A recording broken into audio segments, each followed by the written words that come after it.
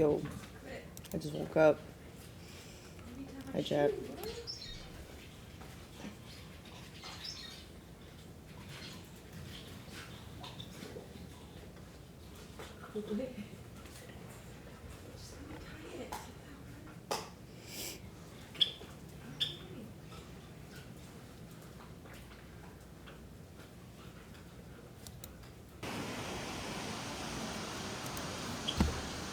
It's so great in Switzerland. Doesn't even look real.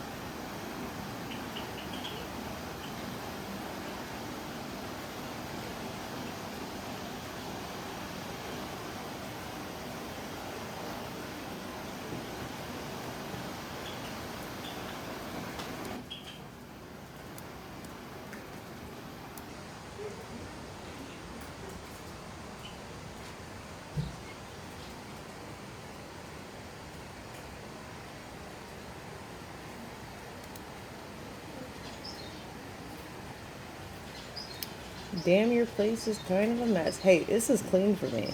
You can go suck my dick. Alright? This is clean.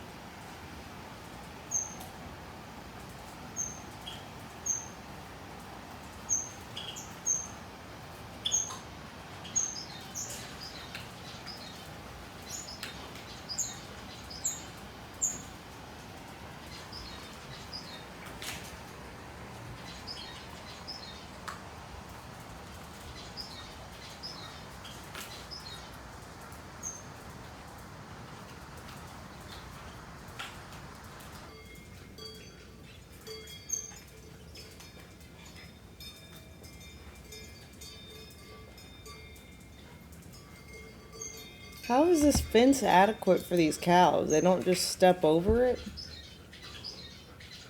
What's keeping them there? It's like floss.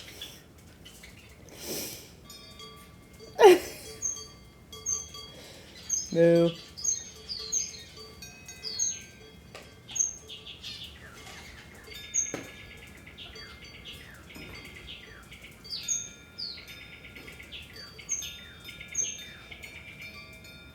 Yeah, maybe it's electric. It could be.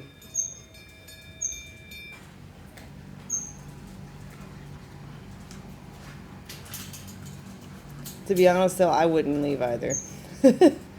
That's why I think going to Switzerland is dangerous, not because I'm going to die, but because I'm not going to want to leave, and then I'm just going to be homeless.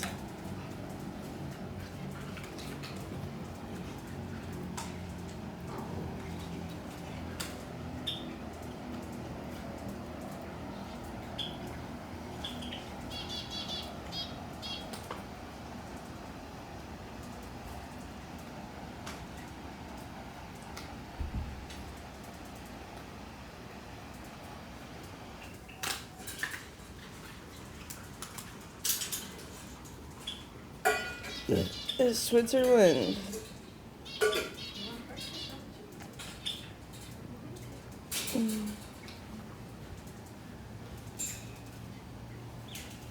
And as pretty as it is, just imagine it without any of these houses.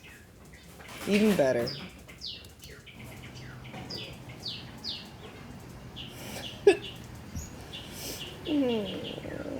Hiccups.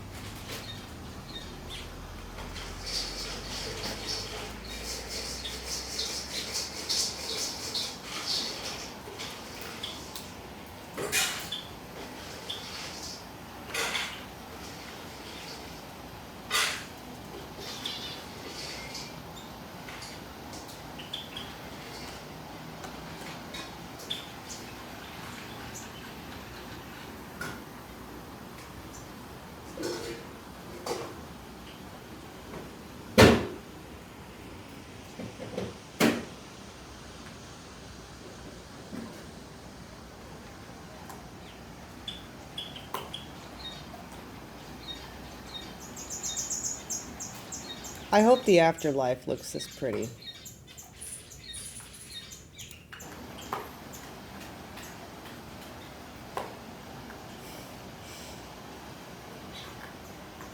And just like all your pets running around, all your friends, loved ones.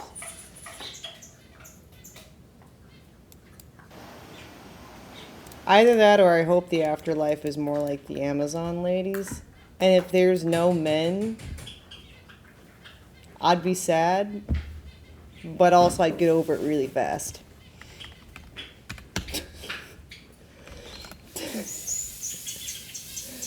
Amazon, no.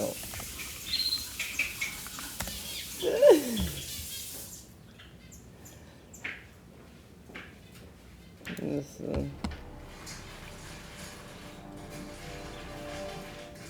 I just want to see it before.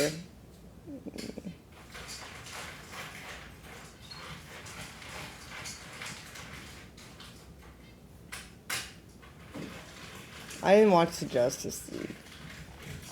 I just liked watching the Amazon. I don't want to watch the battle part, just like the other scenes. Wasn't there other scenes? I thought there was other scenes.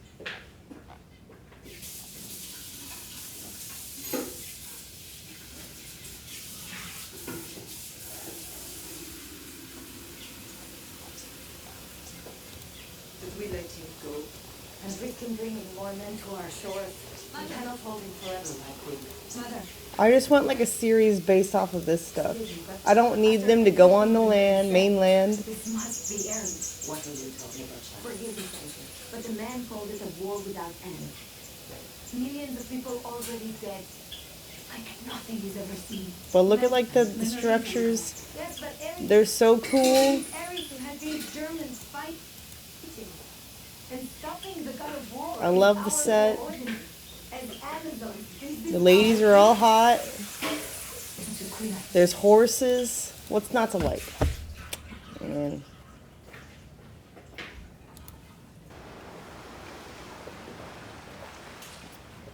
And then he showed up and ruined everything. Everything was fine.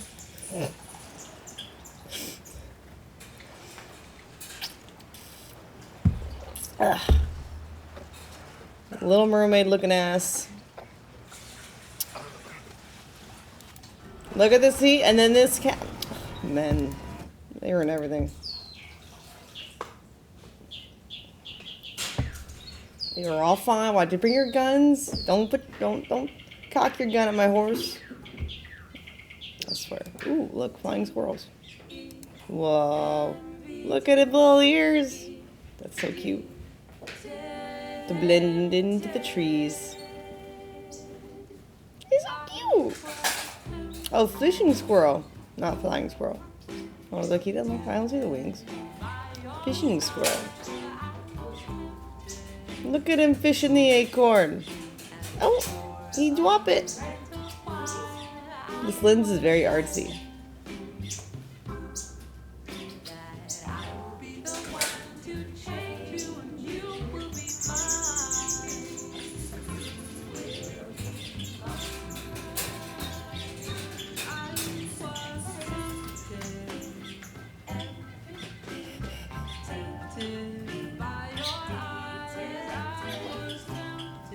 He dropped his nut.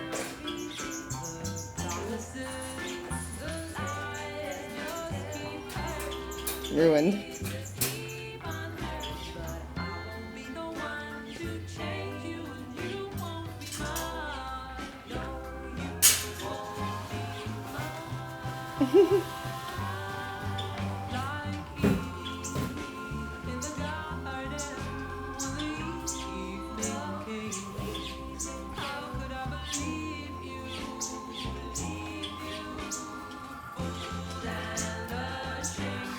It's Squirrel Girl.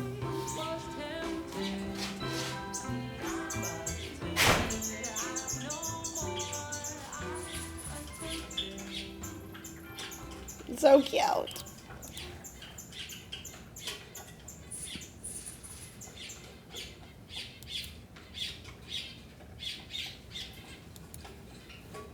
I love that artsy look. That was really pretty.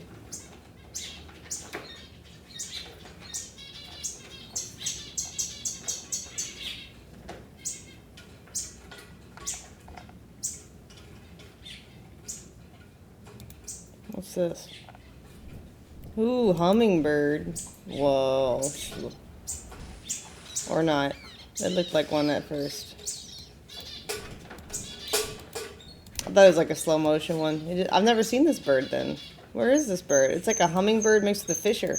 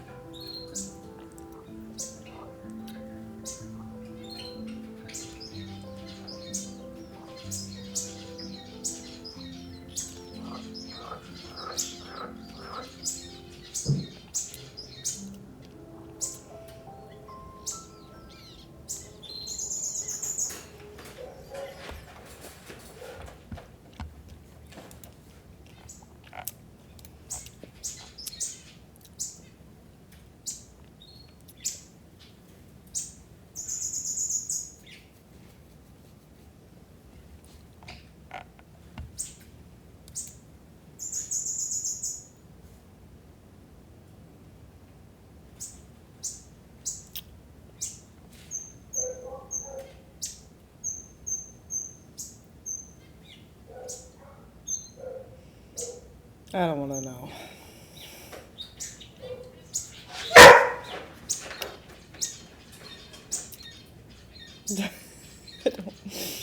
I don't want to know anymore. I'm just gonna look at the animals. Yep.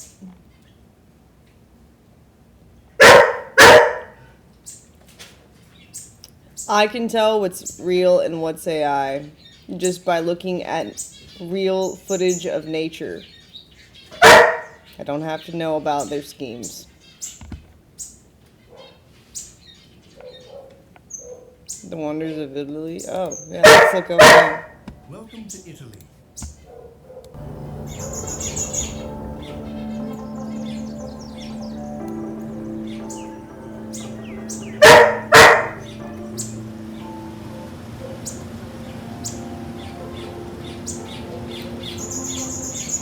You could tell me if this is real or AI.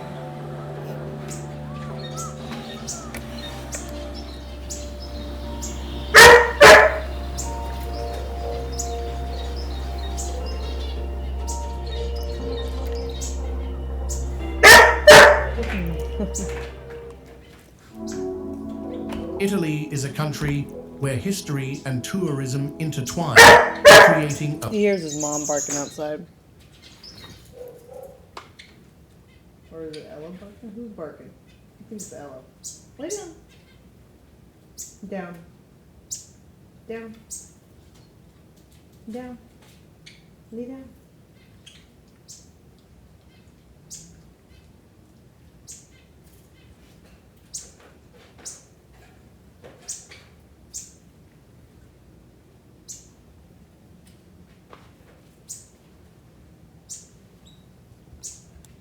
A vibrant tapestry of cultural heritage and natural beauty.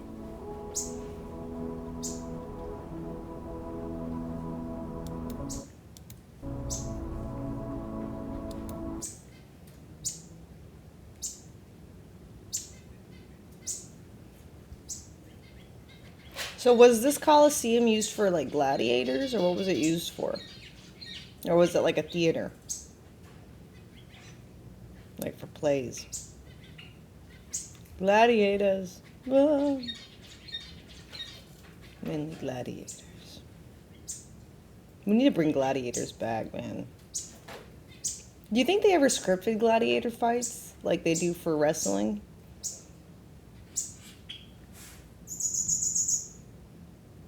Versus lions? Oh, you can't script lions necessarily.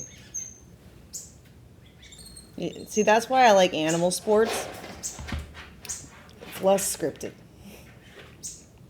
Or at least in theory.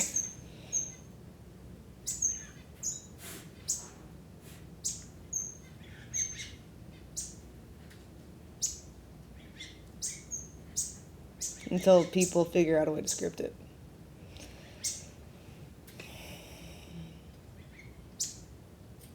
My grandfather used to have racehorses, and I think, well, I don't know. Supposedly the practices are more regulated and more humane now, supposedly.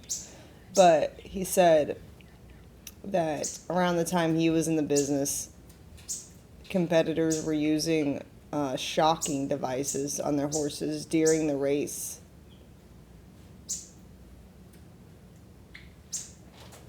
Which is shitty.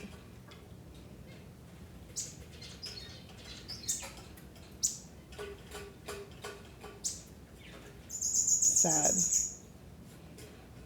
And then they're like, oh, I wonder why the heart gave out. They just ran too hard. It's like, no, that's not why.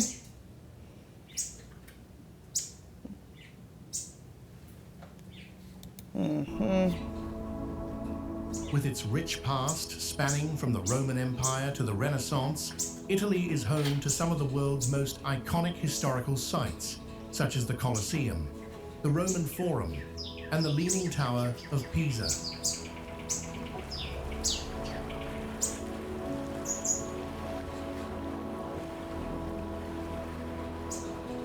A lot of stress on the horse. Yeah, see, racehorses can be done correctly. It's just, you actually have to have a good horse. And like a rider that knows how to bring out the best in the horse. But, you know, a lot of them overtrain because their horse isn't very good. And the rider is compensating for his lack of skill. It's a skill issue. Now they do seem to care for the horses. The winners. You only see the winners, right? Yeah. Yeah. Yeah, the winners get treated like kings. But the winners are actually good horses. Where the rider knows how to optimize it, knows how to play to the advantages. There's so many that don't get treated well, and they don't win. These And landmarks, along with countless museums, art galleries, and churches, attract millions of tourists each year, eager to explore Italy's fascinating history.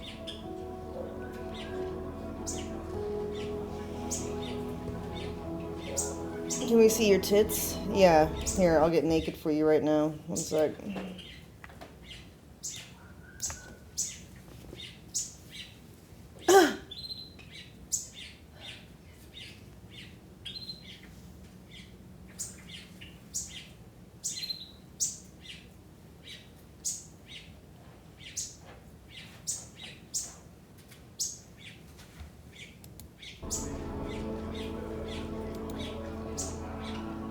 Beyond its ancient monuments, Huge. Italy's charming towns and cities, They're like huge. Florence, Venice, and Rome, are steeped in history and offer a glimpse into the country's artistic and architectural achievements.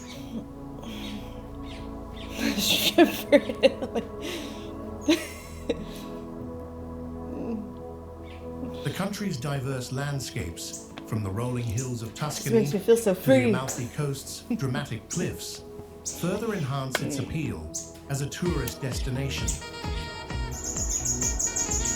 The appeal.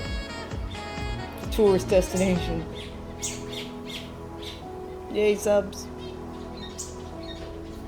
Italy's rich culinary heritage, rooted in centuries of tradition, also plays a key role in its tourism industry, inviting visitors to savor authentic regional dishes.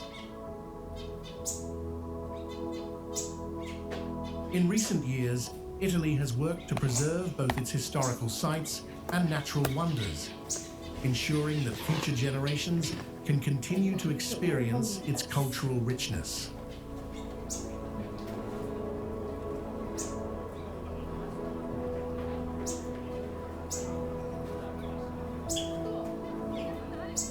With such a unique combination of history and tourism, Italy remains one of the most sought-after destinations for travelers worldwide.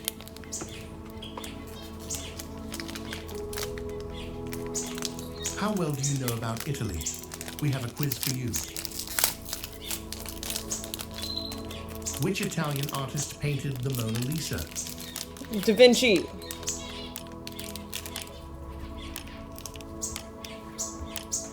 Also, Lady Gaga's a clone of Mona Lisa.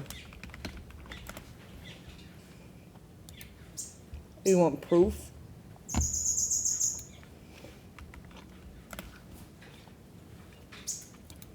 Where's the one with no eyebrows?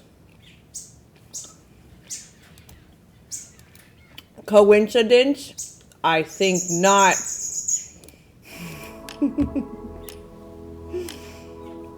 Comment your answer below this video. Let's find out some interesting facts about Italy.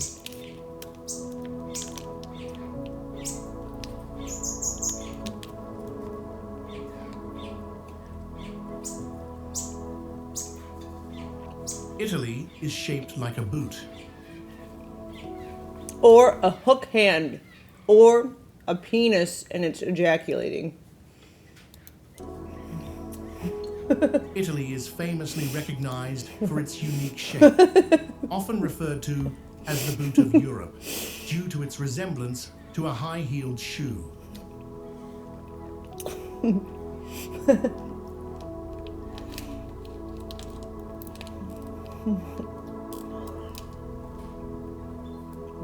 This distinctive outline makes Italy stand out on maps. Its geographical form is one of the most identifiable features of the country.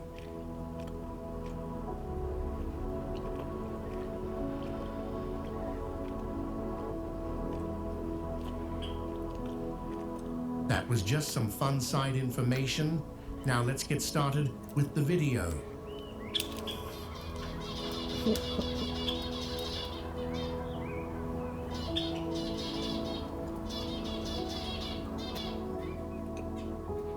Savoca, one of Italy's most picturesque villages, is named after the elderberry plant, which still grows wild around the village and is featured on its medieval coat of arms.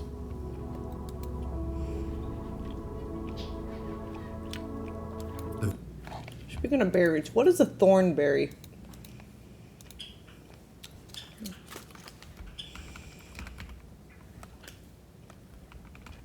The wild thornberry.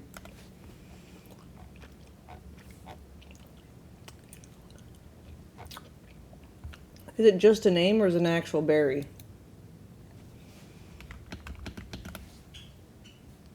Berry that grows on a thorny plant. Oh, it's a class of berries. Oh, okay. The village is dominated by the ruins of Pentafer Castle, and remnants of its ancient walls, I gotta including take the a Savoca City shit. Gate, are still visible today. Would you rather watch Italy or birds?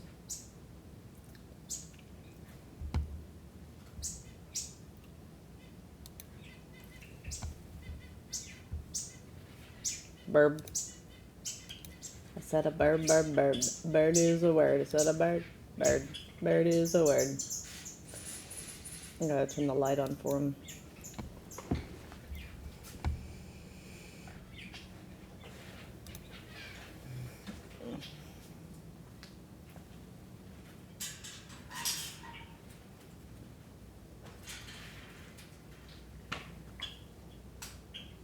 the Lord said, let there be light.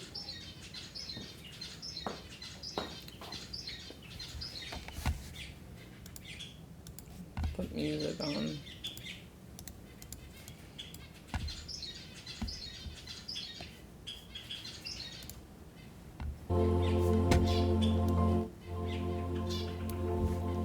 Too sleepy.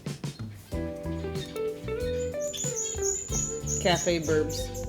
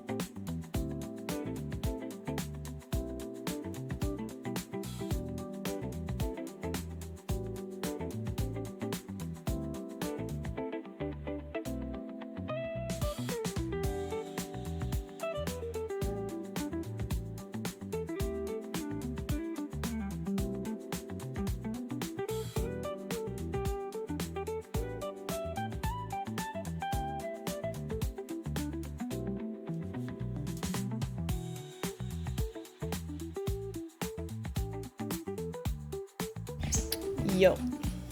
Nice poopy. Throw this stuff away.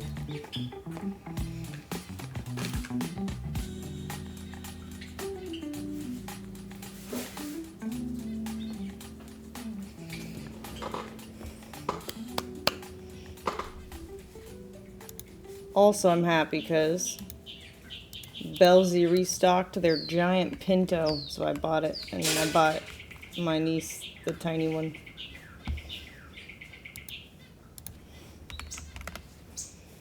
Their giant one! Huzzah! I just bought it while I was taking a shit. And I also got this one because they only had 4 in stock left. Well, they had 5, now they have 4. It's out.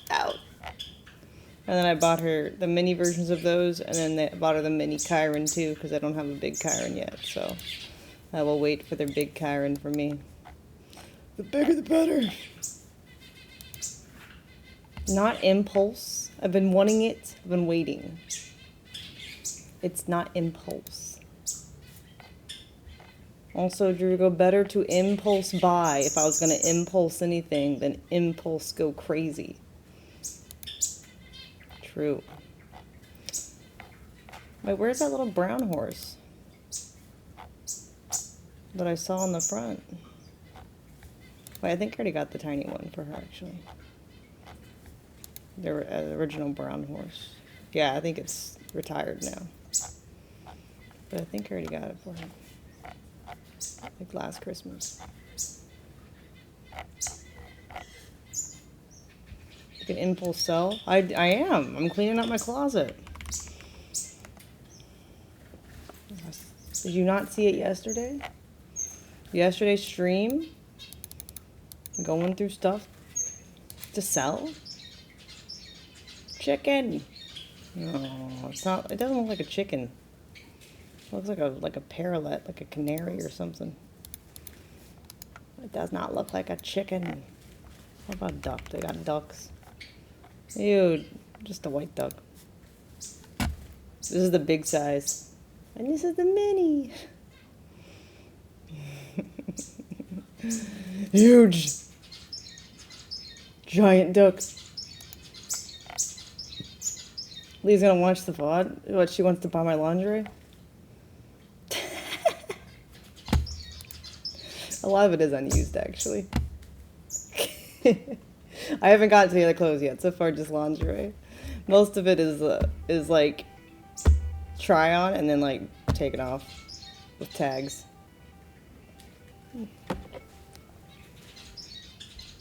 It's just I just don't like a lot of it because I'm not the one who ordered it. I used to have staff who would buy that for me when I had YouTube, just so that we would have stuff to put in a try-on haul or like a photo shoot, and then never got around to it because my YouTube channels got banned.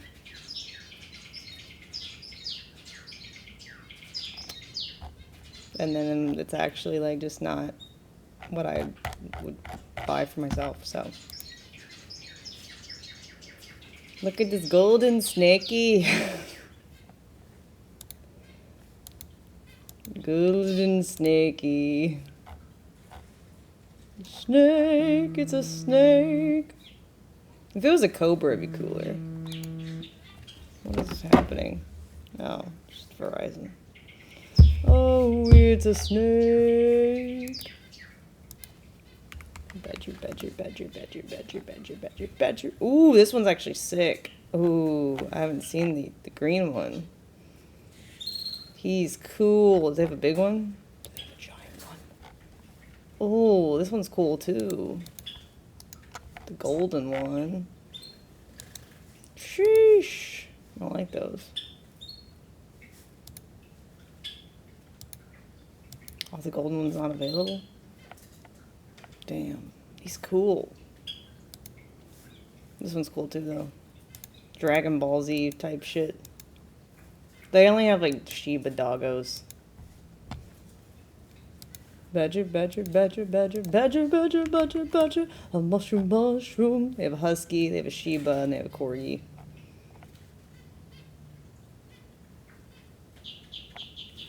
They have big corgi! I know, they need more dogs. Why does there have whales? Oh, it's a pin. Darn. I would buy that if it was actual plushie. The whale's cute as fuck. They have the fox still. Yeah, they have foxes. It's so orange though. The nine-tailed fox is cool though. Oh, look at the little white fox. I wish I had a giant one. What about wolf? Oh, looks like the husky. Does not look any different. Cow. Moo. Oh, like the giant one. Valentine moo. Oh man. Sold out. Boo. I mean, moo. What about donkey? Ew, monkey. No. Oh, gosh. I like the dragons. I might get this dragon, actually. This dragon's pretty sick.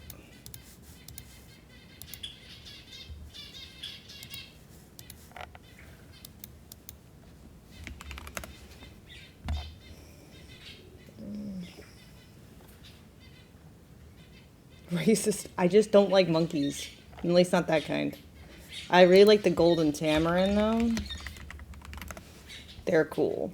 Like, that's like the only monkey that I think is acceptable. Besides the boomafoo. The lemurs and the tamarins are cool. Alright, he's cool. It's like a fire Pokemon. He's also cool. But I feel like they look less human monkey-like, so it's less freaky to me. They look more like, I don't know, like naked rodents on the face. Or like a boxer on the face or something. Like a rodent boxer thing. That one does not look real. The eyes are sus. Ah!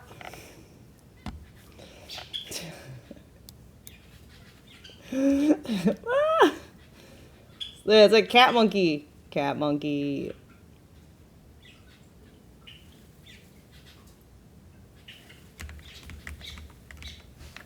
I like the Madagascar lemurs. Look at them. Zaboomafoo.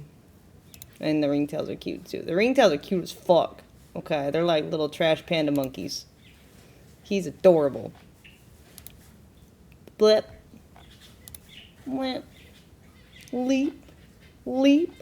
Leap. Leap. Leap. So cute.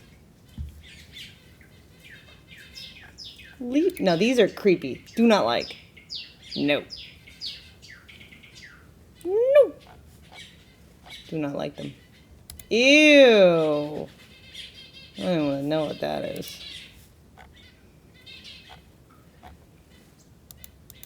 Nasty ass.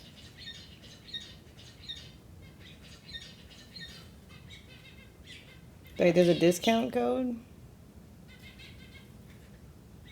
I didn't even know.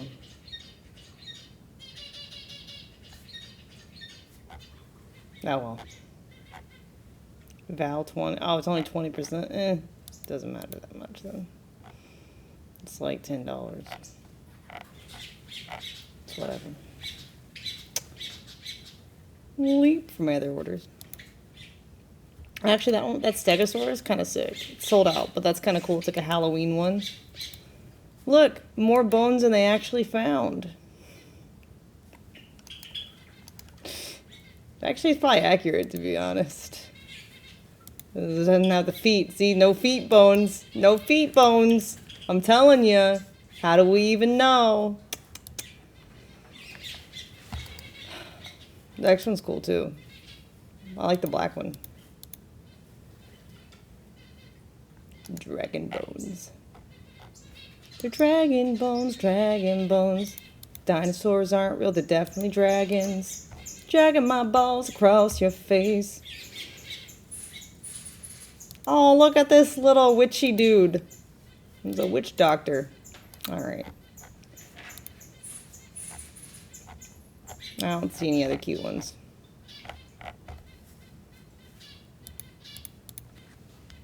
I have penguins. Penguin! Of course, they're all sold out. This one's fucking adorable, though. Look, oh my god. It's so fucking cute. I remember when these standard plushies of these, before they became mainstream, used to be $75 when they had pop-up booths at conventions, because I have a giraffe from it. Now they're $35, the same size. It's come down a lot in price. Sea plushies. Oh my god, look at this fucking shark. That's huge ass face. It's like a football shark. The seal's cute. Seal. Oh, there's a little orca. That's adorable. Captured Shamu and put her in a chlorine tank.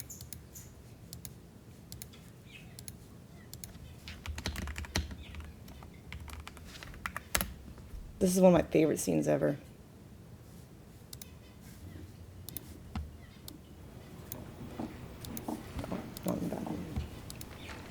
Are you going to teach us anything, or are we just going to sit here? NA education. Just do whatever you want. I want to learn from my teacher. Besides that, Freddie, what do you like to do? I don't know. Burn stuff? Just go out and have recess.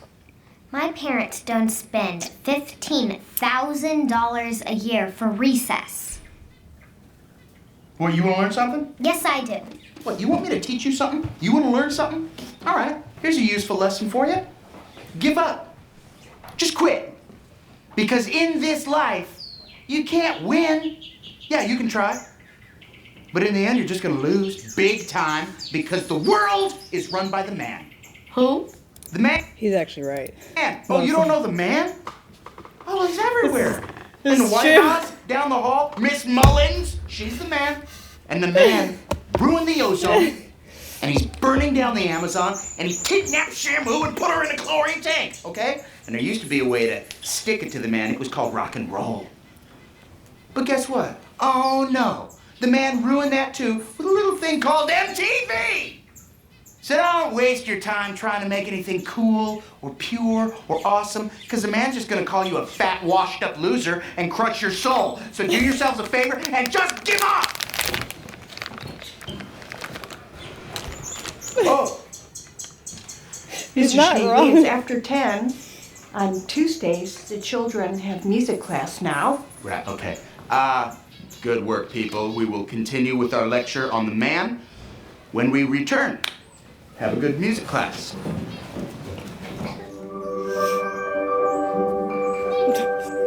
The best movies ever, dude. I love that movie so much. Oh my god. Now listen, you guys, you know what? Normal kids would have been stoked to slack off, but not you guys, because you're not normal. You're special. And because I think you guys have the right attitude, I think it's time we started our new class project. A science project? No, it's called Rock Band. Is this a school project?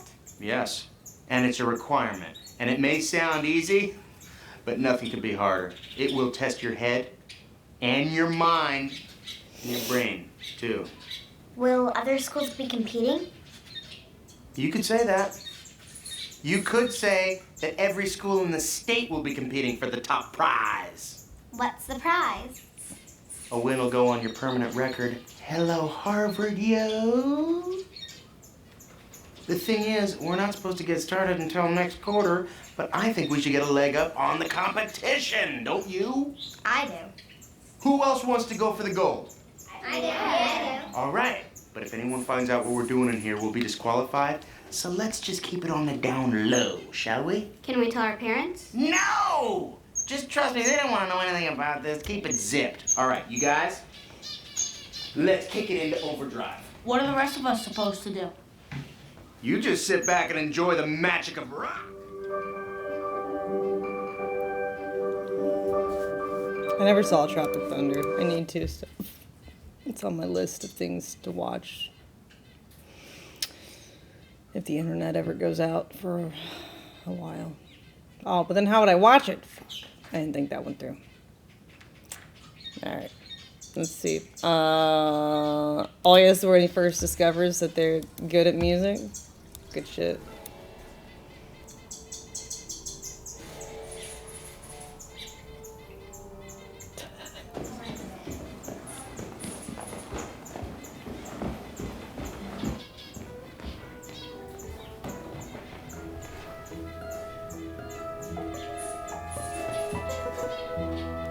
I don't have DVDs anymore.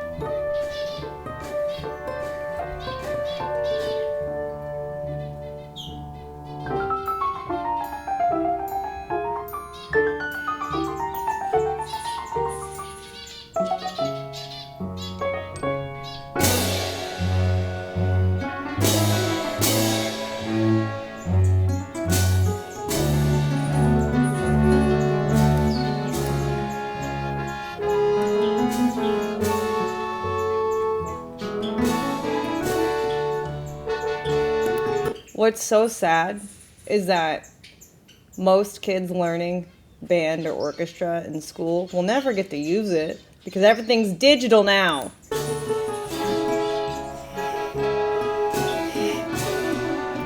Might as well just be learning how to make synthesized instrument compositions on a computer.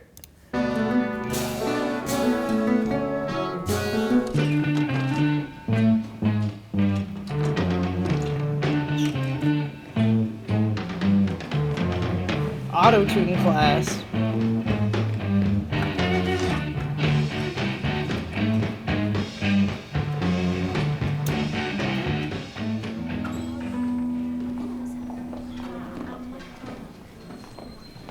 Mr. S, what's going on? I heard I you in know. music class. Ruin music. True. I You guys hate it. can really play. Why didn't anyone tell me? You. What's your name? Zach. You play the guitar? Yeah? Okay, come here. You ever played electric guitar? My dad won't let me. He thinks it's a waste of time. A waste of... Try this one. Okay. There's a guitar pick, and you pluck along with me, okay? If you can.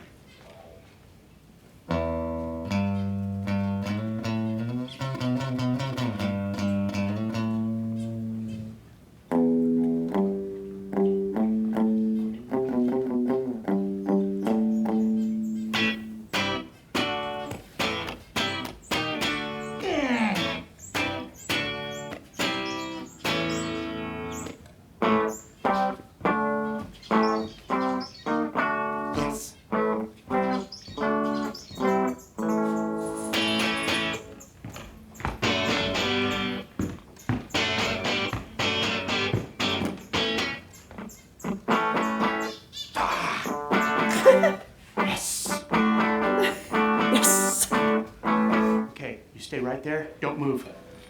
Piano man, front and center. What's your name? Lawrence. Lawrence? You ever played keyboards? Any techno? No, I only play piano. Okay, all right, fair enough. Try this out for me, okay? Just give this a try on my count, all right? 1, 2, 3, 4. Yeah. Yes. Come on, now touch me, babe. Ba-da-ba-da, can't you see that I am not afraid? Shaka-ga-ga. Lawrence is good at piano. He shall be rocking in my shoe. Ra-ga-ga-ga. Stop. That's perfect. You're perfect. Stay right there, okay? You, could you come up here, please? What was your name? Katie. Katie, what was that thing you were playing today, the big thing? Cello. Okay, this is a bass guitar, and it's the exact same thing, but instead of playing like this, you tip it on the side. Cello, you've got a bass. Try it on. Okay, now play this note right here. That's a G. Okay. But let your fingers do the rock and keep that G coming all day long. G, G, G, G, G, G, G. Good, stop. Are there any drummers in the house? I play percussion because he couldn't play anything else. Come Hey, here, dude. that was me. Just But see if you it's can what do I what wanted do, to play, okay? so it's fine. Just give it a try. What? Okay? Give that a try. Because all the other options besides percussion at my school in my band, we didn't have like guitars or anything. It was all like flutes, the brass or the wind instruments, and blowing makes me lightheaded. So I couldn't. They wanted me to try for it because they try not to put girls in percussion because they get bullied typically by boys. But I had brothers, so I didn't get bullied. I know how to Make boys shut the fuck up. I know how to hurt men verbally. And it was fine. But yeah, like I passed the percussion test with flying colors, but everything else made me lightheaded. So I got what I wanted. And I was first chair for all 3 years of junior high. Okay. That's really good. Just stay right here. It was so funny too. I remember my not the band director, but the specific percussion like sub director nagging me all the time in rehearsals because I didn't practice for region band. Like I'd practice for normal stuff, but not for region band because I just thought it was like a waste and I didn't want to make region band anyway. And I was like, I don't care, dude. It's who cares? And then we all went to audition for region band, and I was the only one that made it. And then he was like really quiet. He's like, "Good job," and then never talked to me again because he had spent every lesson nagging me. And I hated it too, because then I had to go, and it was just like fucking 3 days of nothing but practicing for like 10 hours a day with a bunch of randos. It was so boring. All right. Okay. Lawrence, give me a G note. With the fifth above it, and the middle one. It's awful. No middle one. I changed my mind. Now going off to below. Now give me some rhythm. Bump, bump, bump, bump, bump, bump, bump, bump, bump. And keep that same rhythm. Go. Okay. Katie, remember that note I taught you, the G? Play. But also keep it rocking good. Bump, bump. Okay, give me like a chunk, chicka, chunk, chicka, chunk, chicka, chunk, chicka, chunk, chicka, chunk, chicka, chunk. Good. Okay, no, that's bad. That's like George of the Jungle. Play it up here on the cymbal, but really light. Oh, that's it. Okay, keep going with that, Zach. Do you remember this thing I taught you a minute ago? It goes like... Yes! Yes! Boom! All right, let's go!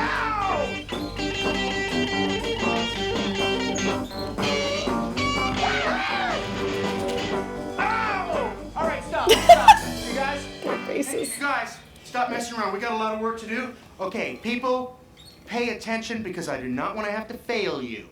I thought you didn't believe in grades.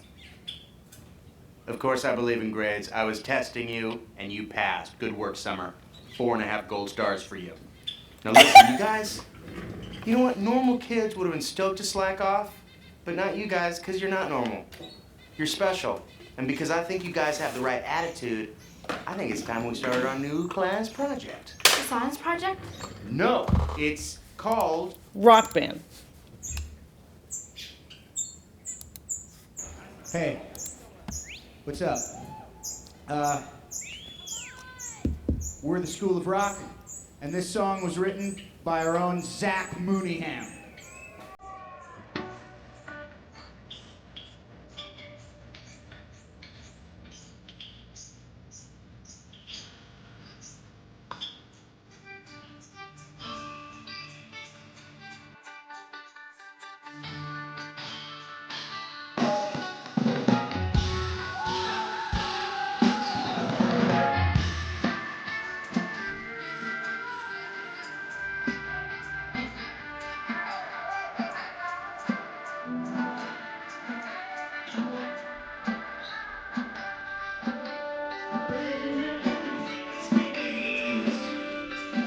The hair. Iconic.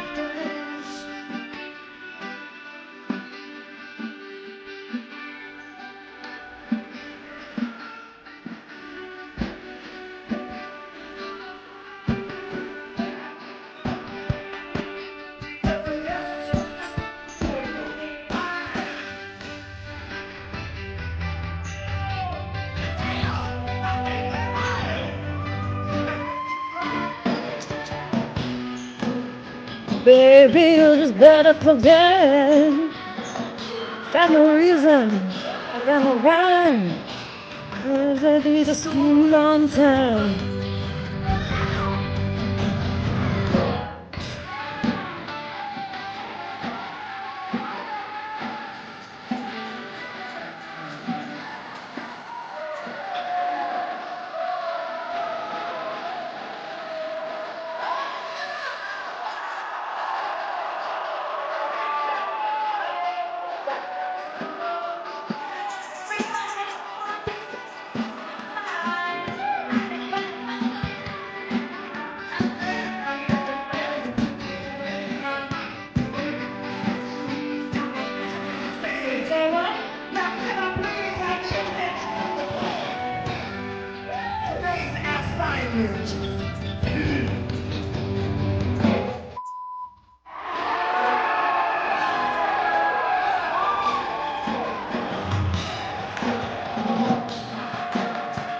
Wasn't centered in the movie.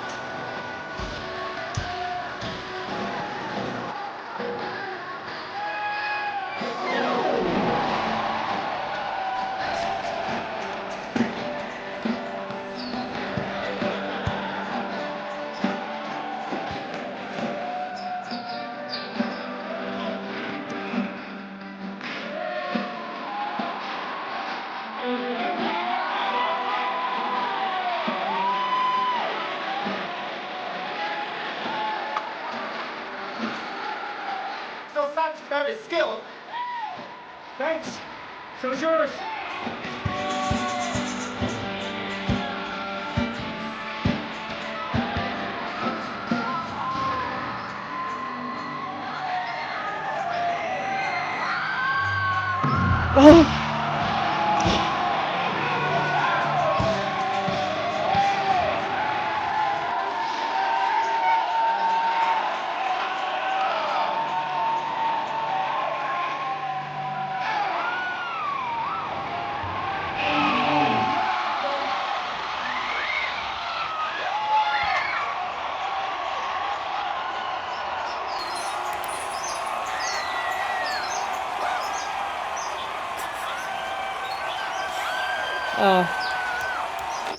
Imagine making good movies without needing to use special effects or green screens or anything. Wow. What a time. What a time. Crazy.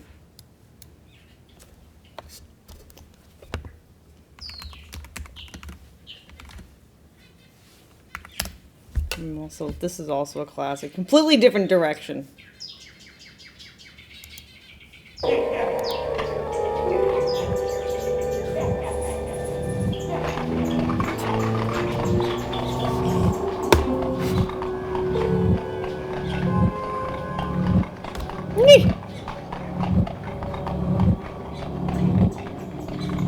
The island of New!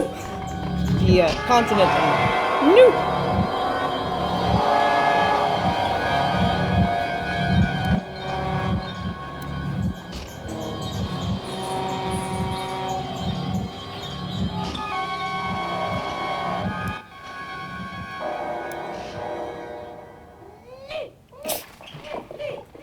Who are you? We are the knights who Say! No, not the knights who say nay. The same! Who are we? We are the keepers of the sacred words. Ni, Peng, and Niwom. Those who hear them seldom live to tell the tale. The knights who say ni.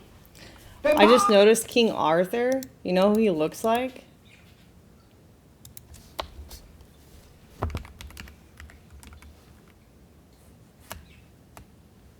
Jonathan Young.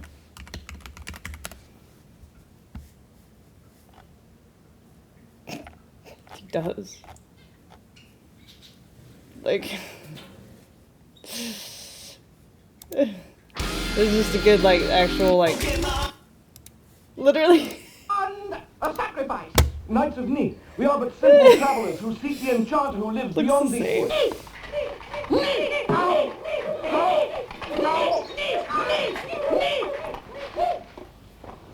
We shall say ni again to you if you do not appease us. Well, what is it you want? We want a shrubbery. A what? Ni. No, please, no more. We will find you a shrubbery. You must return here with a shrubbery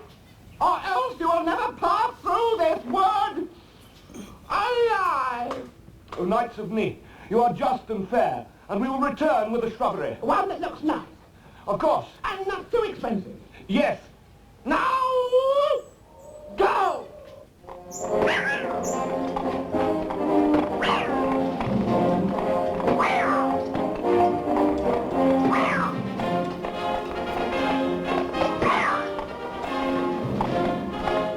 Old Crow. Is there anywhere in this town where we could buy a shrubbery? Who sent you? The knights who say Ni. No. No, we've no shrubberies here. If you do not tell us where we can buy a shrubbery, my friend and I will say... We will say... Ni. Ah, do your worst. Very well. If you will not assist us voluntarily... Ni. No. Never. No shrubbery. Ni. No. No, it's not that. It's Ni. No. No, Ni. You're not doing it properly. No. Ni. Ni, that's it. You got it. Ni. Are you saying "ni" to that old woman? Yes. Oh, what sad times are these when passing ruffians can say "ni" at will to old ladies. There is a pestilence upon this land. Nothing is sacred. Even those who arrange and design shrubberies are under considerable economic stress at this period in history. Did you say shrubberies? Yes. Shrubberies are my trade. I am a shrubber. A shrubber. My name is Roger the Shrubber. I arrange, design, and sell shrubberies. Why do they all look like Asmongold? No. Oh, Knights of Ni, we have brought you your shrubbery. May we go now? It is a good shrubbery. I like the laurel particularly. Is Asmongold related? Who knows? But there is one small problem. What is that? We are now no longer the knights who say "ni." We are now the knights who say "eki, bang, boing." He's a shrubber. Therefore, we must give you a test. What is this test, O Knights who till recently said Ni? Firstly, Ni. you must find another shrubbery. Not another shrubbery. Then, when you have found the shrubbery, you must place it here beside this shrubbery, only slightly higher, so you get a two-level effect with a little path running down the middle. Then, when you have found the shrubbery, you must cut down the mightiest tree in the forest. Wait, is Monty Python old enough to be watchable on stream, like the whole thing? We watched it in school.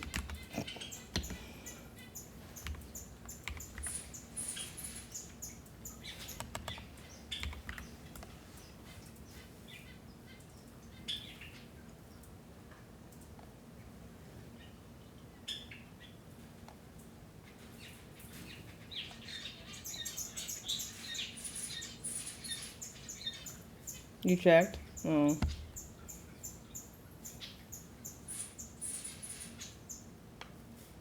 Wait, hold on.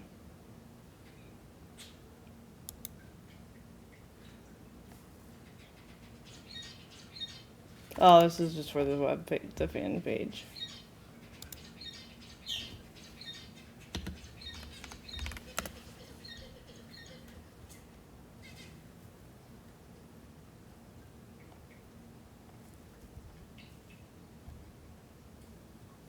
Maybe Holy Grail.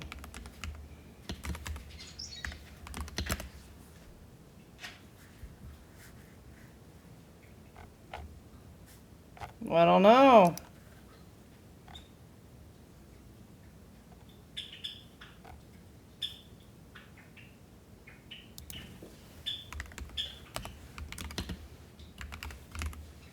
I guess we try it and stop if they make us stop.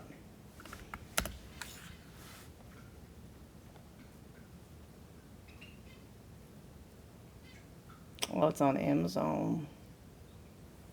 I mean, I've watched some Amazon stuff before without a problem, as long as it's not like Paramount or something.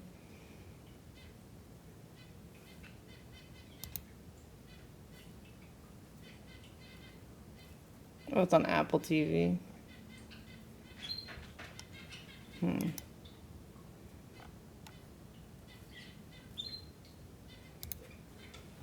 Is it on Facebook? Ho ho ho.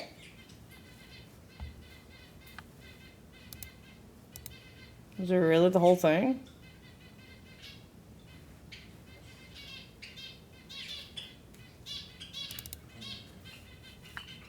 How come I can't, like...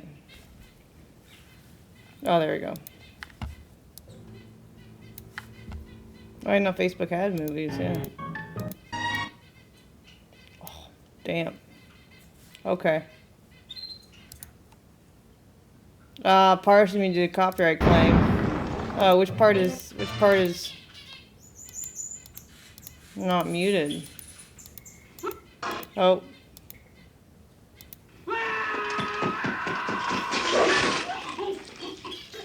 Hmm.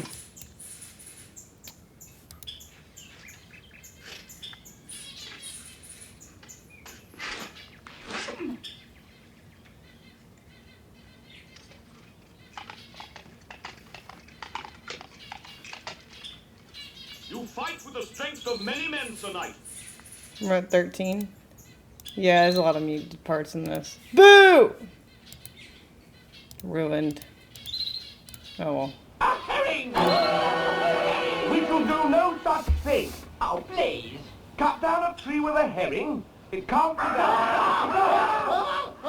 Don't say that word. What word? I cannot tell. Suffice to say is one of the words the Knights of Neath cannot hear. How can we not say the word if you don't tell us what it is? What is? No, not is. We're going far in life, not saying is. My liege, it's Robin. Packing it in and packing it up and sneaking away and buggering off and chickening out and fitting up homes. Yes, gravy is flowing in. Honestly, I feel like Monty Python humor is more relatable to like society now than it was at the time. Oh, Robin! My liege, it's good to see you. Surely you've not given up your quest for the Holy Grail. He is sneaking away and buggering off. No, far from it. You said the word again! I was looking for it. Here in this forest. No. Maybe I can just see it more now? Yeah, maybe. Maybe. It's more like in your face now, the ironies and contradictions of the world. Far from it. Oh, stop saying the word! Oh, stop it! What? There's a crypto called $sin launching tomorrow. Church of Trump on X. That's probably not run by Trump. Anyone can start shit.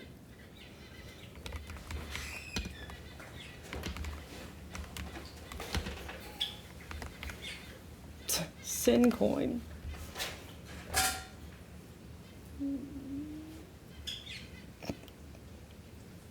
Where is this?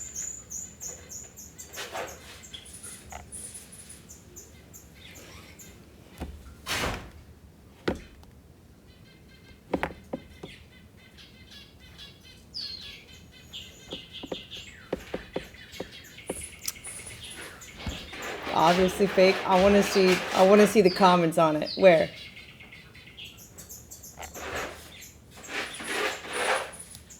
Where are they? I want to read the comments with popcorn.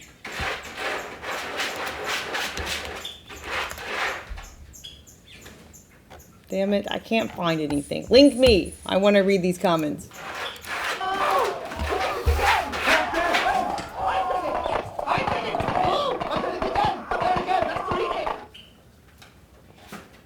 Ooh, space, send me. Great gentleman. Ah, boring. Made up chat nonsense? Oh, I wanted to read the comments. Do girls like watching porn like us? Yeah, but girl porn is different. It's called... For girls... Their porn looks more like this.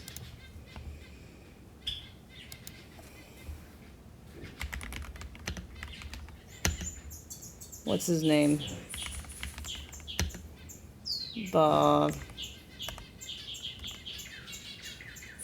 What's his fucking name? I don't know. But this is more like girl porn.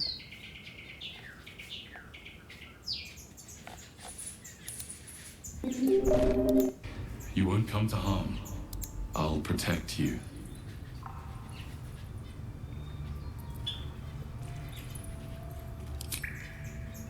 You are not ready. That's all right. Girls like to read about it. Yeah, they like to read about it because I feel like girls' expectations and reality of what sex is like are totally different. But try to overcome this resistance sooner rather than later. Like, the thought of it sounds nicer than actually watching the visual. It will make things much easier for you. Thank the gods that's over. Wish you'd been with us when the beasts attacked on the road. Might have been more survivors. This is girl porn, basically. I'll not pretend to understand what that artifact is. But I Way too much. They watch it, they literally, like, there's more plot than actual sex. Yeah. Yeah. What was it? Papa Meat with the fucking girl smut novels or whatever.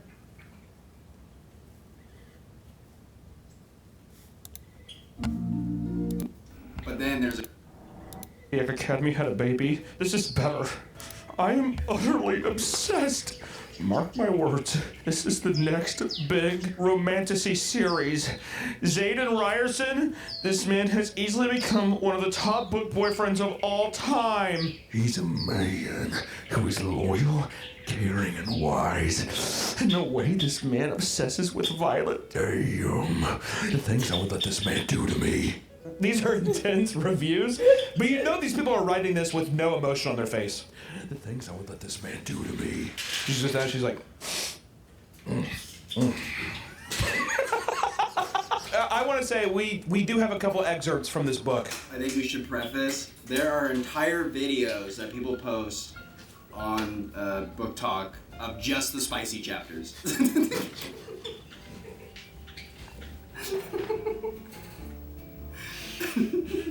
I knew it was coming, but it still got me. People post entire videos of just the scenes, which at the same time, I understand. It's like the most titillating thing, but it's crazy that people can just be like that openly horny together. With would you say that the parallel to guys is people just being like, that's hot? Yeah. You know, it's like similar to guys like Stella Blade or Stellar Blade. What is Stellar Blade? Oh, it's that like anime girl. People are going crazy on Twitter saying, "Gee, don't censor her!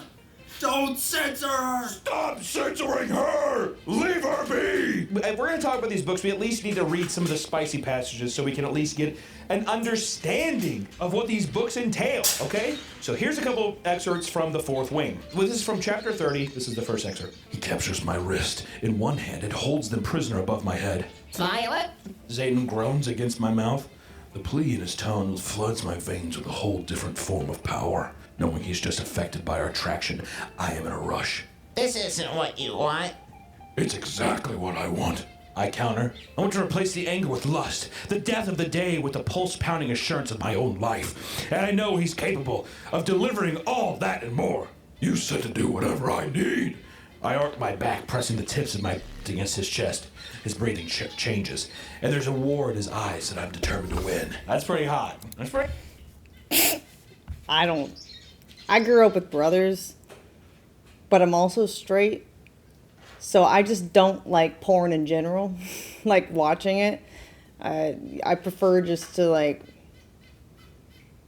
I don't know, actually fuck, I guess, or think of some, it's just like, think of like the enjoyment of the feeling rather than fantasize anything. I don't know. For me, it's more just about like, it just feels nice rather than like, oh my god, I need stimulation during mentally and visually. Like, I don't know. It's the button. I don't need any of that shit.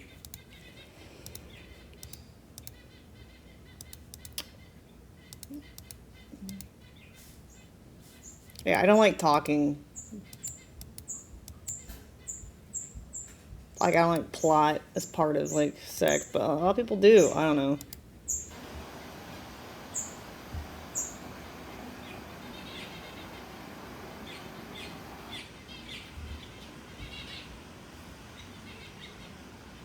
To each their own. This is so pretty.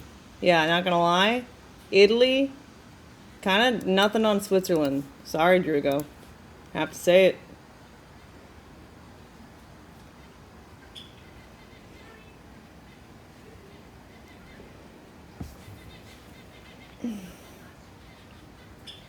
Italy, not as good as Switzerland.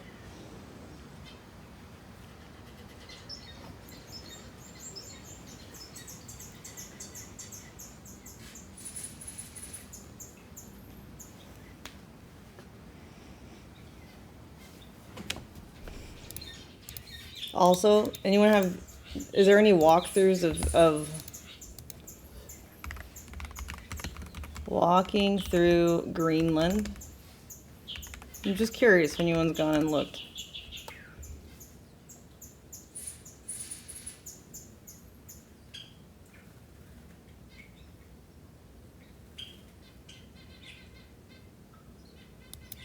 Welcome to Nuuk! Capital I'm city. Nuuk, the capital of Greenland.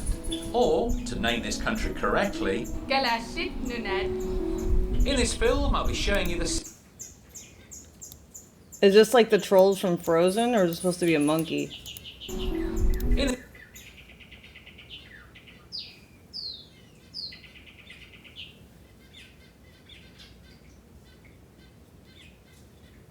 The fuck is this shit?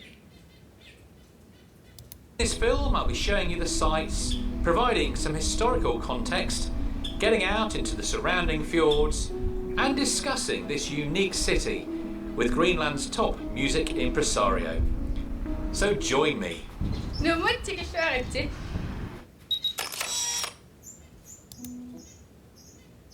They look like they have like a allergic reaction in their faces. They got stung by a bee or something. Nuuk lies at 64 degrees north, around the same latitude as Reykjavik in Iceland and Fairbanks, Alaska. Its population is said to be around 20,000, but as the political, cultural and economic heart of the country, as well as the main international port, it feels much bigger. Around 1/3 of the population of this vast country lives here in Nuuk. The town was founded as a trading post. Where's all the snow? 1728 Where's by a the Danish ice? Norwegian missionary I thought Greenland was supposed to be the icy one. named Hans Egil. Arriving with the objective of improving the lives of the indigenous Inuit people, he named the settlement Kothorp, Good Hope in English. He is often called the Apostle of Greenland.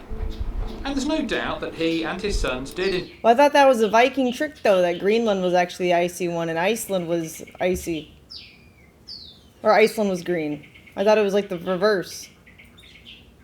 introduce some welcome modernities to the Inuit, who, at the time of his arrival, It just looks like a piece of Ireland that broke off, doesn't it, though? Like, this grass looks the same. I'm pretty sure they used to be connected.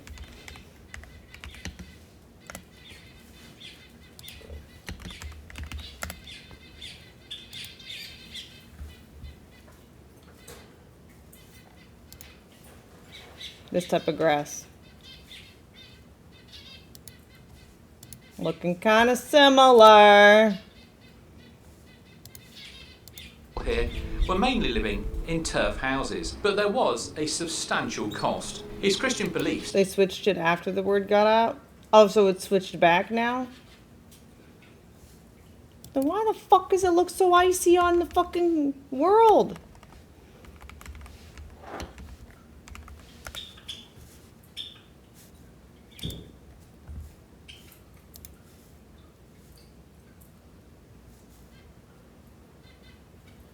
What the fuck happened? Why does this look different?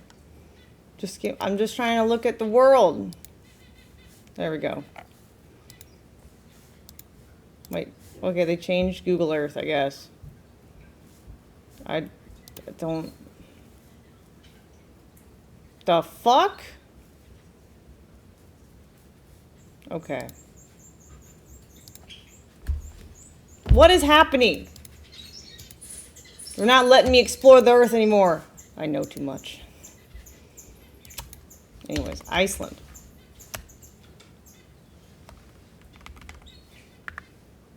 I've been banned from Google Earth.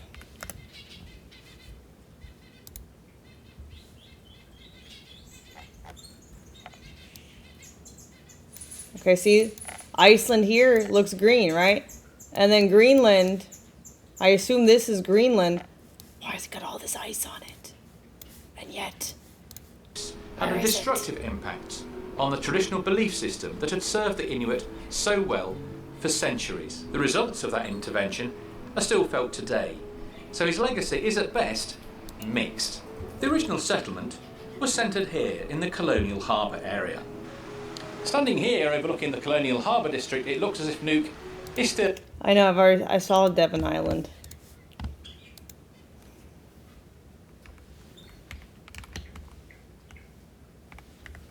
That was one of the pages I looked up the other day. There's a website about it.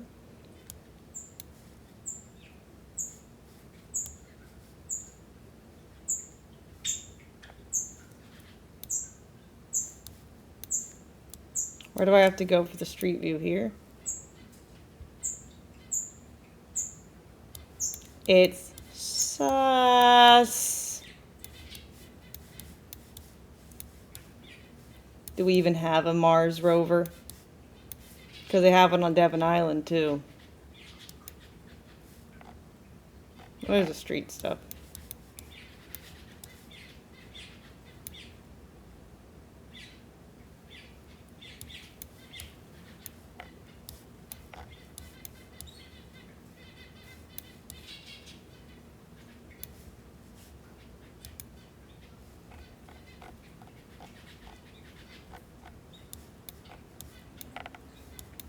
Let's go look at Greenland.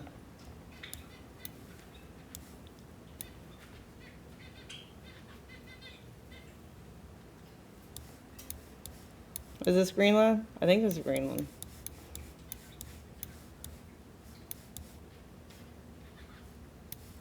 I'm not going to help you improve Google Earth.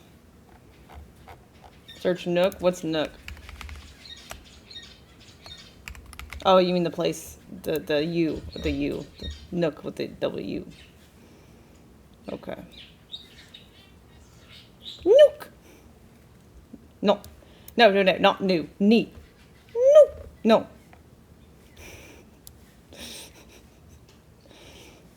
Mm-hmm.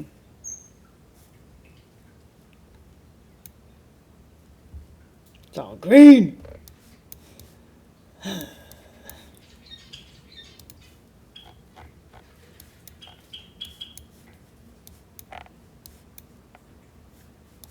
Ah, the river. Whoa.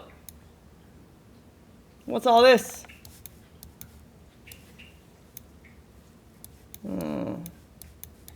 Uh-huh. Who drove here? Where? I'm gonna go crazy again. I better leave this page. But it's so interesting.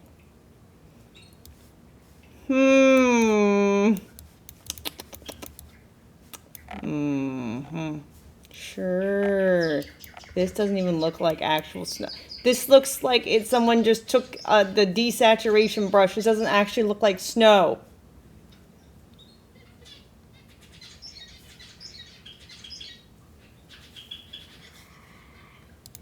Anyways. Just saying, kind of weird. A small Greenlandic fishing village. But if you turn around, you'll see that things are actually very different.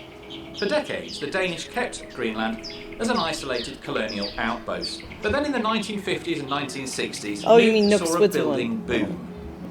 Denmark sought to bring the colony into the modern age. But again...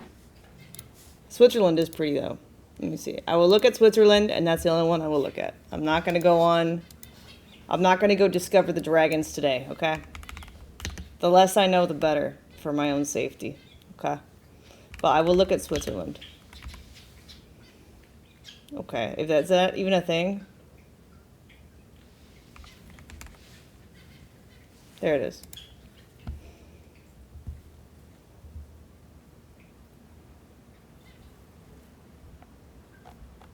Is this what you mean? This part of Switzerland? I don't like how compact it is. Ugh. You meant Nook is better than Switzerland? What? Which Nook? The Nook with a W? Nook.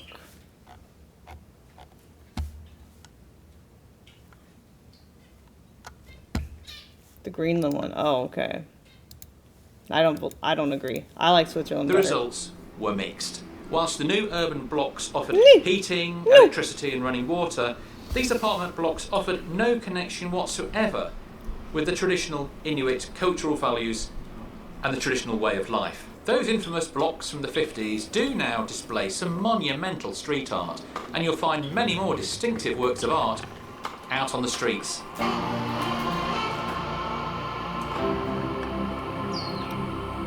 Ew. This art sucks. This fabulous sculpture dominates the northern entrance to the central area of Nuuk. Depicts a famous Greenlandic legend of a meeting between a young, orphaned and bullied boy and the Lord of Power. I love the symbolism of the Mother of the Sea. Here she is protecting the sea life from man's misdeeds. To seek forgiveness, a shaman is sent to comb the impurities out of her hair and to plead that she once again allows man to fish and to hunt. This sculpture represents the people of Greenland. North Greenland, West Greenland and East Greenland, all supporting each other.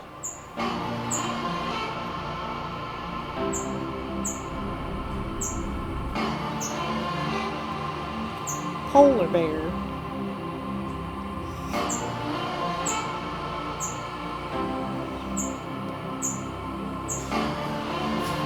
Nuuk is the best place to check out Greenlandic fashion, whether that's the cool Yo, what's Inuit up? brand or BB Chemnitz, perhaps Greenland's most I famous. can't hear you. What?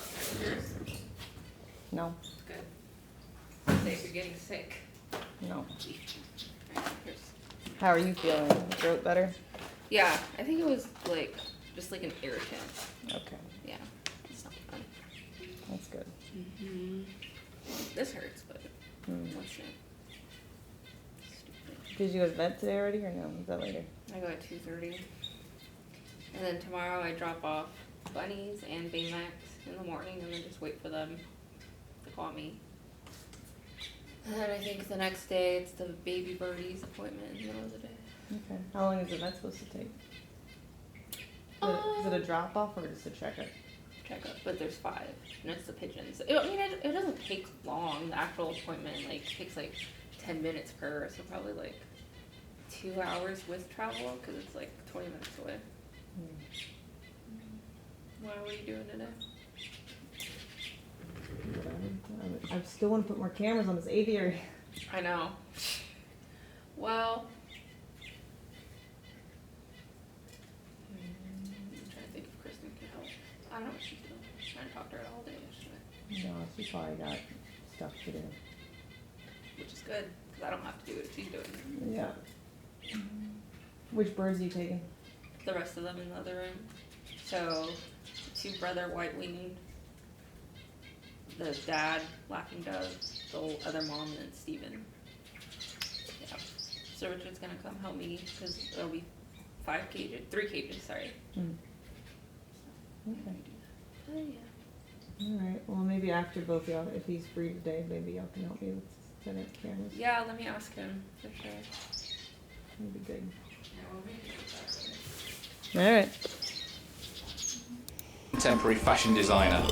And today I'm wearing my BB Chemnitz Greenland sweatshirt from a previous visit. Now Bibi spends her time between Nuuk and Copenhagen, and I was lucky enough to just have a chat with her in the shop, but she didn't want to be on camera. But never mind, if you're in Nuuk, She is a reptilian! Now, although there's all the traffic here that you would expect from a modern city, if you come here, don't rent a car, because you can't drive anywhere.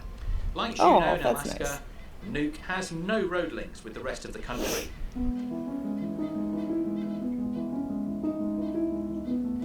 Wait, so why do people have cars there at all then? The Greenland National Museum and Archive is a must visit. It houses priceless artifacts from the nation's cultural heritage and examines the lives of the various peoples who have settled over this vast land. But the highlight is undoubtedly the famous Greenland mummies. 15th century women and The children, fuck? Ugh! quite literally frozen in time.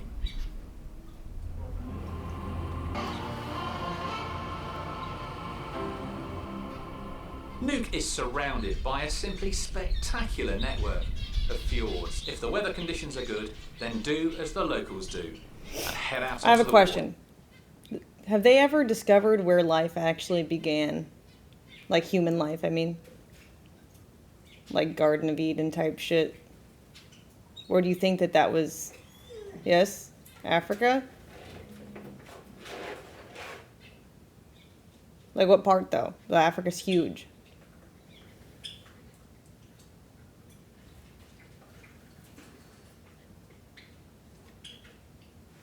I don't believe we evolved from monkeys. Not buying that.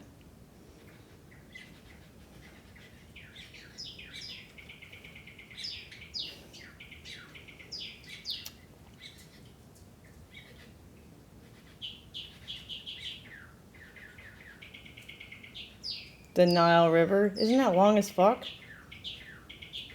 Africa, but it was debunked. Debunked by who?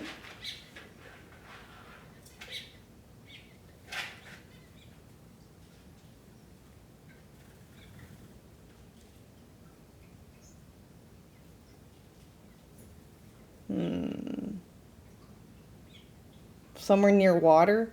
Great, thanks. Very descriptive.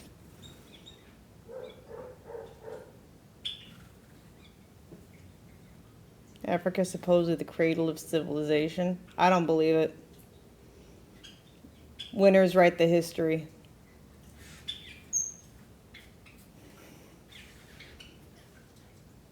I don't buy it. Africa 100%.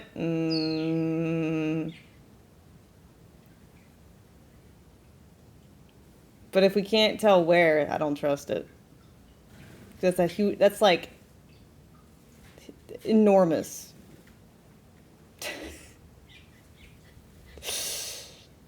I don't know.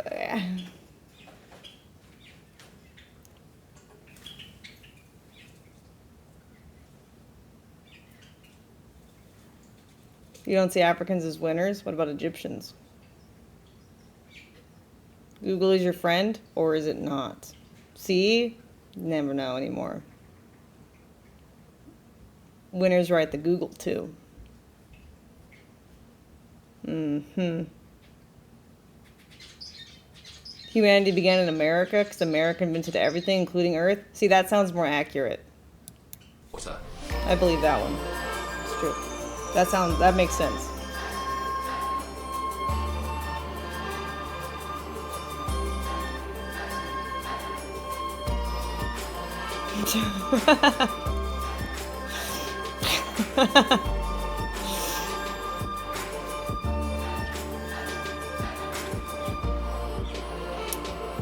You know what I could see being the Garden of Eden though? Like low key, Idaho.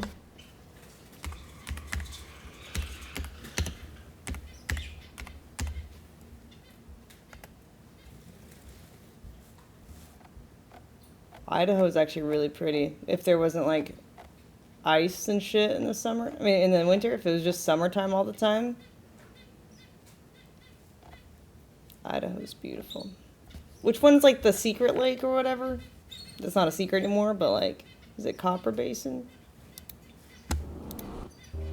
I don't know. I don't remember.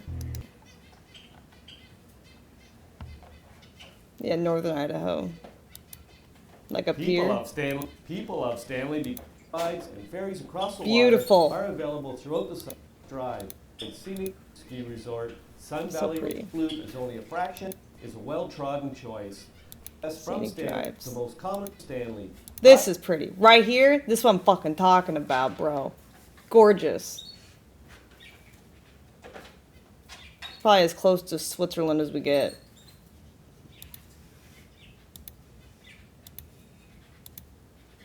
Fucking beautiful. Beautiful. Right here.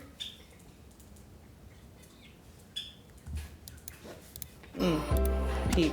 Atlantic music is the heart of the Yeah, it's near thriving Canada. Greenlandic music scene. For souvenirs, look no further.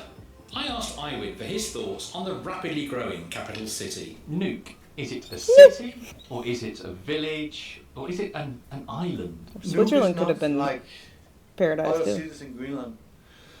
Switzerland Nuuk is a part of everybody in Greenland because we have all the cities around the coast getting smaller and smaller, and they move to like Nuuk.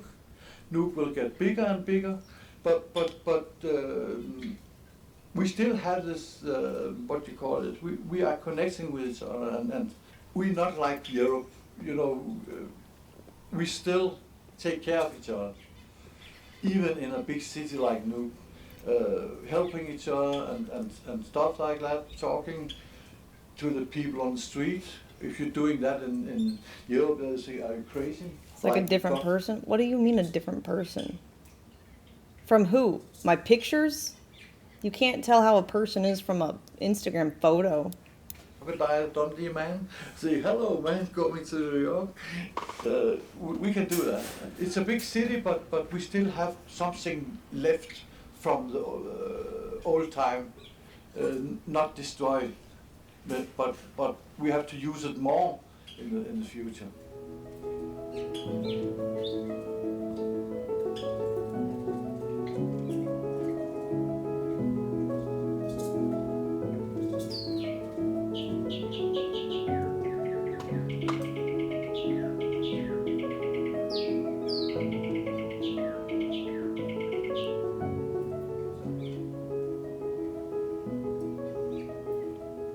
I look a tad different without makeup. Everyone does, bro.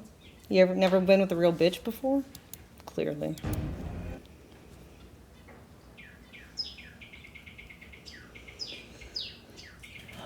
That's what happens when you never wake up next to a woman.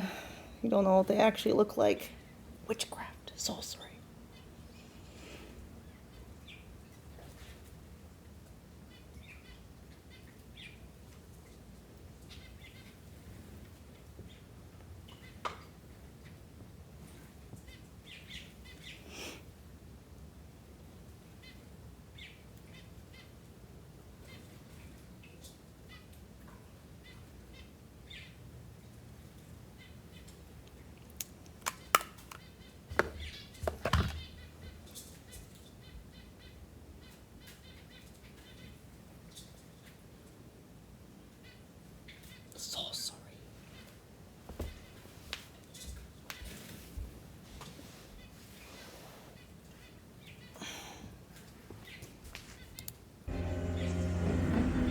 Greenland ready for tourism and global attention? No.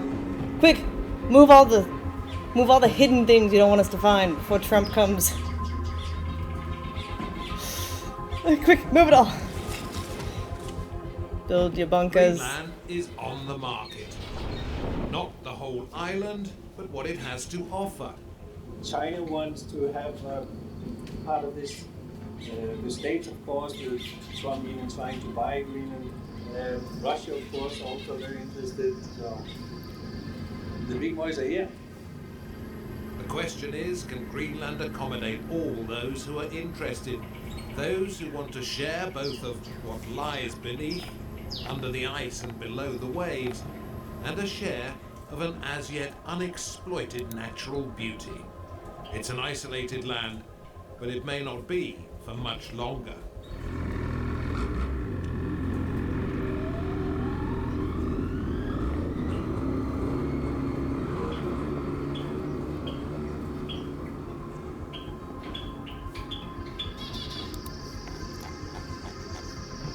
Treasure Island. They want to open this all up, one of the great wilderness areas that we have, the biggest island in the world, with a population of less than 60,000 people. Isn't every continent an island, though? Thousands more tourists to Technically. come here. What will that do to Greenland? Or like Welcome every to Beyond landmass?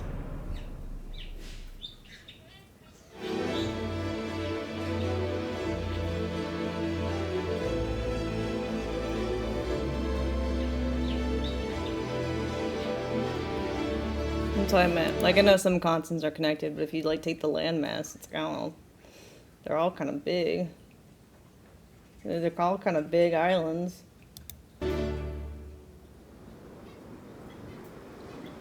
This vast northern country wants visitors. It's building new airports.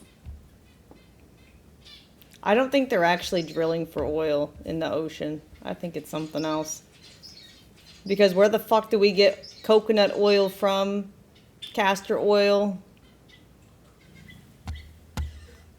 Like, we have oil isn't in the fucking Earth's crust. Anyway, I don't know. What it hoped will be a It's wave sus. of tourism from Europe and North America. It has minerals. That's what I'm saying. Like, oil doesn't come from... I don't know, man. Desperate for. But how can you keep Coconut. them Yeah, back? I know. That's my point. Like, I don't know. What are they drilling for? Arm's length. It is also surrounded by marine life that the country wants for itself, but which others argue is rightfully theirs. One private company says it hasn't ruled out legal KY jelly. Yes, that's what they're digging for. action Exactly. against the government if it's The ordered to lube reduce of the the size earth. of its catches. Unions say the privateers are paying too little and the government isn't doing enough with new laws. Earth lube. The two big companies, are they stealing from the fishermen here? Tama-tot uqaatigisinnaang ilaakisian tassa aalisartusinerissa qalitsuani akiluttugaappu innertorulussuarmik ineriartortitsisinnaanatik akileqqortu atorneqani aammalu aningaasa piissutigineqarsinnaanera eqqarsaatigalugu tassani alikittuaarsuarmik aalisartunerissa qalitsuani akilersunnera. Does that mean that you are poor? Baby oil. And they are rich? Tassilumorpoq sinerissa qalitsuani atukkat ajorput. On trawlers, fishermen are working under very good conditions, but for the coastal fishermen, you don't have the heat, you don't have the protection of a big vessel. You need to live by the mercy of the wind, by the cold, by the waves. I think you need to be very tough in order to survive, not only because of the mercy of the nature, but because of the conditions that are being imposed politically and by the industry. This independent fisherman is trying to boost his income with a YouTube channel because he says new rules mean that he's only just catching enough to get by. That's how it should be. Danny Nielsen's viewers are going hunting.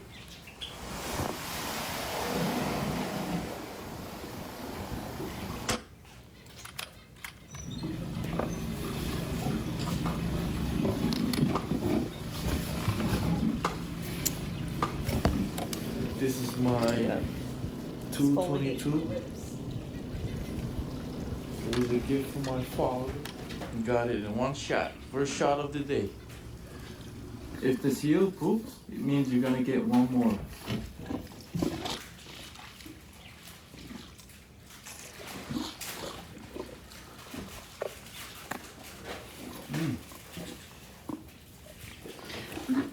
I love that part of the eye.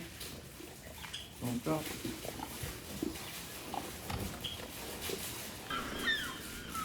Let's pick these up from here. There's two here, one here, two here, more over there. Oh, this is slippery. And one goes sliding down the hill.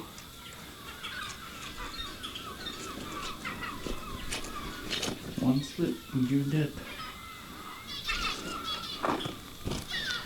Heading down. Spider-Man. Like Spider-Man. Risk his life for that. Just for some eggs. Back in the dock and the day job, and the news is less exciting. What have you got in there? These are rows. Lobster's rows. Today he's disappointed with the small catch of lumpfish, a row of which he either sells or takes home to his family. There aren't many at the moment. Just do it. And that's it. And just repeat. And how much do you get for one fish? We sell them by kilos, and I think we're getting around 26, 27 kroner per kilo. These barrels. That's about 30 euros. No, sorry, 3 euros. Right. These barrels, when they're full, they weigh about 120 kilos. We were doing 4 barrels a day last year, and that's drastically changed this year to about 1 at the moment, but hopefully it's going to get better. So what's the problem with the fishing industry at the moment then? The prices are super low. Like, we recently just did a boat test, but I don't think it did much. The fishing life is fun, and well, it could have downsides, of course, but I enjoy it. What's the downside? Downsides could be weather. The weather is becoming worse and less like calm days. The storms are they're getting more frequent.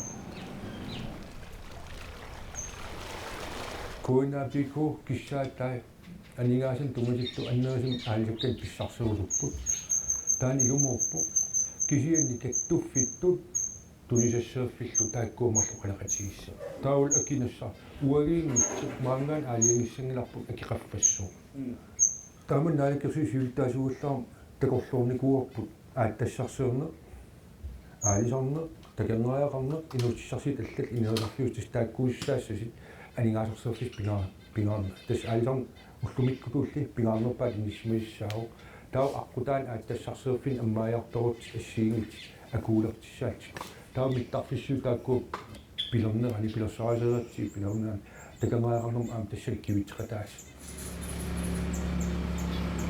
The capital Nuuk's new airport is due to open at the end of 2024 and will massively increase tourism from around the 100,000 mark a year. Where we're standing right now used to be a mountain. It has been blasted down and all the rocks have been moved down there and been filled up 2 meters at a time, layer by layer.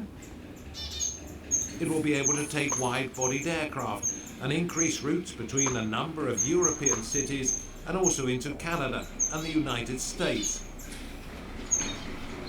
The first documents I have seen where they talked about a new airport was from 1978.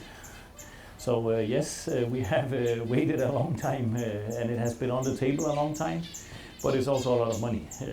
I mean, the airport here and the airport in Ilulissat alone is around 4 billion Danish kroner. So it's a lot of money for a country this size. So it is really big investments we are doing here. I don't know of anywhere else in the world where you have changed an infrastructure so dramatically as we're doing here. For us here in Greenland, it's actually a change of the complete infrastructure and thereby also the opportunities that we have. The main issue will be how much capacity do we have in the city, how much accommodation do we have. You have to remember that even though I think we're building a very nice airport and a very modern airport, nobody comes to see an airport. They come to see the destination. So the airport is merely a tool to open up the opportunities for society. No way. So if there aren't yet enough hotels, then balancing expected demand with existing facilities is going to be difficult. Yet for those providing their share of Greenlandic adventures, the expected influx is exciting.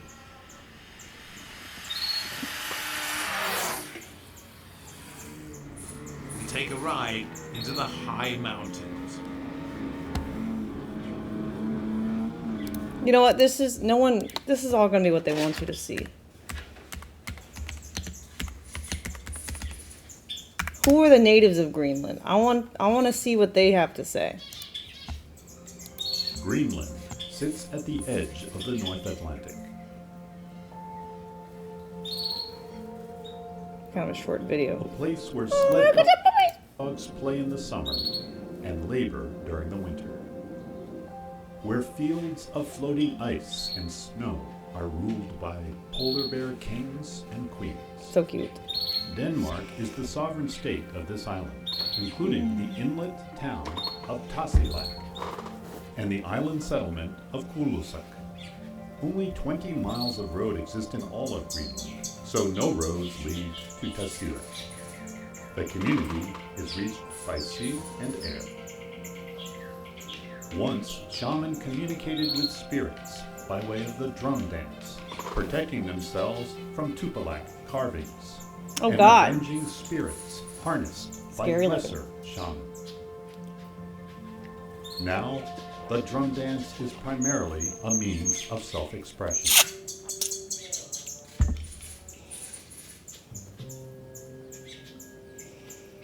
My name is actually Simuyok Filhem Kunitsi, but my names have been changed for certain reasons, and I completely changed it to Simuyok Filhem Kunitsi because Kunitsi is my grandfather's real name before he was baptized.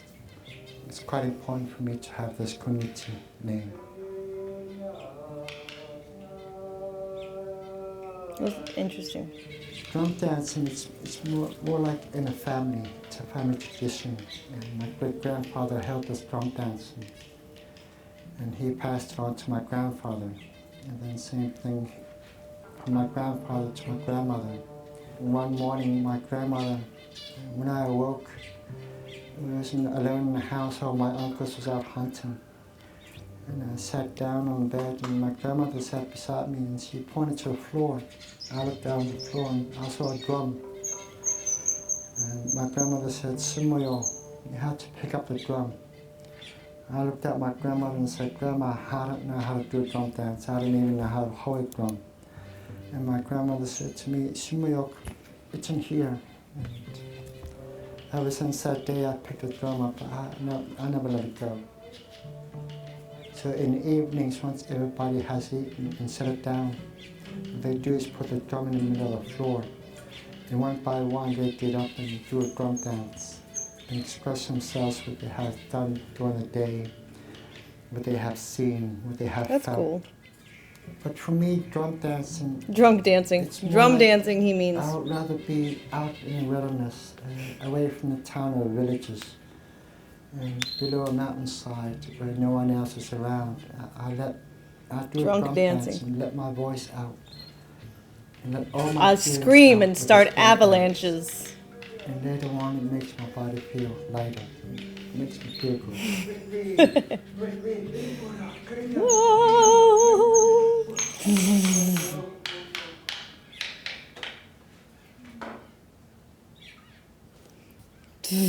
Medieval Greenland was a strange Ooh. and fascinating place. More fun. The Here we island go. was home Viking to two shit. radically different communities for centuries, living at the edge of an ice sheet 12,000 feet tall. And the story behind these two communities is not as simple as the one we're often told. By the year 986 AD, Icelandic Norse communities had settled Greenland. According to the Icelandic sagas, 25 ships sailed from Iceland to Greenland immediately after its discovery by Eric the Red. Of those Eric the 25 Red. ships, only 14 Redheads. safely arrived. And this is probably a good opportunity to emphasize just Red how beard. brutal the North Atlantic is. On average, the highest wave heights on Earth are found in the North Pacific and North Atlantic. The highest wave ever recorded, in fact, comes from the North Atlantic near Iceland. Rogue waves do pop up elsewhere, especially where the Agulhas Current meets the west wind drift near South Africa. But the North Atlantic has a near constant barrage of tall waves. For the most part, this is due to a persistent low pressure system called the Icelandic Low, which results from the temperature contrast between the relatively warm ocean and colder air.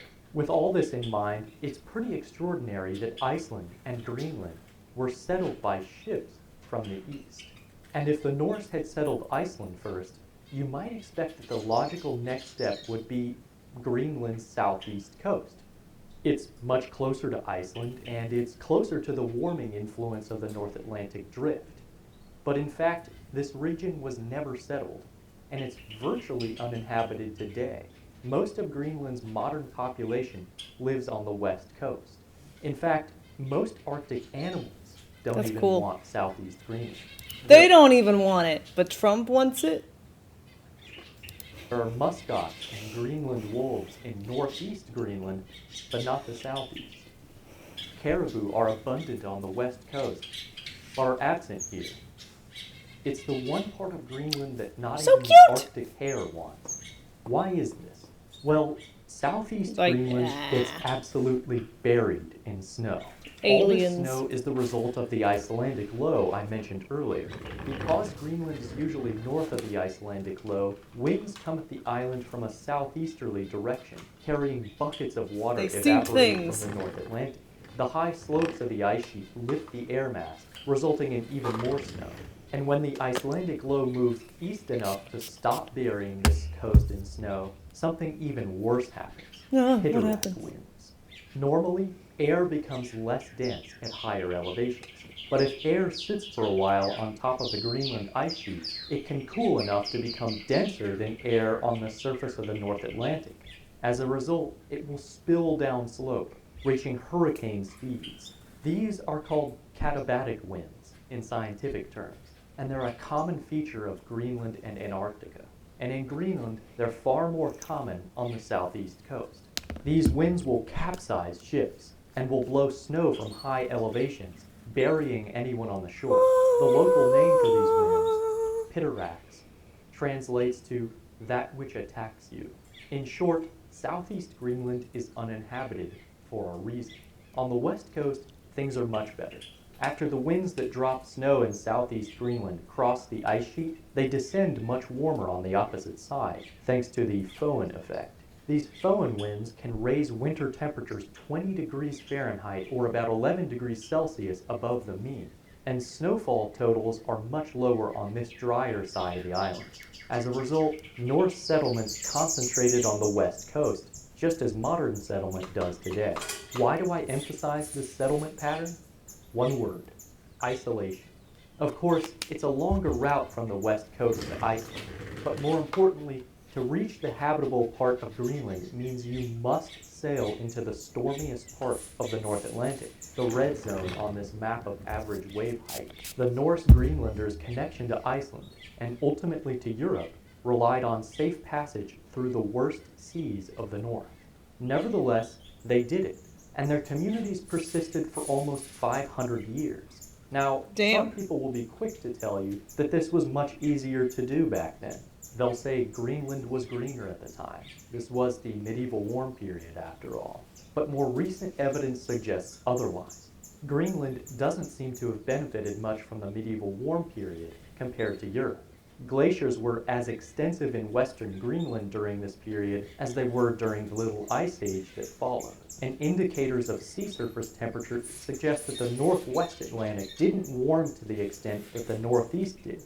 The Greenland that Eric the Red landed on wasn't very green at all. In reality, the Norse adapted to a world much harsher than the one they left. While they did bring livestock like cattle and goats, they shifted their priority to hunting seals and caribou. To help with hunting these herds, they imported large deer hounds.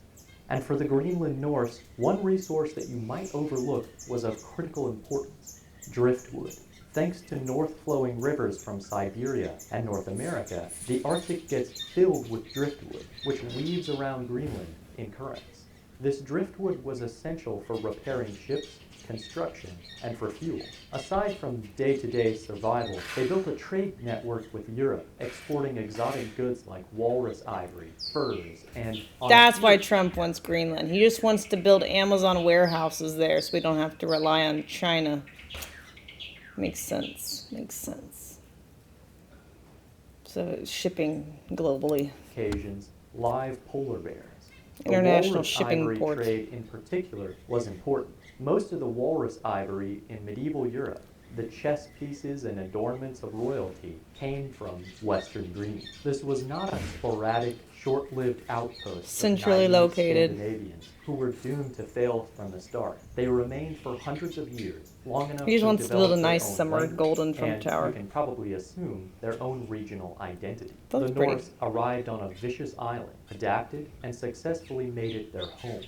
To their north, however, arrived another group of people, a community who had circumnavigated half the Arctic, adapting over generations to its relentless kidding, hazards. Canos. I don't know what he's The gonna Thule people, ancestors of the modern Inuit, arrived by dog sleds, large boats, and nimble kayaks to northern Greenland Hobbits. and expanded south. Their cultural adaptations to the far north were numerous. To deal with polar bears, Whoa. arguably the most dangerous That's modern cool. megafauna, they developed powerful bows reinforced with the horns of muskox and wrapped in the sinew of reindeer to add more tension. Without wood for their fires, they burned oil made from seal fat A in bear ritual. soapstone lamps.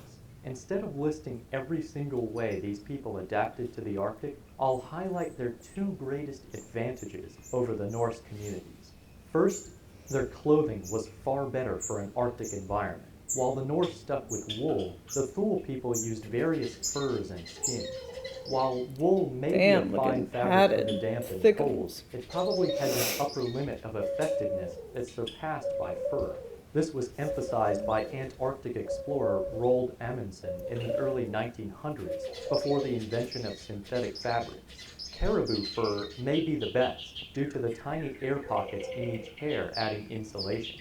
Thule women made these clothes waterproof with a unique method of sewing. They made two parallel lines of very tiny, close stitches and used sinew as thread. When the sinew got wet, it Wait, would swell. hold on. So if the person who found Greenland was Eric the Red, you assume he had red hair, Viking shit. So why does everyone look Chinese now? What happened?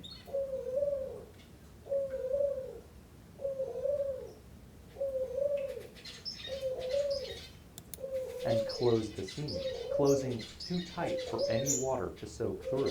Better clothing allowed the Thule to be more active and productive during the worst weather conditions. Oh, they were there before him? Oh. Okay.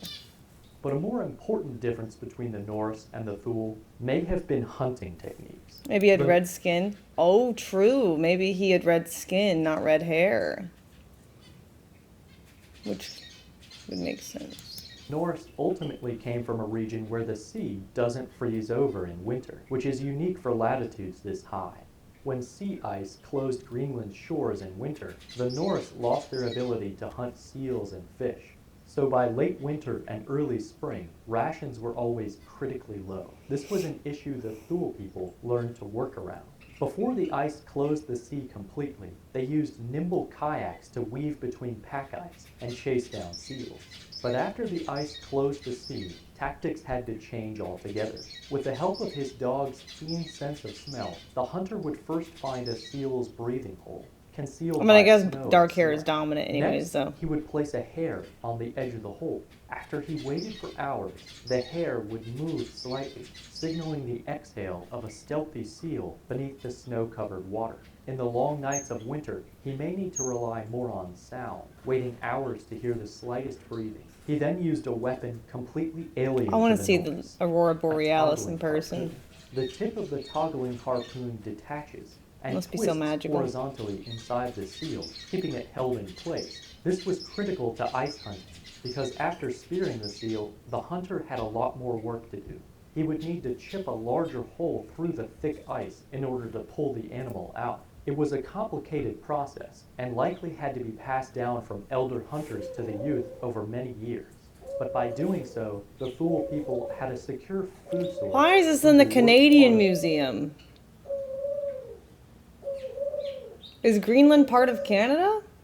Is it a province? I thought it was its own country.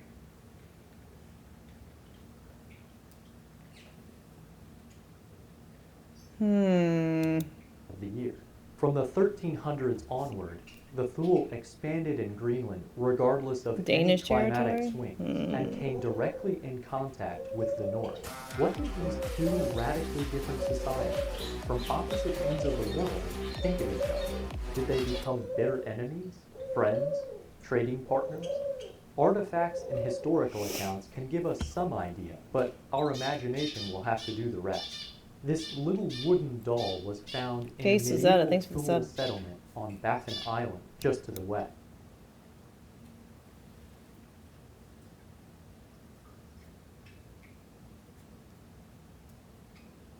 It's like it's like an old mannequin.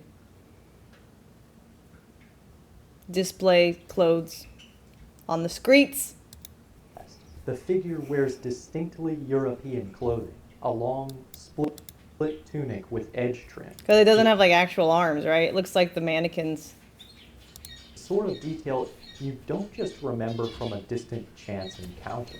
In general, there are many more Norse artifacts at Thule sites than vice versa, which could indicate a violent history of raiding. Practice On the other dummy hand, for the it dragon might saddles. indicate the Norse Just like traded safety less testing, you know, perishable crash items testing. for things like Like meat, for cars. something the True. Thule were very good at getting. If that's the case, these fragments of male armor from a Thule site on Ellesmere Island must tell an interesting story. Male armor at the time was an extremely expensive, lifelong possession.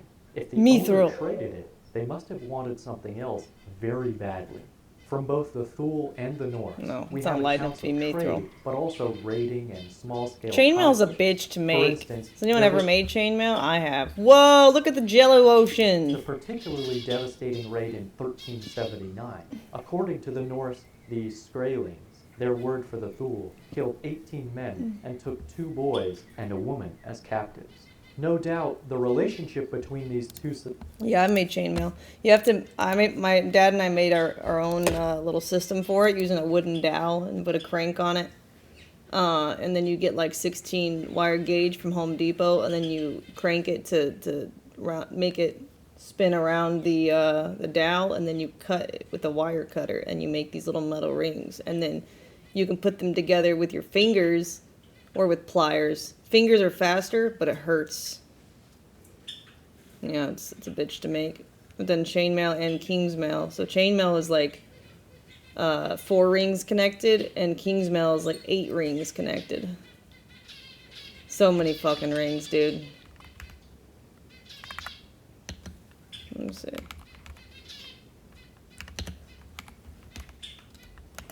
And it's heavy.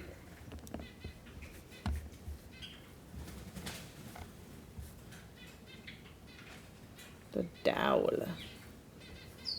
Wooden, not wooden.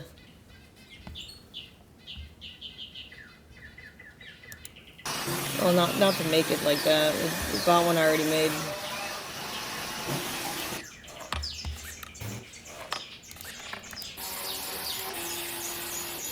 Oh, they're making dowels. I don't know the chainmail process.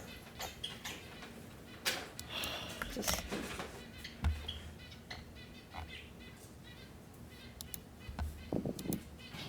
So you got the wire. How are they doing it? So, all the videos are different now from when I was a teenager. Now people probably just buy the rings. I think it was actually an article that I read, not even YouTube. I forgot what the website was.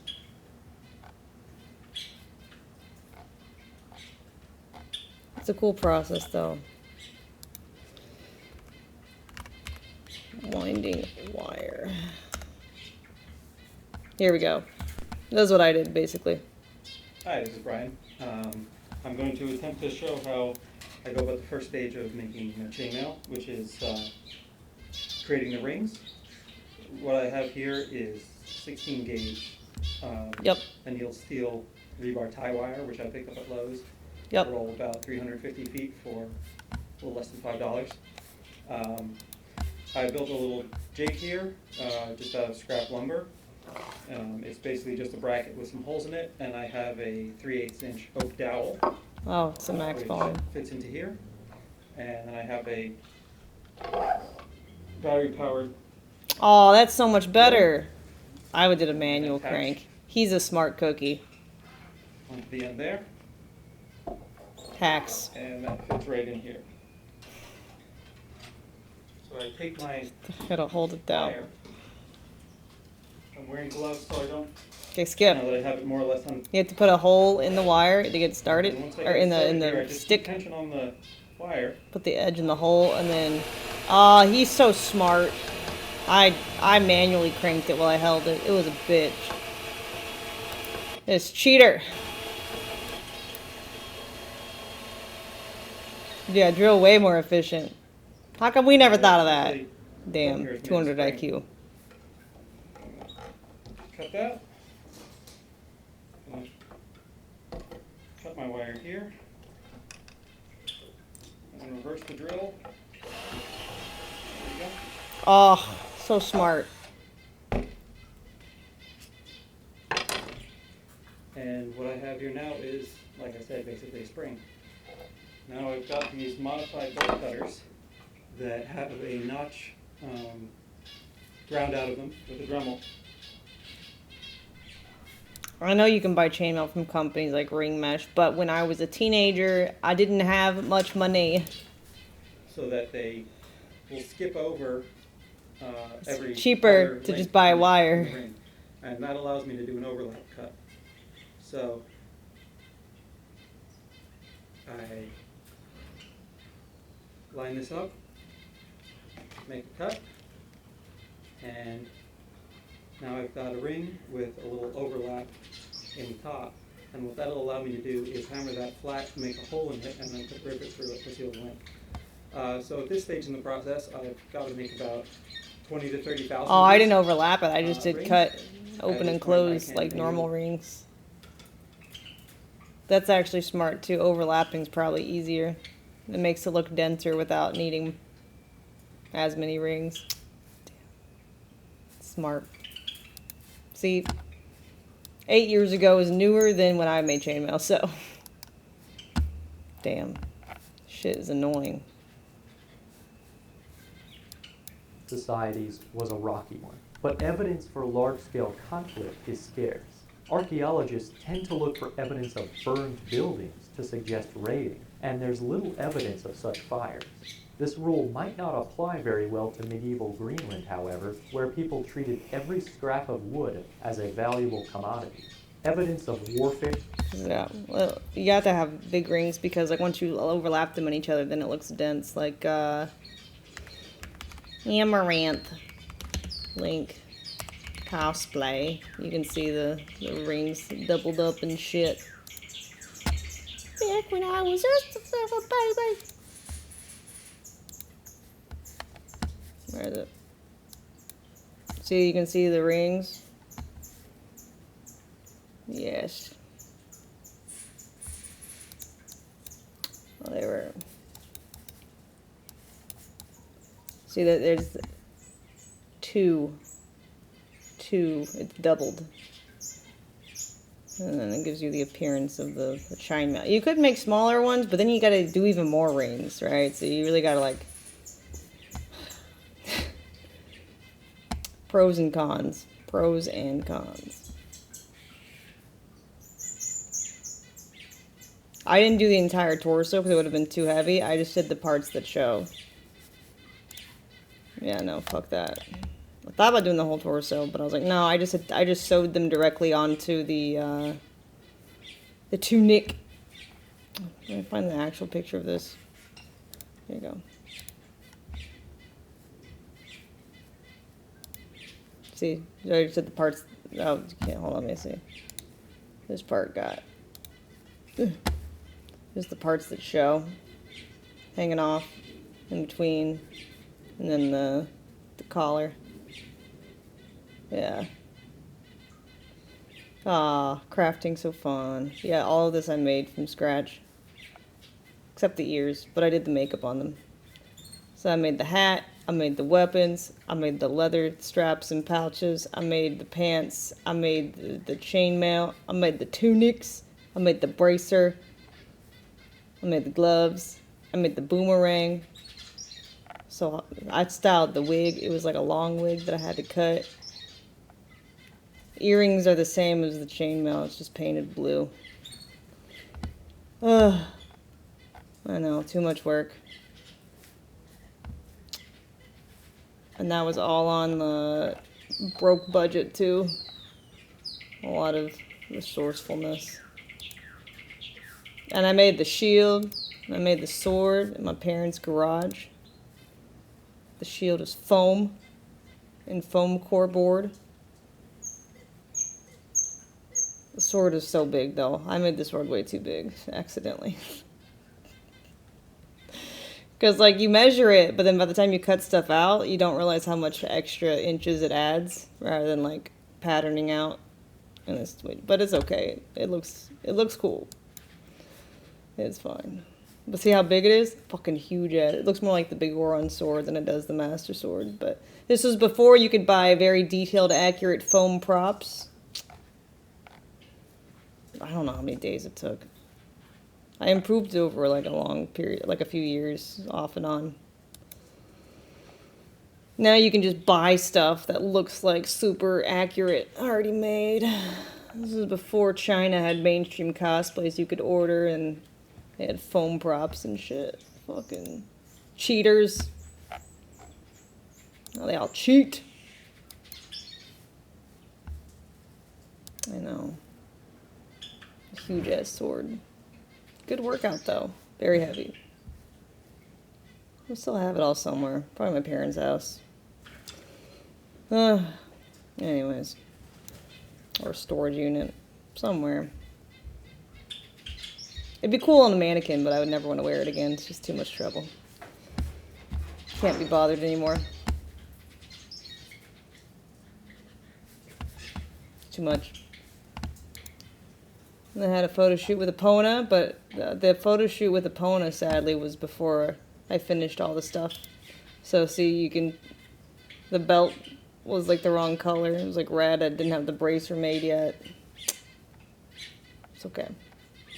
And then by the time I finished all the stuff, it was my friend's horse. The horse had died. It was an old horse. So I never got to do a reshoot with it. But, yeah, well, it is what it is. It was still fun. I made the little horse Reed from Twilight Princess. I made iron boots. The iron boots were fun.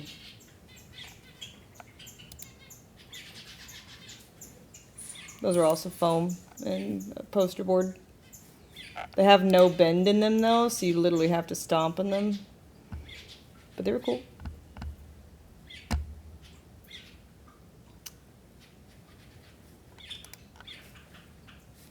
Yeah.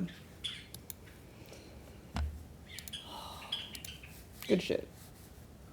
Fun, crafty days. Fair and raiding But also is scarce, frustrating. But one thing is clear. The Norse population slowly declined. Now they have through 3D the printers, too. 1300s and 1400s, while the Thule became Cheaters. more numerous. The Little Ice Age probably did play part of the role in this decline, but climate may not have been the dominant factor, as was once assumed. Most scholars agree that some combination of factors likely led to the demise of the Norse in Greenland.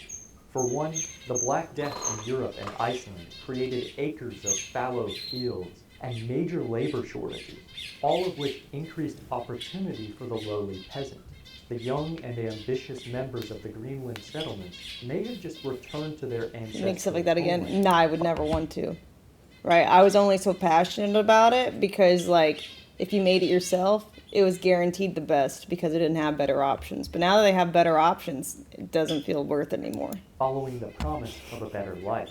Meanwhile, the valuable walrus ivory that Greenland exported became less valuable. Trade between Europe, the Far East, and Africa increased. Now it's actually more allowing expensive more to make your own and elephant less ivory to reach accurate the looking. halls of European royalty. And by the late 1400s, the Portuguese Cost of had materials is so established much more ports expensive in than it West used to be. Africa, ensuring that elephant ivory would reach European shores at a fraction of its former price. If the value of walrus ivory declined, this may have been the final push for Greenlanders to find a livelihood elsewhere. In addition, North Atlantic storms seem to have become more vicious around this time, which weakened the connection between Greenland and Europe, reducing trade and reducing new migrants. In the 1540s, Icelandic sailors were blown off course and landed in Greenland. But by this time, the only thing moving through the old houses and churches was an icy wind. They did find one Norseman lying face down on the cobbled beach of a fjord. In his hand was a knife worn down to the spine, likely the last Norse Greenlander. His body served as a testament to the struggle against this island's relentless troubles. Thanks for watching.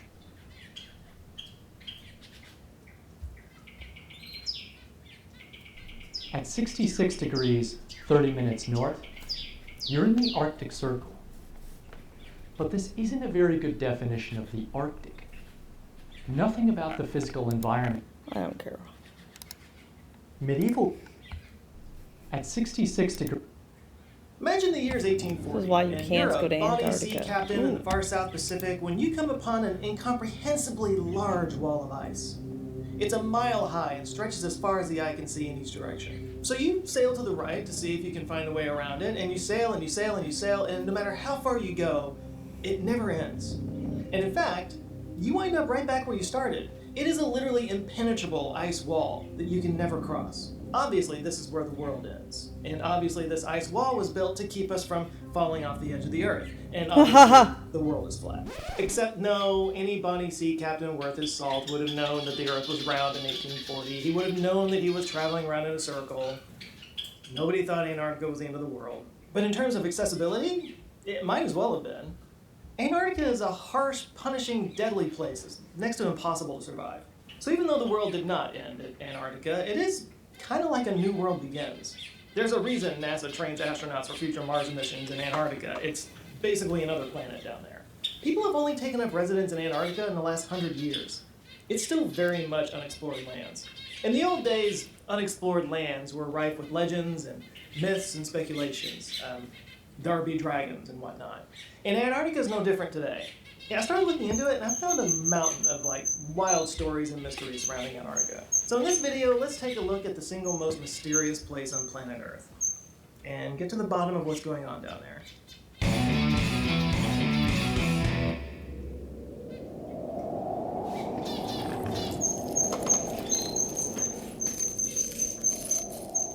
If there's one word to describe Antarctica, it's desolate.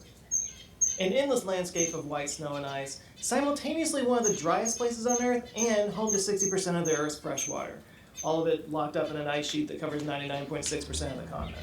A continent that's way bigger than you might think. In most map projections, you only see a little sliver of landmass at the bottom of the map, or it gets divided up in some way. But it's more than twice the size of Australia, and big enough to cover the United States, Mexico, the Gulf of Mexico, and most of the southern Canadian provinces. And all of it under an ice sheet that averages 2,160 meters thick. They froze That's it on 1.3 purpose to control miles the world's high. water supply. Average. It's also the windiest place on Earth, with an average wind speed of 10 knots, but it can reach up to 80 knots or Too convenient to be 96 miles an natural. hour due to something called katabatic winds, which are basically caused by cold, dense air being funneled through the valleys in the landscape. It's also Just saying. extremely isolated, surrounded by some of the largest oceans in the world, with the mainland more than 1,000 miles away from the closest inhabited continent. The closest point being the Antarctic Peninsula that reaches out to within 600 miles of Tierra del Fuego in Argentina. And of course between them is the Drake Passage, which is considered one of the roughest areas of ocean in the world. This is Because the of course South it is. Pole, Drugo. Oh, it's also old. And lakey. There are about 400 underground lakes in Antarctica. Or under ice, I guess. Scientists started finding these lakes in the 1970s using radar, seismic, and satellite technologies, and some of these are over 3 kilometers deep in the ice. And then in the 1990s, Russian scientists discovered a lake that they called Lake Vostok. This is the 6th largest lake by volume in the world. And for some reason, it's not ice. Why is it not ice? Everything around it is ice. It turns out there's a geothermal vent down there that's warming up enough of it to keep it liquid. But again, this is the 6th largest lake on the planet, and it's under almost a mile of ice. 15 Coincidence? million I year-old think ice. not. Geothermal vents, of course, are teeming with life in most places that they're found, but this particular place has been completely isolated from the rest of the world for 15 million years. There was a raging debate over what kind of sea creatures might live at the bottom of Lake Vostok for 2 decades. Scientists would get their answer Probably in is a coincidence, 1999. But more on that later. There's just something about us humans that we see a place like that remote, that isolated, that deadly, and we say, yeah, I'm totally gonna go there. So, starting in the early 20th century, it was also the site Hold of my strange beer. tragedies as explorers raced to be the first to the South Pole. And perhaps no explorer exemplifies the hubris of the so-called heroic age than Robert Falcon Scott. They Robert go, Falcon but they Scott, don't come back. besides having an amazing name, started his career as a respected British Navy officer. But in the 1890s, both his father and younger brother died unexpectedly, which made him the lone provider for his mother and sisters. So he became desperate to elevate his status. But there just weren't a lot of advancement opportunities in the Navy at the time. And then in 1899, while home on leave, he had a chance encounter with the president of the Royal Geographical Society, a guy named Clements Markham. And he was funding an expedition to the South Pole, and he needed a commander. So, yeah, Robert Falcon Scott jumped at the chance. So in 1901, he set sail on his ship Discovery with fellow explorers Ernest Shackleton and Edward Wilson. And they didn't quite make it to the pole. Although they did reach 82 degrees latitude, which is the furthest south anybody had ever been at that time. But yeah, they eventually had to turn back with just 530 miles to go. This was actually kind of a disaster. They ran out of supplies, the crew all came down with scurvy, they had to resort to eating their sled dogs to survive, and still, Robert Falcon Scott We wanted have to press resorted on. It was to eating actually our horses. Shackleton who insisted that they turn back in order to save the crew. This actually led to a major falling out between the two of them that lasted for years. Still, Robert Falcon Scott returned to Britain a hero. They did cover new ground and made new. I would rather geographic die than discoveries. eat There my was a dog. I'm just scientific saying. component to this trip, so a lot of cool science. I'd was rather done, my dog and eat to the me British public, and who'd go been be a kind of wild dog. demoralized at this point in history. Yeah, he was kind of like proof that Brits still had some fight and pluck in him. He got invited to Balmoral Castle by King Edward VII. He actually promoted him to the commander of the Royal Victorian Order. He became a toast of society for a while, and he eventually met and married a wealthy socialite named Kathleen. Poor dog. Well, I mean, not my golden retriever, but like if it's an Arctic dog, it's made to survive in the snow. They're more closely related to wolves than they are other breeds. So in a way, he got exactly what he wanted from that trip. But deep down, it always really bothered him that he never quite got to the South Pole, you know, and he kind of could blamed find a Shackleton wolf mate. for holding him back. And publicly, he was really nice to Shackleton. They got along and whatnot. But in practice, he was pretty antagonistic. Like in 1907, Shackleton launched his own expedition to the South Pole, and Robert Falcon Scott forbid him from landing in the McMurdo Sound, which is the same place where the Discovery had landed when they went the last time. And at the time, it was by far the safest landing spot. But Scott insisted that that was his field of work, and he had rights to the area. So yeah, he was willing to put Shackleton's whole crew in more danger because of that. Swell dude. Shackleton landed there anyway on his ship, which was called the Nimrod, and they got along. The Nimrod.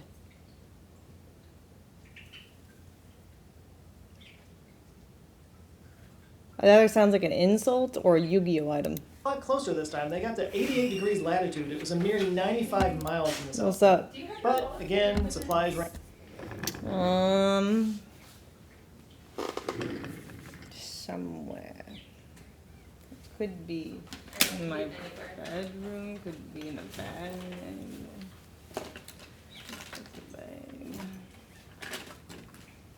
I don't know, somewhere. What, can't you just use another card? Yeah, maybe.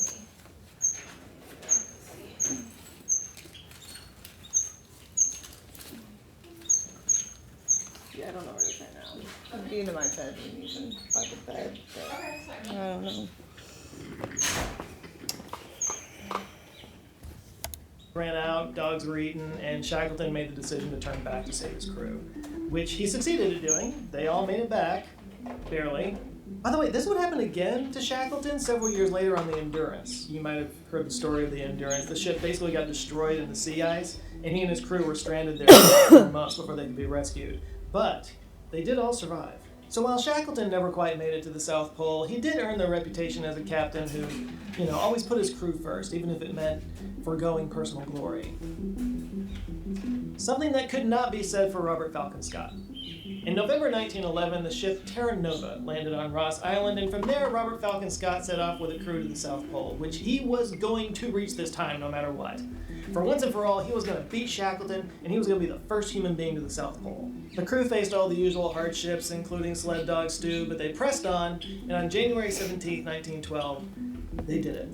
Robert Falcon Scott reached the South Pole, and what he found there was a Norwegian flag. Yeah, Roald Amundsen got there just a month before him. And he had no idea, at least not until he saw the flag planted there.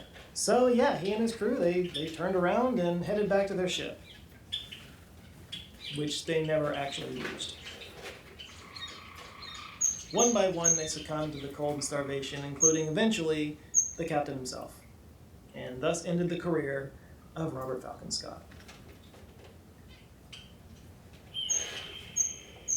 By the way, Roald Amundsen made getting to the South Pole look easy. Like, dude just crushed it.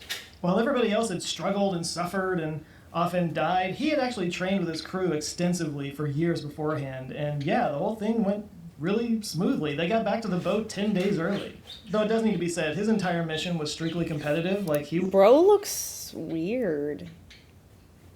Why the long face?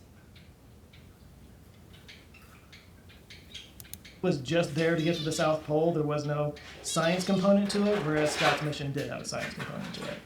In fact, when rescue teams found their final resting place, they had on them the first fossils ever found in Antarctica. And this actually turned out to be one of the first big mysteries of Antarctica because these fossils were petrified wood, meaning Antarctica used to be covered in forests. What? What happened? This, of course, would go on to become part of the first early evidence of plate tectonics theory, basically proving that Antarctica used to be part of Pangaea and in a much more temperate region. But after Edmondson and Scott and Shackleton, technology improved and more explorers and scientists made a lot more discoveries in Antarctica. And with it, a lot more mysteries. So I talked about Lake Vostok and how deep under the ice it was. Well, there's another mysterious lake that's even deeper, and they called it, wait for it, Deep Lake. It's an inland lake in East Antarctica. It's about 55 meters below the sea level, and as you go deeper into it, the salinity increases drastically. It's about the same salt content as the Dead Sea. In fact, it's 10 times saltier than the ocean. But because of that salinity, the water never freezes, even though it gets down to negative 20 degrees Celsius. So you might think that nothing could possibly live in water that cold, but nope. Something does live there. A study in 2008 showed that there's actually 3 species of a bacteria called Hyloarchaea, which makes up most of the biosphere there. Hyloarchaea, if you're not familiar with it, it's a single-cell organism that basically it thrives in salty water. There's also a green algae that grows on the lake surface, which is actually the main food source for the bacteria living down there. And like I said, there's 3 different species of Hyloarchaea, and they're all adapted to different parts of the lake. Like some like deeper locations, some like to eat the protein in the water, and some like to eat the sugars that the green algae produces. Speaking of algae, I mentioned earlier that 99% of Antarctica is covered in an ice sheet. Well, one of the few places that's not covered by an ice sheet is McMurdo Dry Valley, and it kind of looks like Mars there. But one interesting site there is Taylor Glacier, which has a 5-story waterfall that pours into Lake Bonny. What's interesting about this particular waterfall is it looks a lot like blood. You know, it looks like somebody just stabbed the glacier and it's bleeding out. So they named it Blood Falls, and only recently scientists have been able to figure out what makes it look that color. Yeah, Dr. Ken Livy is a scientist at Johns Hopkins University, and he used transmission electron microscopes to basically examine samples of the Blood Falls waters. And what he discovered were tiny iron-rich nanospheres that oxidize, which turns the water red. And nanospheres apparently occur in nature. I think of nanospheres as like a molecular thing with graphite or something like that, but they are real things that happen in nature. They're about 100th the size of an average human red blood cell, and they've got their own unique chemical and physical characteristics. And these nanospheres come from a lake that's about 400 meters underground, very salty, and it's cut off from the air, so it just kind of like sits there, but it's very iron-rich, so once it seeps through the fissures and hits the air, the iron-rich water rusts, creating blood falls. Yeah, I've got to do it. Coming this Sunday to the Poughkeepsie Civic Center, Tokamak and Stellarator makes it in 41. And when I say, oh, Antarctica's largest ice shelf is the Ross Ice Shelf, named after Dr. James Clark Ross, who discovered it in 1841. And when I say large, I mean it's about the size of France. It covers over 500,000 square kilometers. It's also several hundred meters thick. All of that, very interesting. What really makes it interesting is that it sings, kind of. The hills are alive with the sound of aliens. No, that is not the newest Aphex Twin single. That is an actual ice shelf vibrating. It's caused by winds blowing across the snow dunes that create vibrations on the surface, and those vibrations create seismic tones. The thing is, we can't actually hear those vibrations. They're seismic tones, so scientists have to use seismic sensors to hear the songs. What you're hearing has been ranged up quite a bit so that we can hear it. And it was discovered by accident. They were actually installing these seismic sensors to try to observe other things, and they kept hearing these sounds, and they didn't know where It's the dragons under the ice. The songs change based on environmental shifts, like snow melting or moving. They're roaring. It's muffled from the ice. In the late 1950s, something really strange was discovered in the northern Wilkes Land in East Antarctica.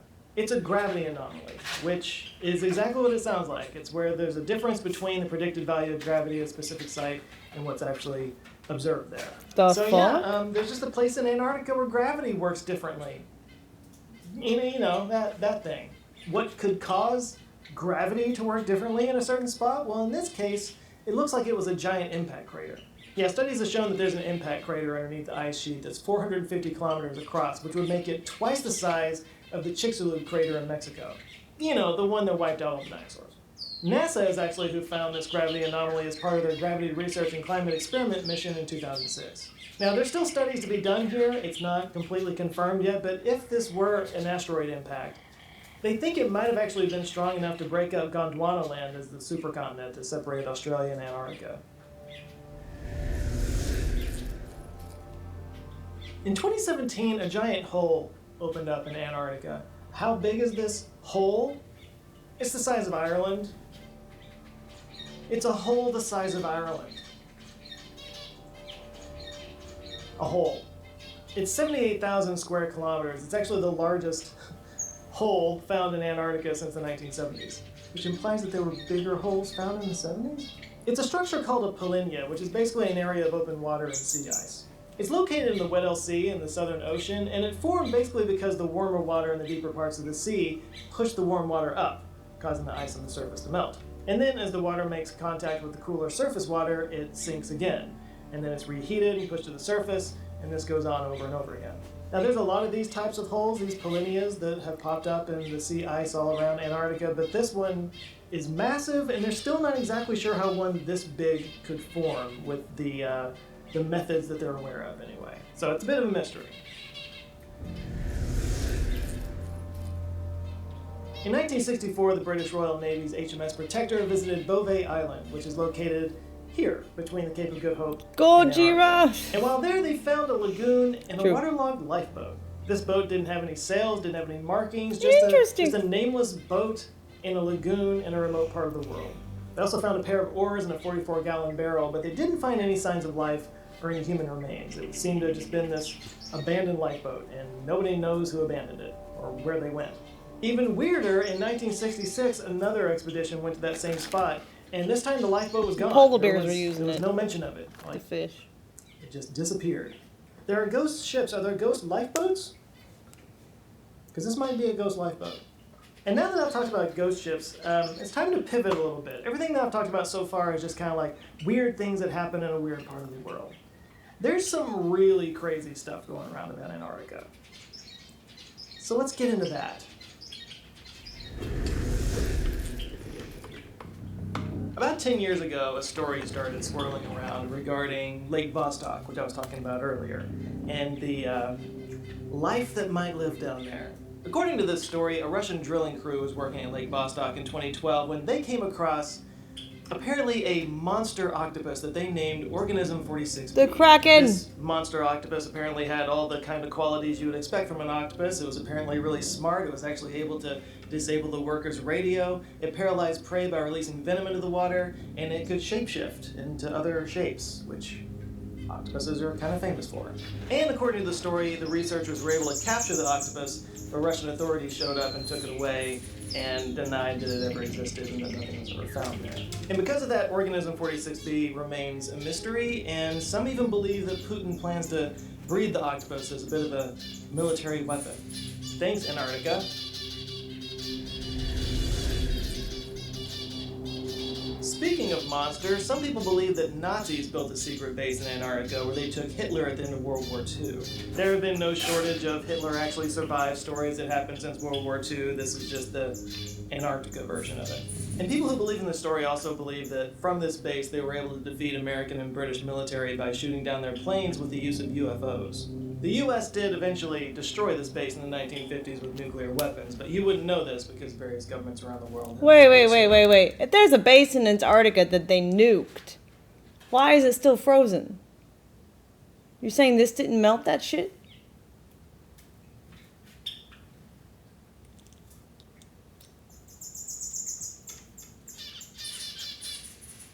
And we don't know what causes these holes? Concealed all this knowledge.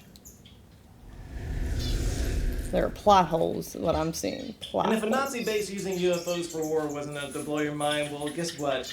We have wound up exactly where we all expected to be. Aliens. Because, you know, Nazis flying UFOs, that's crazy. It's actually aliens. And I mean, I guess it makes a little bit of sense. If there are aliens living here on planet Earth, why not go to the most desolate and isolated place in the world to set up a bit of a base and launch all your UFOs from? And of course, there's no shortage of photographs that have weird anomalies in it that you can't quite explain that look like UFOs. And last but not least are the stories about pyramids or ancient civilizations that have been buried under the ice of Antarctica. Some people believe that this might have been like an ancient Egyptian civilization with the pyramids and stuff. Some people believe it might have been Atlantis. I mean, after all, we know that Antarctica used to be... I could see it if, like, when the continents were more connected. If this was actually the Egypt from the Bible with pharaohs and shit, and the ones in Egypt are newer, and that's why they're disappointing. And then that the red water could have been the Red Sea that Moses parted. Be a more tropical continent that was in a more suitable place for life and civilizations to flourish. I mean, if you're going to have an ancient city or civilization get buried... Because if they were once connected, then the Nile, in theory, could have flowed through. If they were once connected. Depends how they were connected. I don't know. I would have to study Pangea or whatever. Pangea was up 300 million years ago. Who said 2 + 2 = 4? Underwater, why not get buried under ice? So what are we to make of all these crazy stories coming out of Antarctica? You know, mysterious lifeboats, monster octopuses, aliens, Nazis. Well, here comes the wet blanket. Wet blanket? Ew. That sounds gross. So we can start with that mysterious lifeboat. So in the early 2010s, online researchers actually figured out what it was. And it turns out it was a Soviet Antarctic whaling fleet that visited Beauvais Island in November of 1958. People were sent ashore, but the bad weather set in and people were temporarily stranded. So there's not a whole lot of story behind this. A helicopter picked them up a few days later. They weren't stranded for very long, but they did leave the lifeboat behind in the lagoon. Why it disappeared later, Because the fucking, I don't know, leopard seal? I don't know what predator is in in Antarctica. Are there polar bears down there? Or are they only in the Arctic Circle? Probably just sunk further down into the water. The monster octopus in Lake Vostok has a pretty simple explanation. It turns out, it's entirely a work of fiction. It can be traced back to a specific blog post by a guy named C. Michael Forsyth, who was a former writer for, the Weekly World News. Remember when you would go to the grocery store and you would see the Weekly World News and you just knew that it was fiction and it wasn't real and it was just like fake stuff? Feels like we've lost a little bit of that lately. Yeah, I guess the Weekly World News isn't really around anymore, but he published this on his own personal blog page and it was clearly labeled fiction. I guess this is kind of like the Sergei Ponomarenko video that I did. It was a story that kind of took on a life of its own and it turns out the whole thing was made up. But it's easy to believe because, colossal squid do exist in the Southern Ocean, but because it's a subglacial lake, it lacks sunlight, has those extremely cold temperatures, it's unlikely that a complex creature of that size could survive in it, especially something as big and complex as an octopus. Now, regarding all those pyramids that people claim to have found in Antarctica, it turns out that there's just a lot of mountains in the world that look like pyramids, especially when shot from above with the sunlight hitting it at a certain angle. And in Antarctica especially, you have a lot of the tops of mountains kind of peeking out above the glacial ice, which it looks like the size of the pyramid. But it's actually a full-on mountain. You just don't see most of the mountain. This, by the way, is called a nunatak. That's a mountain or a hill surrounded by glacial ice. In fact, there's a whole range of mountains in Antarctica called the Ellsworth Mountain Range. It was discovered in 1935, and it features a lot of these pyramid-like shapes. This one in particular is 1,265 meters tall from the base of the mountain to the top, but all we really see is the top of that mountain sticking out of the ice. So it looks like pyramids to a lot of people. Now, as far as the Atlantis story goes, ice has covered Antarctica for 15 million years, which is way longer than humans have walked the Earth. So if we were somehow able to establish an ancient civilization at the South Pole, it would have only happened after everything was completely frozen over. Which seems impossible considering the temperatures and the fact that there's just not a whole lot of food there to stay warm and nourished. So stories about Atlantis are usually vague and lacked any solid facts. So when Asians and Europeans talked about unmapped places in the past, They could have been talking about Australia or Oceania. So now we get to the Nazi conspiracy theories, and here's the deal about that one. There's a little bit of truth to it. Nazis did actually land and camp in Antarctica, but it wasn't for a military base. It was for a whaling station so that Germany wouldn't have to be dependent on whale oil from Norway. The Germans actually landed in an area that was already claimed by Norway called the Dronning Maud Land. But, you know, they planted flags there and they called it Neuschwabenland. Sure, pronounced that perfectly. But yeah, the area was abandoned by the Nazis in 1945, which makes sense because Nazis were out of power at that point. But yeah, thousands of scientists have visited that area since the 1950s. It's been mapped by satellite, aircraft, nothing's there. And it is also true that the US and Britain conducted military and bombing operations around Antarctica. But those were test missions. They didn't have anything to do with Nazis well after the World War II. They seem to have been conflated with the Nazi base to create stories about secret missions and UFOs. It all just comes together into a nice conspiracy stew. And speaking of the sightings of UFOs that I was talking about, most of the crashed UFOs I was talking about can easily be explained as rocks or mountain peaks or tipped over icebergs. The fact of the matter is Antarctica is a very strange alien landscape where things don't look normal because they're not normal, and it's just really easy to apply wild and crazy stuff to the things that you see that don't make sense to you. By the way, one more thing, I didn't even talk about this earlier, but the Earth isn't hollow and Antarctica isn't a gateway into the planet. The hollow Earth theory actually goes back to Edmund Halley, the same guy behind Halley's Comet, who came up with the idea in the 17th century. But this theory's been disproven since the 1730s, and modern science has proven that the Earth is actually composed of rock and iron. It's all right there. Trust the shirt, people. Now, what does make Antarctica really cool is all the research and scientific experiments that are being conducted there, including the life in Lake Vostok. No, it's not a monster octopus, but yes, they have found evidence of life down there. So in 1998, a joint team of scientists drilled an ice core down to Lake Vostok, looking for life. And by the way, if you're thinking to yourself, oh God, did they contaminate a potential ecosystem that's been kept pristine for 15 million years? What the fuck are you talking about, Combo?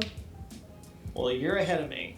The team was made up of scientists from Russia, France, and the US, and the ice core they drilled was one of the deepest ice cores ever drilled. It went down 3,623 meters, or 11,886 feet. That's over 2 miles. They stopped, thankfully, about 100 meters above the water level, but even in that ice, they found extremophile microbes, so there's definitely life down there. In 2012, a Russian team got a bit more bold and were able to actually collect water from the lake. I know that sounds like they just dipped the ladle down there and took a sip, but they were actually really careful about it. So here's how they did it. They drilled down to like just above the water barrier and then slowly, just a little bit at a time, pushed forward until the pressure from underneath forced the water up into the borehole. And then they pulled the drill out as soon as the water went up there. That water then froze, which plugged up the hole. And then they drilled into that plug and collected a sample from that ice that was made from lake water. This method's been used several times since then, and there are samples that have been studied, and the consensus seems to be that there's a diverse and teeming ecosystem down there. DNA sequencing found over 3,500 unique gene sequences, 94% of which were bacteria, and 4% were from more advanced eukaryotes. These species were described mostly as what one would expect to find in, brackish water around deep sea sediments and thermal vents, but while the vast majority of the life that was found was unicellular organisms, there was some multicellular ones in there. Nothing much more complex than that, though. Except, a team in 2020 found DNA that was 97% similar to a type of rock cod that lives off the coast of Antarctica called Notothenia cordyceps. Now, most don't think that there's actual species of cod living down there. It's expected that it's a contamination of some kind. Because there has been some contamination. Yeah, Lake Vostok has been a... Why are you talking about Drake? We're watching a video on Antarctica. Bit of a flashpoint among environmentalists because water samples have shown traces of kerosene and antifreeze in it. Yeah, one of the problems that they ran into when they were drilling this, again, 2-mile-long borehole is that sections of this borehole would freeze over. So the Russians started using kerosene and freon to keep the holes open and lubricated. And they didn't just use a little bit, they used 60 tons of the stuff. Now, it wasn't like they were just pouring it into the lake. There were only trace amounts that had been found in it, but still. Anyway, there's a whole debate around that, but that's just one thing that's been studied in Antarctica. We studied things like the ozone hole, million-year-old DNA, neutrinos from outer space, and evidence of fires during the time of the dinosaurs. Oh, and remember that Mars meteorite that they thought might have had fossilized bacteria in it? Yeah, that was found in Antarctica.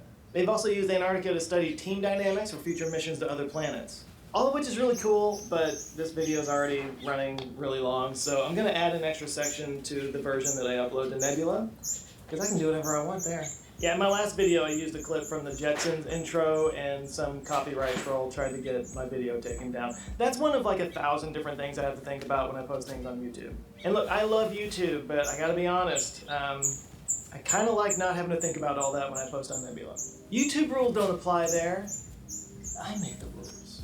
And there's been a lot of talk of creators starting their own streaming services, which, you know, God bless. But, you know, Nebula's been doing this for years with hundreds of creators at this point, all of whom post early and ad-free, and like me, include additional content for our viewers. And Nebula's really been expanding lately, getting into original series like the ever-popular Jet Lag, Real Life Lore's War Room, and Neo's Underexposure series. Plus there's a new news division run by TLDR News, and something I'm really excited about is they're getting into short and feature film productions, one of which I'm actually going to be helping out with next month. And it really is a place where the creators run the show, so if you really want to support a big old group of thoughtful creators and get access to all kinds of exclusive stuff, just click the link down in the description below, or scan this code right here. You can get 40% off your annual subscription. That comes out to $30, about $2.50 a month.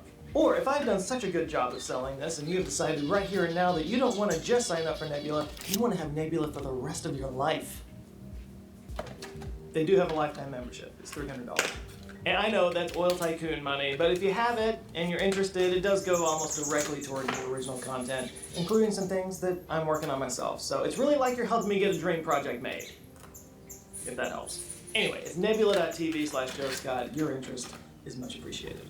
Alright, thanks a lot for watching. If this is your first time here, these are the kind of things that I do on this channel. I talk about fun topics that increase your knowledge and make the world a little bit more interesting. So if you haven't seen any of my stuff before, this is new to you, maybe click down on the sidebar if you're on your website or on your computer. There's plenty of videos down there that the algorithm should be showing you, or you can just kind of take a look right here. Google thinks you might like that one.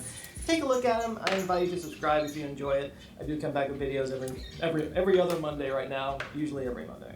Anyway, that's it for now. Thank you guys so much for watching. Please share down in the comments what your favorite Antarctica fact is, if there's anything that I missed or whatnot. And outside of that, you guys have a good rest of your week. Stay safe, and I'll see you next Monday. Stay safe. Guys, take care. This is planet Earth, and this is Saturn. And while Earth has a lot of things going for it, liquid water, life, the Poughkeepsie Civic Center, it's Saturn that's considered... Imagine the year...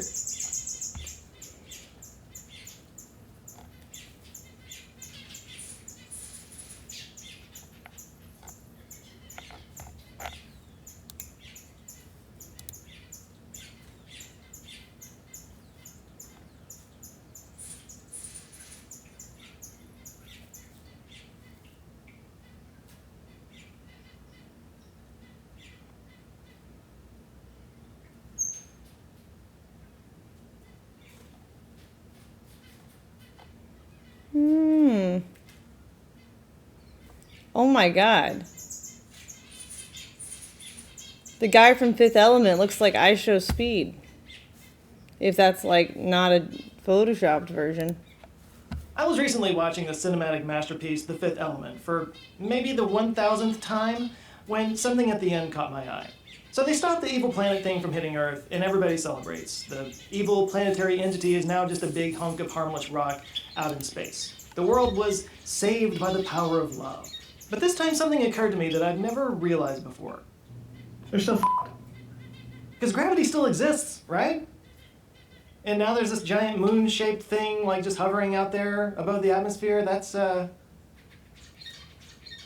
a problem.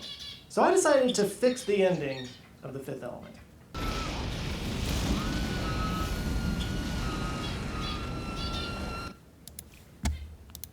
What was that guy's name?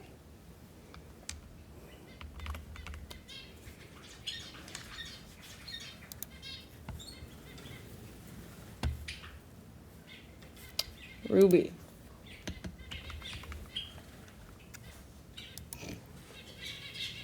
Doesn't that just look like I Show Speed?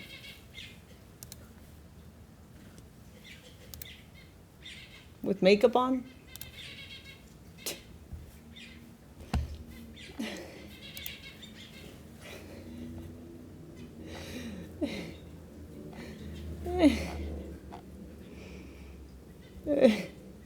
He needs to cosplay that now.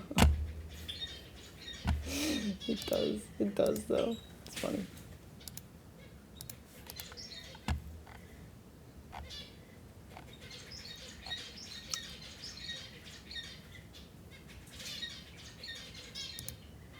"2024 is already shaping up to be a very..." Nah, we already know it's cults. But the cults have been around for a while. Just I think people are just becoming more aware of them. How to become a dictator. Is this a tutorial for dummies? From the moment humans became sentient, we strive to leave our mark for future people to see. What? To build and create What's the meaning of iconic images and monuments to tell future generations that we were here, we existed, and we mattered. The most powerful humans that have ever existed put countless treasure and years into places that were designed to last forever. But much as the great Ozymandias, over time, these colossal works were devoured by the earth and turned to dust. Today we've built cities and structures that previous rulers couldn't have even dreamed of. But what we've built today isn't impervious to time. And there's going to be a lot of time. So let's just ask the question, out of all the things that we've built, what's going to last the longest? What will be the last evidence that we ever existed? Oh, what will be? Oh, that's boring. Perhaps the best way to consider what will last into the future is to look back at the past and see what we built and how well it lasted. I did a video once on Göbekli Tepe that's considered to be one of the oldest. Boring. I want to know more about the Stonehenge. What's the meaning of Stonehenge? Good song, by the way. It's a banger. We must praise it first. The banger of the music. Elvis is so underrated.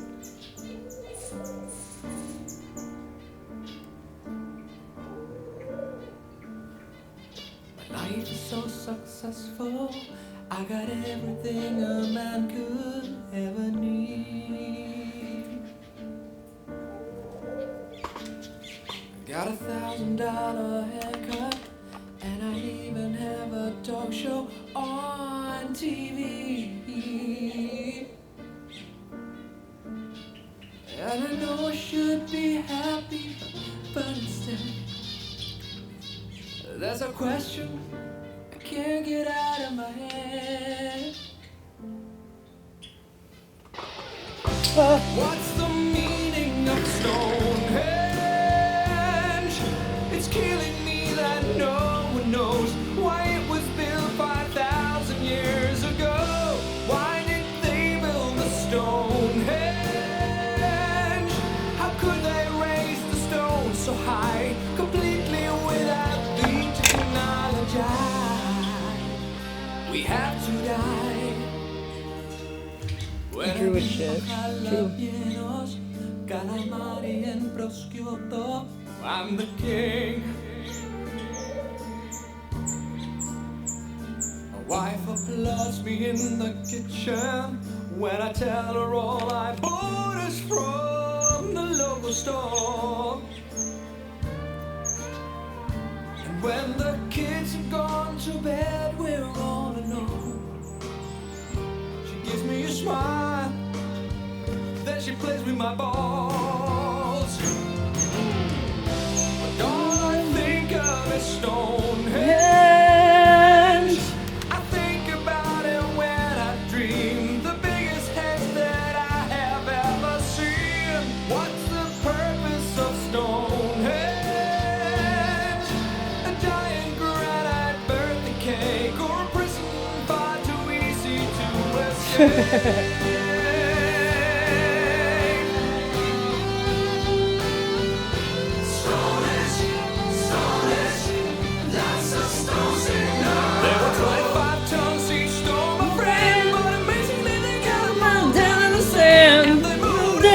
And they dragged it, and they rolled it 46 miles from where?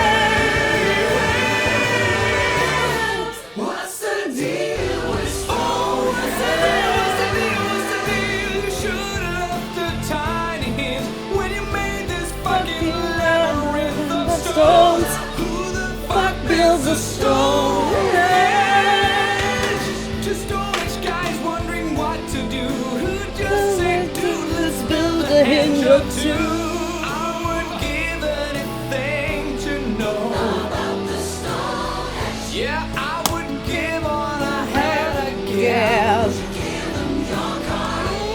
kidding me? Of course I would have given the car. Drive a Civic, drive a Civic, drive a Never mind the car, let's talk about the hinge. What hinge is that again? It's the Stonehenge, it's the Stonehenge. God, it is the greatest hinge of all. What's the meaning of Stonehenge?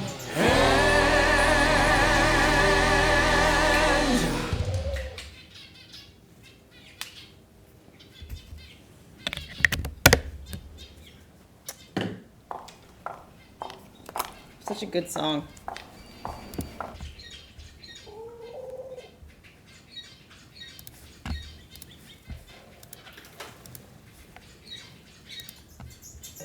Recently, scientists made an astonishing discovery that might solve Stonehenge's mystery. They found something hidden deep within the DNA of Stonehenge's sarsen rocks, the huge monolithic ones. And it might reveal why our Neolithic ancestors designed and built this thing in the first place. Over the years, scientists have been scratching their heads, trying to figure out where the huge sarsen rocks came from. For years, they believed they came from a quarry just 15 miles away from the site, known as Marlborough Downs. At this site, they found similar minerals to the ones that make up the sarsen rocks. But it turned out there was more to this story than they thought. The understanding of how Stonehenge was built is always changing. Scientists need to really travel back in time to uncover its mysteries. Where did the rocks come from? How were they carried? Why was the site built? You see, the Stonehenge site, located at Salisbury Plain in England, is made up of two main types of stone. There are the super heavy sarsens and the lighter and smaller bluestones. The sarsens each weigh about 25 tons. That's as much as 3 African elephants stacked together. The heaviest sarsen stone, called the heel stone, weighs 30 tons all by itself. Together, the sarsens make that iconic outer ring circle. It was a Inside table that for circle, giants. That's where you'll find the blue stones. The naming might seem a bit misleading since they're not really blue. They have a bluish tinge to them when they are freshly broken, hence the name. These smaller rocks probably came from the Preseli Hills in southwest Wales, which is about 150 miles away from Stonehenge. They're a bit lighter than the sarsens, but still pretty heavy.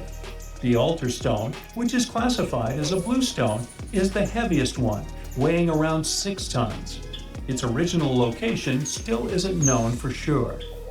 To figure out where a rock came from, scientists first have to study their composition. This is like checking the rock's DNA. Then they cross-reference the structure of the rock with minerals in the soil to see if it's a match. Most of the sarsens we see around southern England are actually made of a type of sandstone known as silcrete. Think of silcrete as sand that's been hardened by underground water processes over millions of years. This process mostly happened during a period called the Paleogene, about 65 to 23 million years ago. These sarsen rocks didn't form in one big slab, but in patches, like nature leaving little rock gardens all over the place. Scientists reason the sarsens spread out randomly, forming in isolated pockets. Over time, many were buried under layers of clay and chalk, which helped preserve them. When ancient builders were on the lookout for materials, these sarsens must have looked perfect for something impressive like Stonehenge. Actually, Or it's the middle eye part of a portal. like Stonehenge. Actually, sarsens have been used in everything, from Roman villas to medieval churches, and even in things like road curves and old field walls.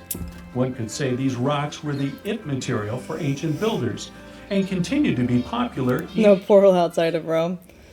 Not anymore. It was before Rome was built.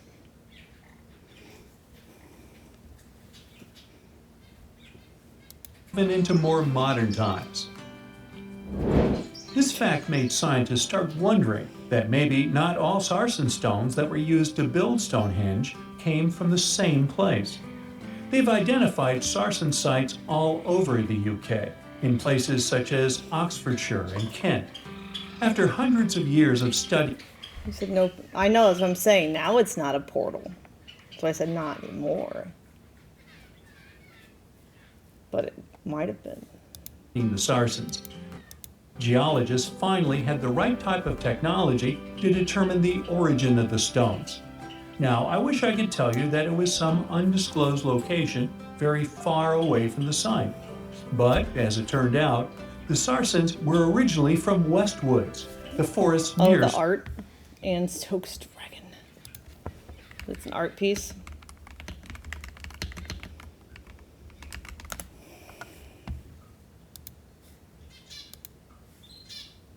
That's cool.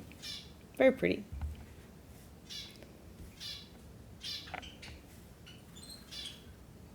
The dragon nest. Stonehenge. A new factor came into play when excavations uncovered empty stone holes, showing that at least 6 blue stone pillars were removed you're right. Excavations uncovered empty stone holes, showing that at least... It is kind of a smiley face. Wasn't there a smiley face on Mars, too?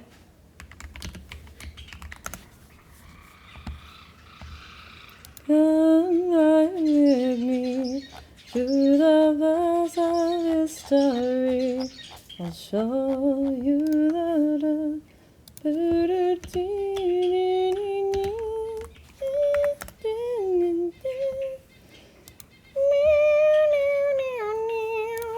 I don't know, kind of looks smiley. He's like, what's up?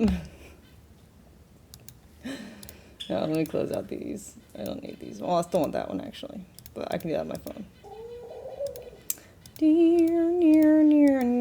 We don't want to get too many tabs again. We're going to go insane. They're hypnotizing.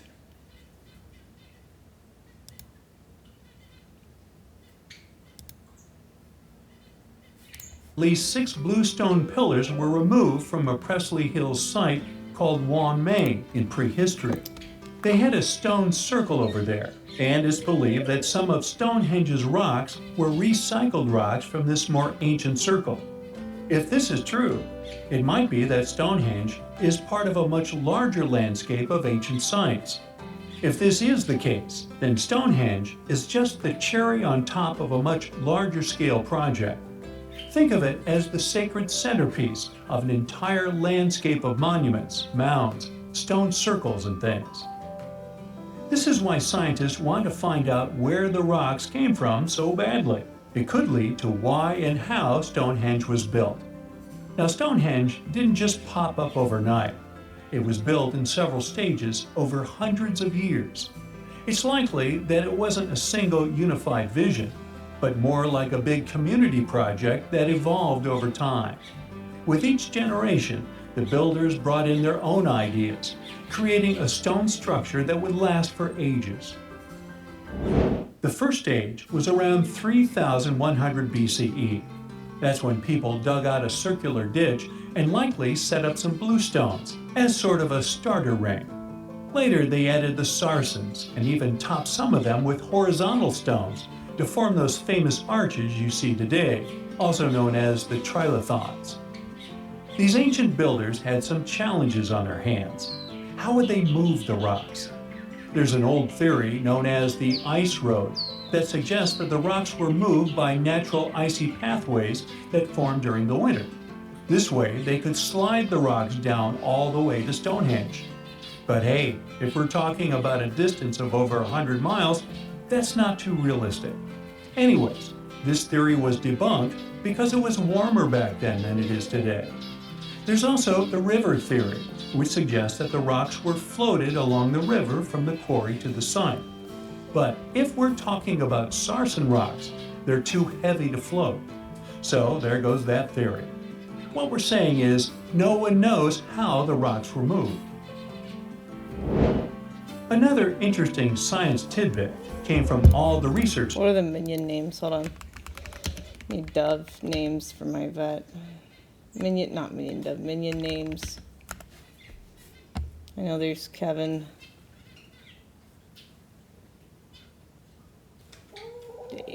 Dave. I like Dave. Dave's a good one. Oh, wait. There's Kevin? Okay. Dave. Yes. Dave is good duck name. Done in Stonehenge. A recent laser survey of the stones revealed the different stone working methods used and has shown that some of the parts of the monument were more carefully finished than others.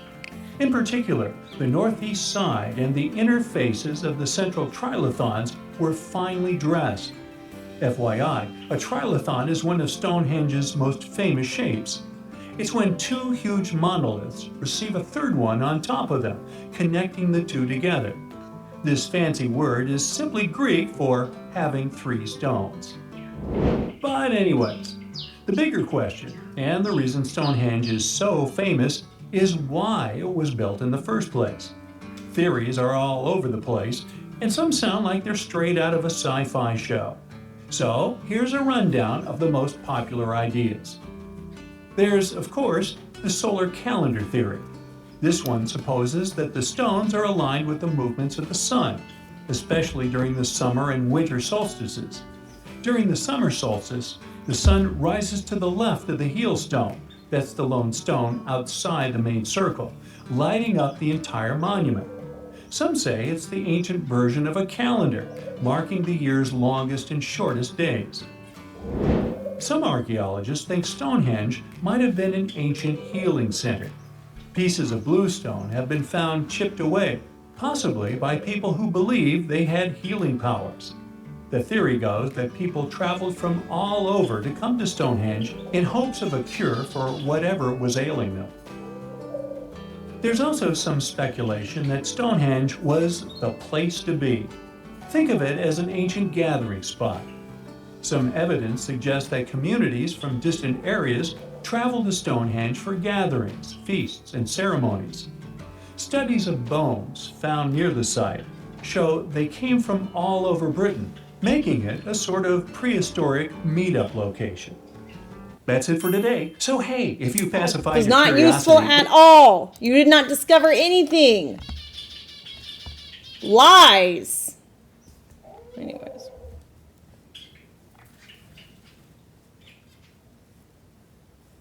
Didn't even tell us what the fuck DNA meant.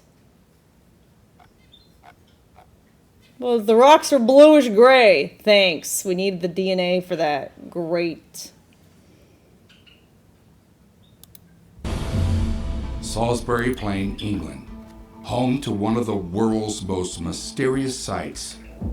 A circle of towering stones, whispering of ancient societies and arcane rites.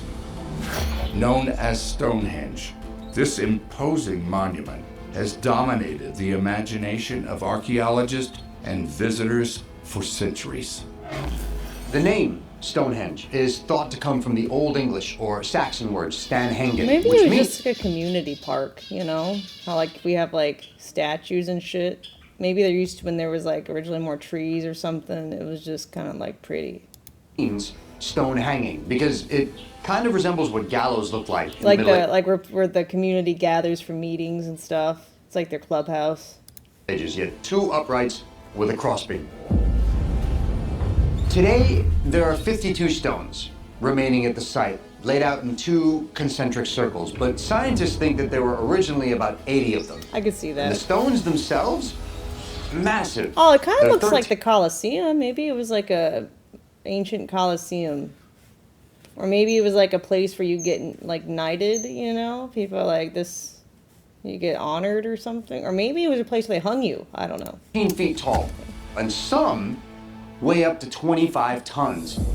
In the 1800s, we had Public a execution. series of archaeologists Sacrifices. doing excavations around Stonehenge. During these digs, they're finding all sorts of things. Charred wood, bits of antlers, and even Roman pottery. It's all kind of unremarkable, fueling just one origin theory after another. Then, in 1862, portal. researcher John Lubbock takes a Portal to Tristram. closer look at these various artifacts. Lubbock finds something that, to him, is truly astonishing. Cremated human remains. Now, to a layperson, this might not mean too much, but to Lubbock, this tells him exactly who built Stonehenge. And it is not who anybody expected. According to Lubbock, The Nords. cremation hasn't been practiced in this Giants. area since the Bronze Age. That The means Queen that there was of a England. previously unknown civilization living right here of Bronze Age people. The original one. That's who built Stonehenge. It's a major discovery, not just in the history of England, just Bronze Age people. And That's not groundbreaking. That's still so vague. Who built Stonehenge. It's a major discovery, not just in the history of England, but a huge leap forward in our understanding of Stonehenge. The Bronze Age in Britain spans from approximately 2500 to 700 BC.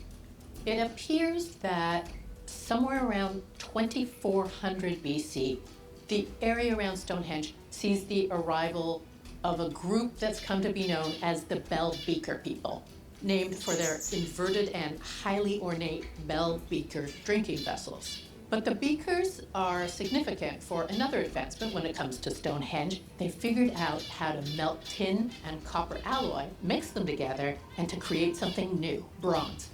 Lubbock continues to excavate, and sure enough, he finds tools made from bronze. This indicates that Stonehenge was built much earlier than people had previously understood to be built.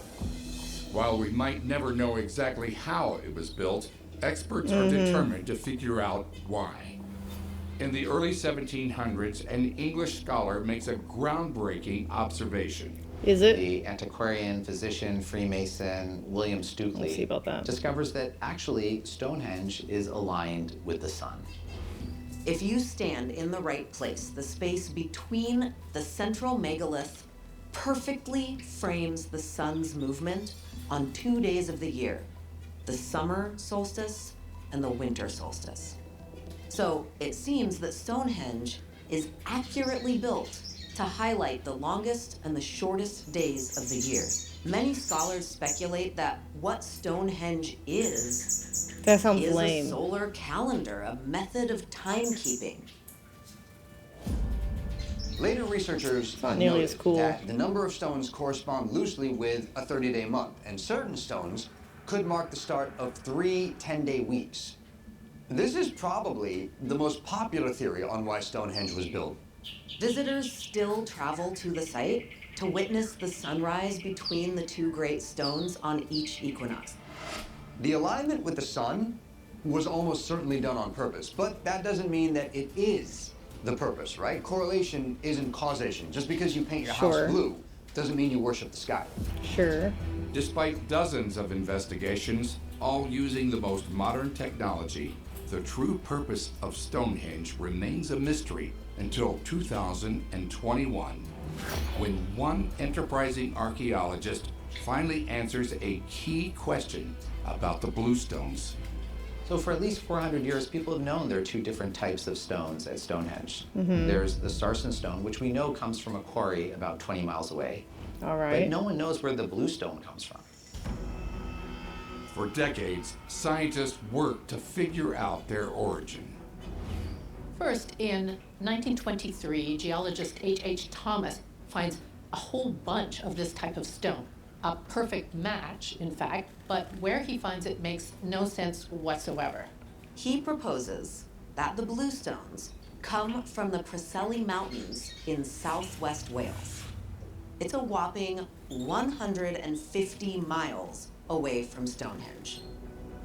Several later archaeologists and That's a geologists long way continue away. the work of H.H. Thomas, and eventually modern geochemical analysis proves that he was right. These stones definitely came from Wales.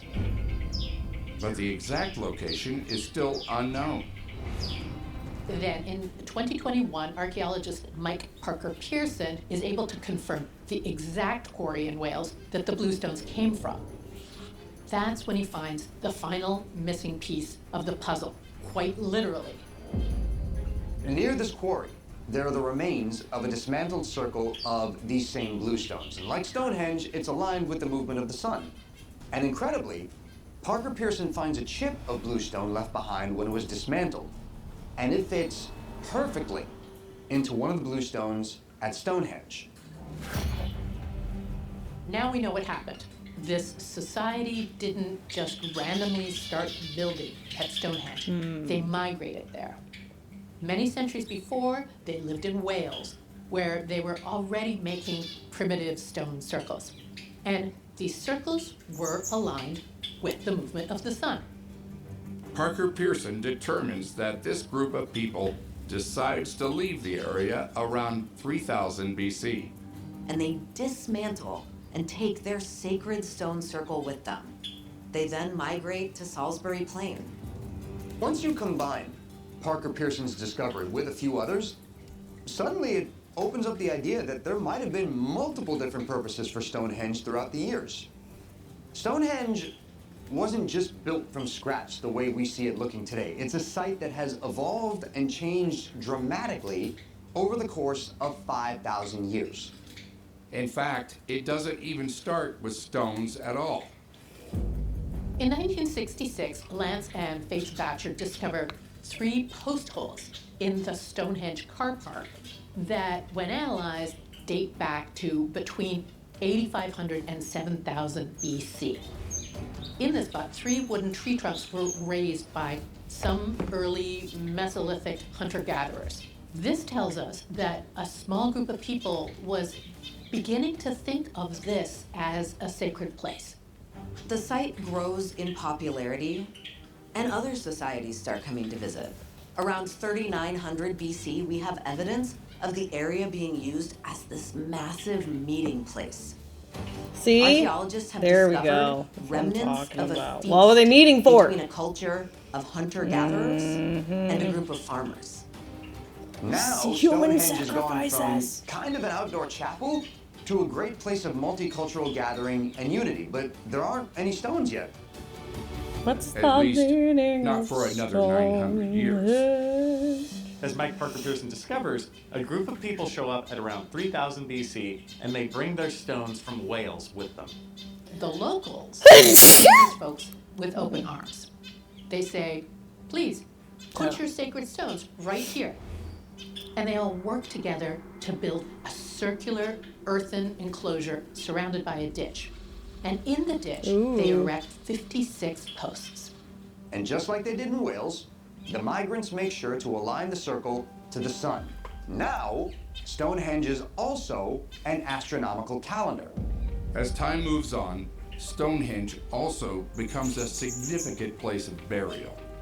As many as 240 burials have been discovered at Stonehenge so far, but there may be more. It makes sense that such a sacred place in life would also be sacred in death. So now, it's a calendar, a holy gathering place, a shared construction project between 2 cultures, and a cemetery. And around 2500 BC, the locals decide it's time to give Stonehenge an upgrade. This is when the 80 massive sarsen stones are set up in the familiar circular formation that still captivates visitors today. Researchers think that the end result wasn't the whole point of Stonehenge. The point was in the process. Stonehenge was like the ultimate community service project, bringing people together, which it's still doing today. Okay, all right.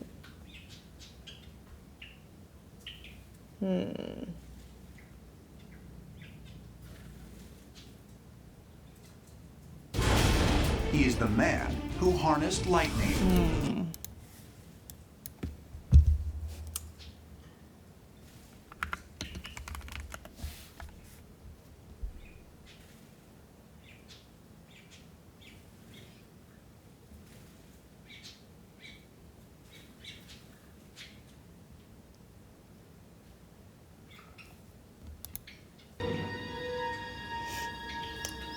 One minute, 50 seconds. Short theory. And then there's a theory.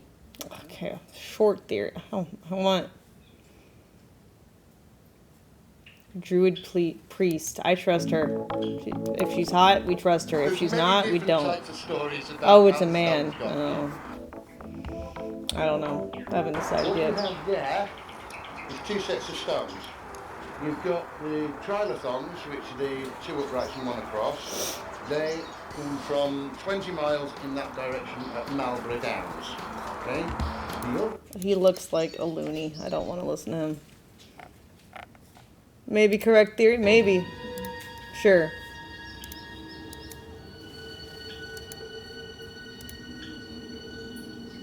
And then there's a theory that Stonehenge was built by the Druids for Druidic ceremonies.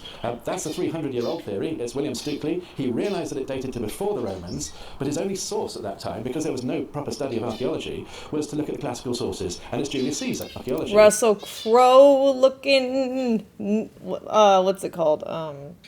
Neanderthal hybrid.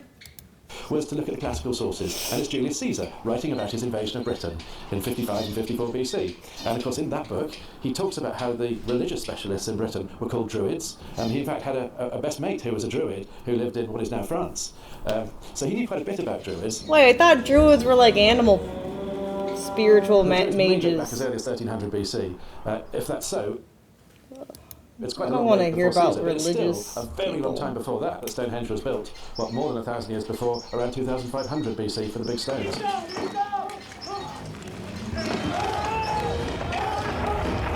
I would say that looking at the archaeological evidence for Druid practices in Iron Age Britain and Europe doesn't really go much before, what, 1300 BC. So I think it's probably unlikely, but we can't rule it out.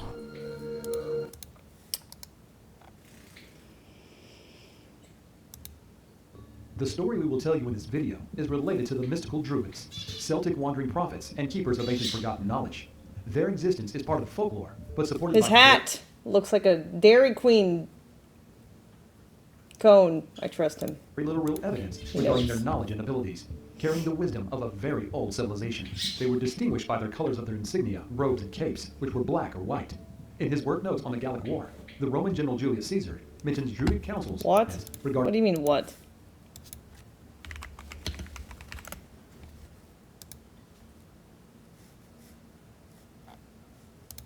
This little hat. Let's see.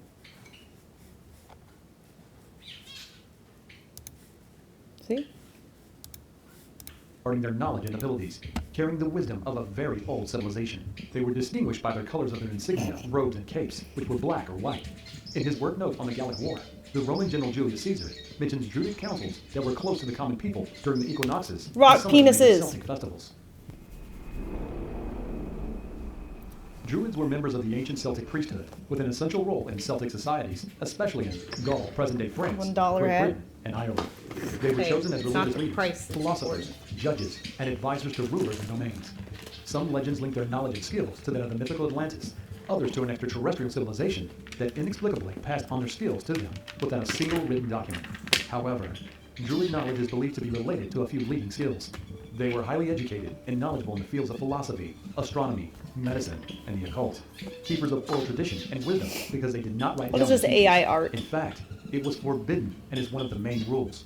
Their education and training were rigorous and took many years.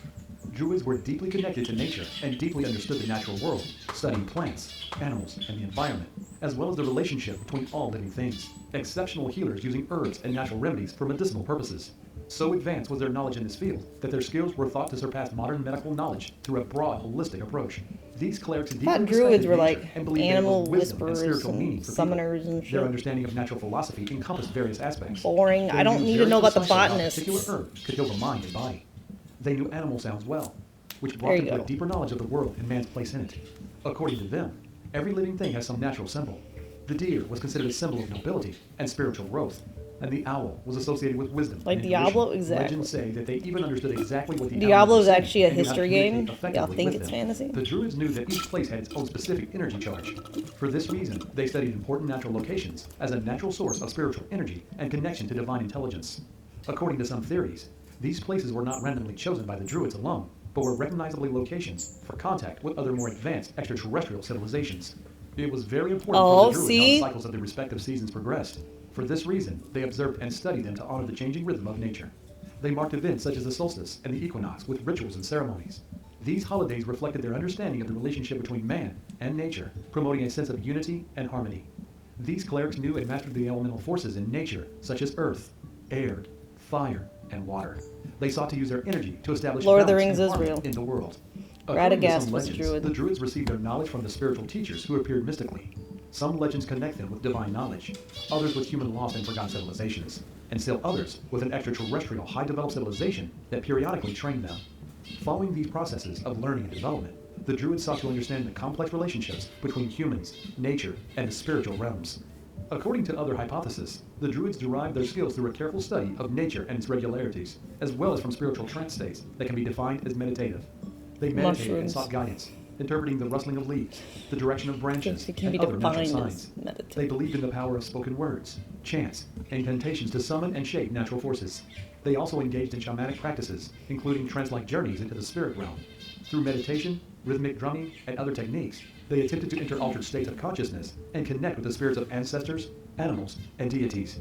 These journeys provided them with guidance. And Okay, this is boring. Let's watch a Joe Rogan video.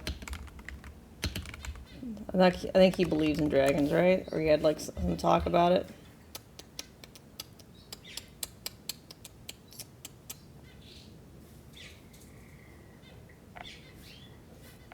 Few different clips, huh?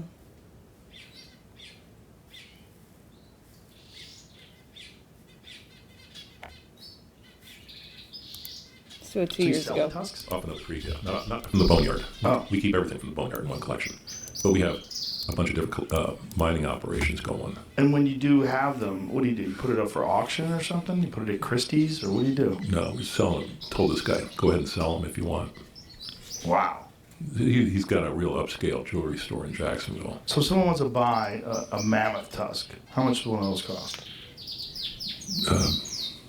That pair he's selling right there is like $250,000, $225,000, something like that.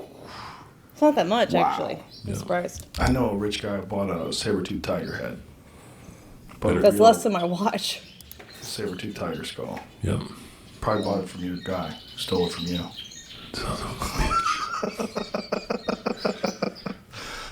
You know, they have a lot of saber-toothed tigers, I think, in Eastern Europe, Western Europe, that area. But Alaska, They find them in Los Angeles. it's the La Brea tar pits. Yeah, which is bizarre. If you're around La Brea, you're like, surely I'm in the wrong place. Yeah. And then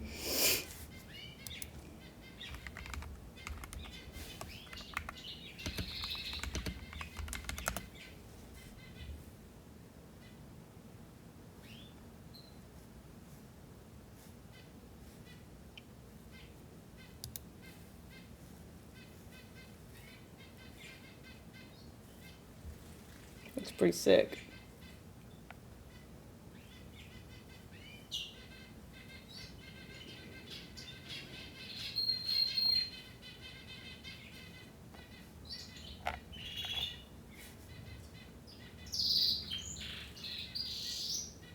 Hear me out, though.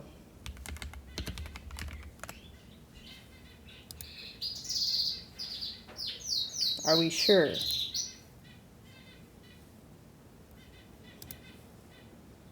I don't know. Is it really a cat? How can we be for certain? You know what I'm saying, bro?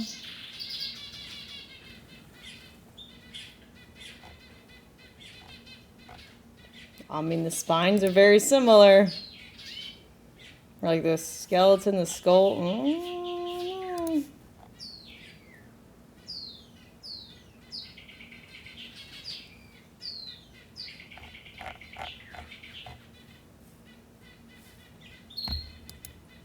The canine, the other's feeling. Yeah, but well, hyenas though.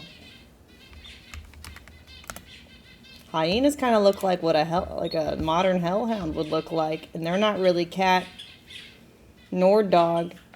They're kind of like a mix of both. You know what I'm saying? Do we really know? and you go to the La Brea Tar Pit Museum and you're like, what the f***? It's right here? We found more bones in 15 years than they found in 100. Whoa. And I've been there, and they have a lot of dire wolves in that display. Yeah. But, dire wolves never lived up in Alaska. That's what's crazy, is that your 1 5-acre plot has changed where they thought dire wolves lived. Not just them, but I mean the fact that they're finding badgers. We find badger skulls. Some of the experts say, well, badgers didn't live here back in the Ice Age. But one of my most significant finds ever is a blue feather. A blue feather. I have it on my site someplace. Badgers mean It was sloths? buried deep inside the hollow end of a 10-foot mammoth tusk that was under 65 feet of overburden in the gravels. And, when you're cleaning out a tusk, when you get it out of the ground and the material starts to dry, we put clamps on those tusks so as they dry, they don't split. And out of the end comes this blue feather. Yes.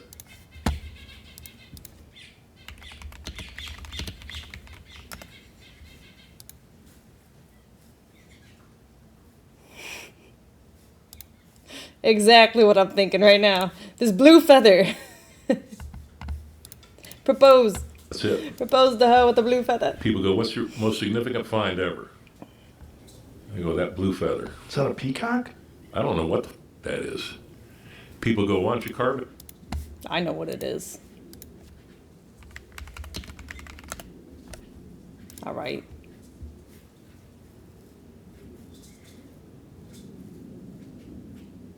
We know what it is. Dated. Okay, well, there's not a whole lot left of it now, so let's burn it all up so we can know how old it was. They have no idea what that is? Have no clue. But I've heard from paleontologists, you can call this one, that's impossible. There were no birds up here with blue feathers during the Ice Age. So, but I see I've yellow. always wondered that. I see yellow in there too, though. Yeah, there's yellow in there for sure.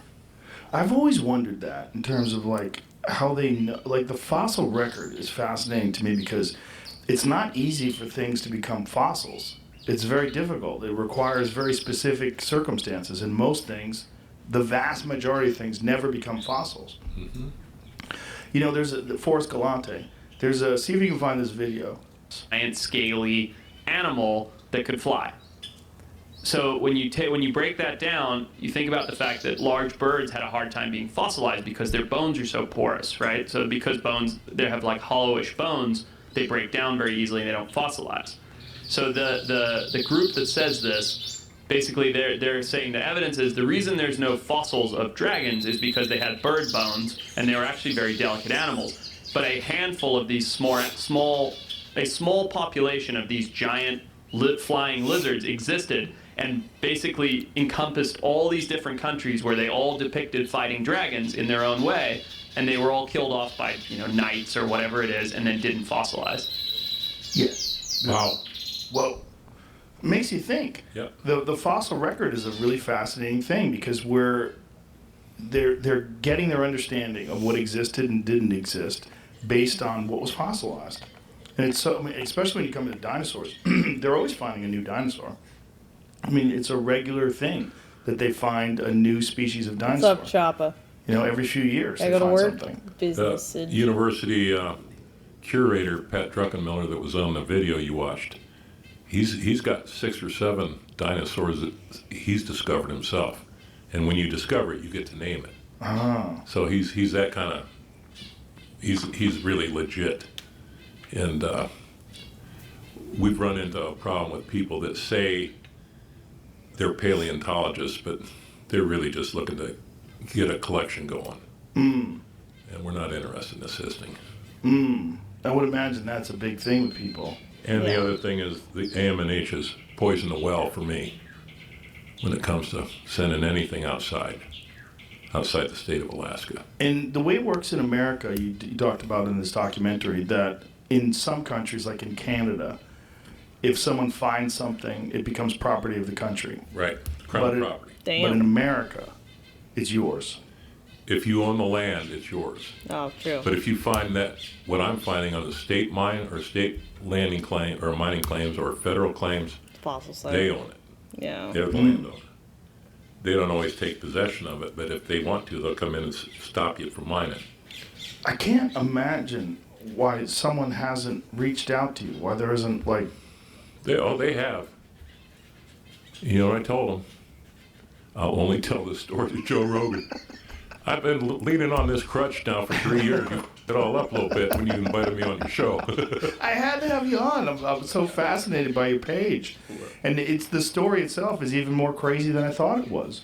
I just thought, I didn't realize the scope of the collection. Oh, it's huge. Well, it's going to get a lot bigger. But we will not allow any of our fossils outside the state of Alaska. That's why we built that 5,000 square foot facility this fall. Nice. And I might have to build another one. Yeah, it's already in the works. Hello, freak bitches. I would love to play you the dinosaurs are not real video. Just do it. God. See if you can find it, Jamie. We probably can't play it on YouTube or we'll get pulled, but we can play the I've never seen a man defend dinosaurs so passionately. He wasn't there, unless he was. Is he a time wizard? You know, that's why I'm interested in dragons. Like, why is every civilization, why do they all have dragons? They mention dragons in the Bible a bunch of times. They don't mention dinosaurs. Well, I think because people weren't alive when dinosaurs were alive, but I bet they were alive when dragons were alive. I bet dragons were a real thing. And in fact, Forrest Galante, who's a wildlife biologist, believes that there's a real possibility that dragons were an actual animal. But that if you have an animal that has bones that are similar like bird bones, and something that, you know, like how many of them would you find? What if the What would you pterodactyls find were the that's dragons? left of that? You know, most things don't fossilize. I think dinosaurs are dragons. That's what I think they were. Well, I mean, it's possible that there was some form of look. Birds survived this impact in the Yucatan. Whatever killed the dinosaurs did not kill chickens. All right, because chickens are literal dinosaurs. Yeah. They're literal dinosaurs. You know, and if you've ever seen a chicken eat a mouse, it's wild. They're the most ruthless, ferocious little animals. Raptors, birds, those are all eagles. American eagle's a goddamn dinosaur. And that's what it is. They're dinosaurs that lived. And in fact, some of the more recent models of what dinosaurs looked like, they've updated to add feathers. When I was in, what is that? I saw this earlier today. The dinosaur's preserved tail in amber. So look at that, feathers. Feathers in a dinosaur's tail. So there's a museum in Bozeman, Montana. And this museum has one side of this raptor. They have a velociraptor, and on one side of it, they have, it's like a real-size velociraptor. And on one side, they have it with like dinosaur skin, like we like to think of it. But the other side, they have this theoretical version of it that's covered in feathers. And that's probably what dinosaurs had. So dinosaurs died during the impact, but not all of them. The birds lived. And they're just smaller. There was no food. Okay, so like a big Tyrannosaurus Rex, there's nothing to eat. You're gonna starve to death. Those things died off, but the little ones lived. And it's so possible that something that flew like a pterodactyl, like we think of pterodactyls as being like bat wings. Yes. Maybe they had feathers. Maybe Yeah. that was a gigantic predatory bird, and maybe some of those things look like dragons.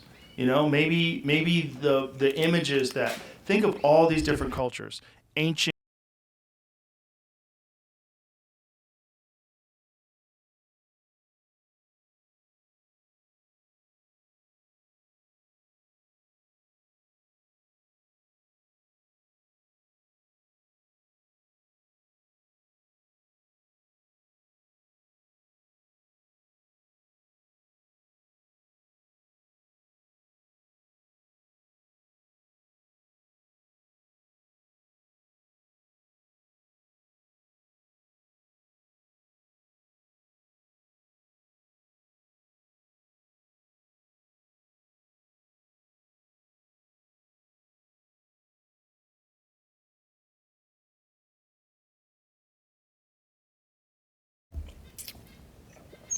The fuck? Angelica's just doing like a routine checkup with the birds at the vet. And they asked if I wanted to do x-rays. Like, it's just extra. And I was like, I mean, I guess how much? And she was like, it's like 5,000. I was like, fuck no then. I could buy a fucking macaw with that money. I could buy a toucan.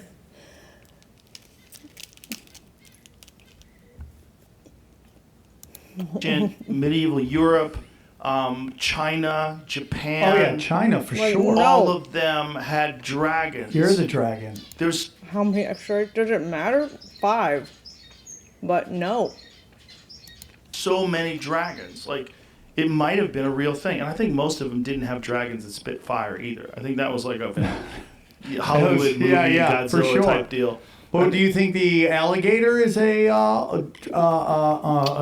dinosaur? Predates the dinosaurs. Crocodiles, crocodilian species predate dinosaurs. Really? Yeah. Like, so, what's the yeah, there was crocodiles and crocodile species. There was like Hollywood, like, it might have been a real thing. And I think cultures, ancient medieval Europe, China, Japan. Oh yeah, China for sure. All of them had dragons. Here's a dragon. There's so many dragons. Like, it might have been a real thing. And I think most of them didn't have dragons that spit fire either. I think that was like a Hollywood movie, for Godzilla sure. type deal. Well, do you think the alligator? I don't know about that one.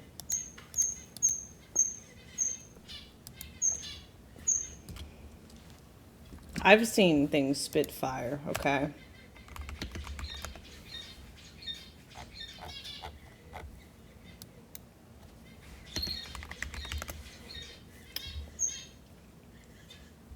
Not that one. No, there's like an actual lizard that can like make, maybe it's electricity. I don't know. There's actually like it can actually produce fire. I forgot what it was fucking called. Not the electric eel, it's like an actual lizard.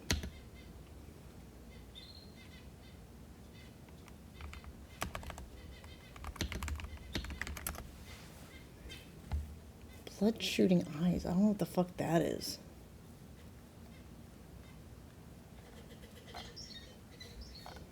I forgot what it was called. I remember learning about it. Either it can like make a spark in its tummy or something. Some chemical reactions.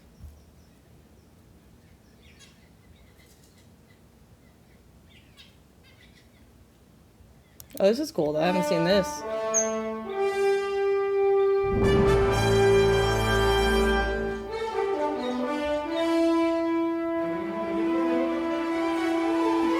There you go. See? It's a mini dragon.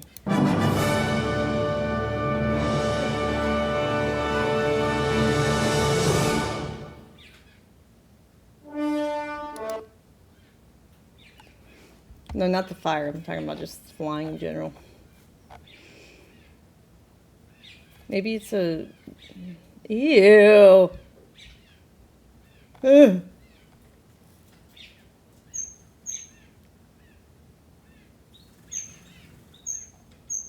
I forgot what the fuck the lizard was. No, those are obviously fake. It was a like a salamander or something. Salamander.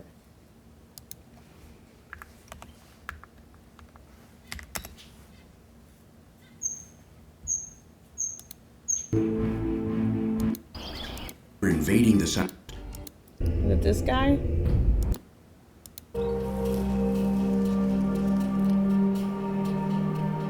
I don't know if it is.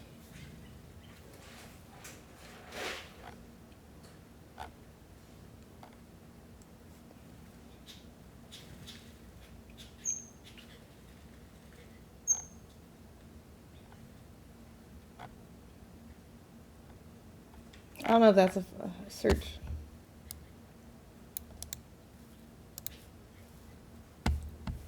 There's a zoo that had one. Gila monster spits venom. That's also an interesting video, maybe. What do we Hold on. think, Dragon? What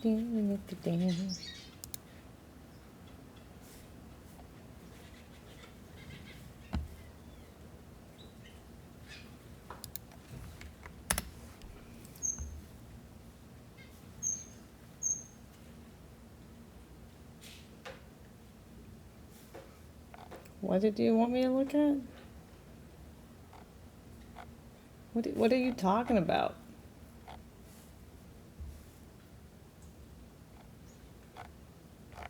There's a video called Fire Kills.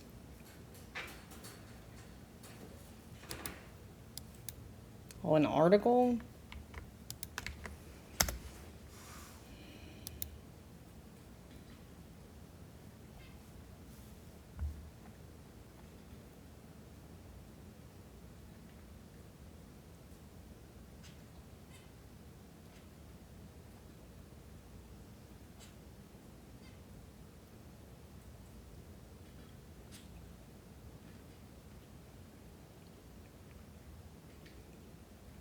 I don't trust this.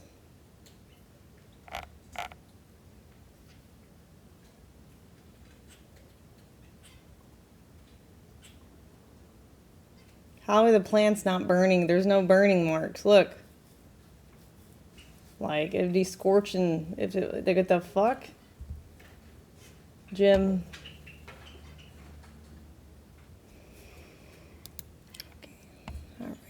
No, there was like a actual, like, it was either a lizard or a salamander that was able to create like a chemical reaction in its tummy. I forgot what it was called though.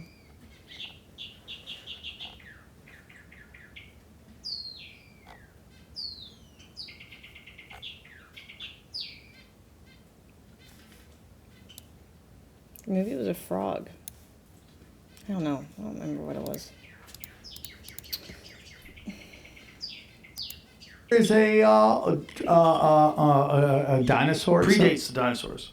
Crocodiles, crocodilian species predate dinosaurs. Really? Yeah. What's the yeah, there was crocodiles and crocodile species, enormous ones by the way, that predated the dinosaur. And I think modern alligators, they go back really far. You know, sharks predate trees. Really? Predate trees.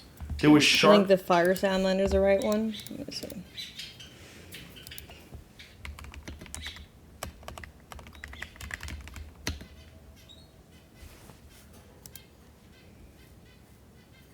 Toxic spray. Well, that's like venom spitting is different.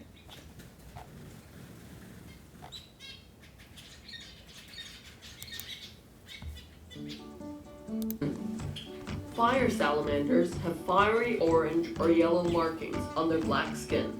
In ancient times, people believed that they were born in fires. That's because fire salamanders often hide under logs. I don't think this is it. They enjoy cool and damp environments. Venom is different. Venom. Yeah, that's different. That's not the same thing. On Earth before there were trees. It was a chemical reaction in them that either makes like an electric or a fire spark. We're all underwater for a long time. Well, life definitely existed underwater a long ass time. Reptiles are older than trees also. Jesus Christ. Damn, that's crazy. Yeah, so those are dinosaurs. When you see a giant Nile crocodile, those are dinosaurs. That's a type of reptile. They scare me. They should. I mean, sure.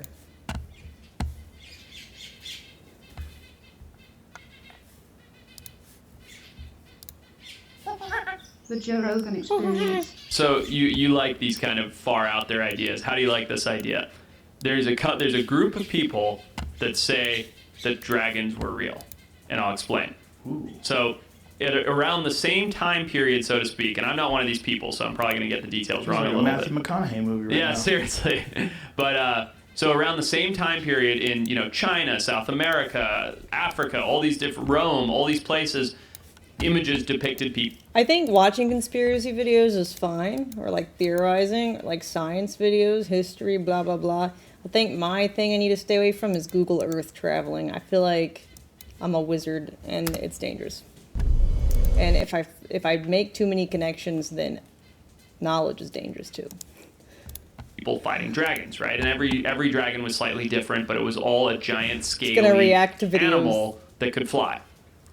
So when you break that down, you think about the fact that large birds had a hard time being fossilized because their bones are so porous, right? So because bones, they have like hollowish bones, they break down very easily and they don't fossilize. So the group that says this, basically they're saying the evidence is the reason there's no fossils of dragons is because they had bird bones and they were actually very delicate animals. But a handful of these small population of these giant knowledge is power, yes, but also whistleblowers disappear. So flying lizards existed and basically encompassed all these different countries where they all depicted fighting dragons in their own way, and they were all killed off by knights or whatever it is, and then didn't fossilize. What? So it's like the science is saying that if there were lizards big enough to fly around and eat people, they didn't have bones that could fossilize. So it'd be like an eagle. Right. And that's why all these human populations around the world have depictions of them, because they did actually exist. Now, are there any stories of dragons written in the times of people that they actually have the written word, or is it just depictions? I don't know. Not my field. That would be interesting because are these depictions ancient accounts told by generation after generation, passed down? I think so. I don't know. I don't know anything about dragons or whether it's real, but I think it's interesting to think, oh, well, the science supports that if there were flying lizards, their bones wouldn't have fossilized, and these have been passed down, stories that have been exaggerated and passed down from generation to generation. And some of them breathe fire, but some of them don't, depending upon which culture it was significant to. I wonder what the fire is supposed to represent, or are they just people are full of shit? Probably that one. Yeah, it probably made it sound even cooler. Yeah, exactly. Not only did I kill him, he was trying to burn me. Do you hold any weight? Do you think that holds any weight? No, there's actually dragons? I mean, we know there were large flying lizards during the times of dinosaurs, right? The only weight that it could possibly hold is that a few of those somehow survived much later than we previously thought. But do I think that there were dragons attacking human beings and civilizations? No, I don't. But it's still interesting. It's so much cooler if there were. Right. And the fact that we know that pterodactyls did exist, that's cool. Right. What would be way cooler is if they existed with people. Right, 2,000 years ago. Why is that? Why is that so much? I mean, that's true. It could have been venom that felt like it was burning and it's badly translated. Cooler to us. I don't know. It's people would dedicate giant chunks of their life trying to find out if pterodactyls did coexist with human beings at one point in time. They really would. Absolutely. Many of you, there was a 100-foot pterodactyl snatching kids. It'd be terrifying. Oh my god. Well, do you know about the Moa eagle? Yeah. The Haast eagle. The Haast, exactly. Yeah. So I call it Moa eagle because they used to attack Moas. They weren't with the Haast that eagle. big. No, but they did supposedly snatch Maori children. Yeah. But when I Googled it, I remember, I think the large ones were 40 pounds or something like that. I don't think they were that big. Is that all it is? Yeah, an eagle is really light. Right, but their wingspan is still enormous. Yeah. I mean, they have incredible power. When you see an eagle snatch a salmon with its claws and fly away with this 10-pound salmon. Right. And that's insane. It is. Because that salmon probably weighs more than it. Right. Right? Birds are weird, right? They sit on you oh, you're not very heavy. No, they don't weigh anything. And again, that goes back to that whole hollow bone type thing. Right, that's why chickens are strange, because they're fat. Yeah. They weigh a lot. You pick up a chicken, you're you fat fuck, you can't even fly. But bird, a hawk, fairly light. Yeah. For what it is. Yeah. Yeah, I think, what was the biggest Haast eagle? How big was the Haast eagle?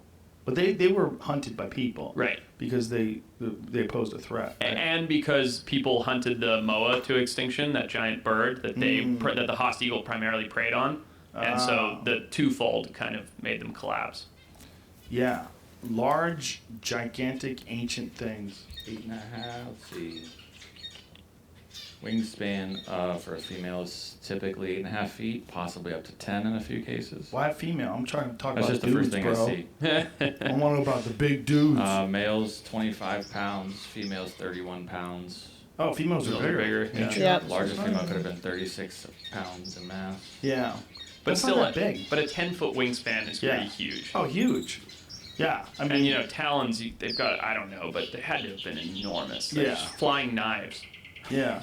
Well, you've seen the videos that the the Mongols use, where they train golden eagles to kill wolves, and they fly shoot down. them out, and yeah, It's crazy. It's unbelievable. They fuck up wolves. Like they're way smaller than a wolf. Oh yeah. And the wolf has zero chance. Right. They swoop down and grab a wolf by the back of the neck and just fuck him up. Isn't and that crazy? They hold on. The wolf's like trying to get away, and they're just killing them. And I believe, maybe it's not Mongolian Damn. culture, but one of those, falconry cultures, you have to, like, as a teenage boy or something like that, your rite of passage is to go climb the cliff and take the chick out of the nest. Whoa. And it's like this crazy process where, a number of kids die trying to get to the eagle chick, and the ones that come back, that's their bird for however long the bird lives, or I don't really know the whole process. That's right out of Avatar. Isn't that nuts? Right? Yeah. That's bananas. You gotta steal the chick from the nest and raise it.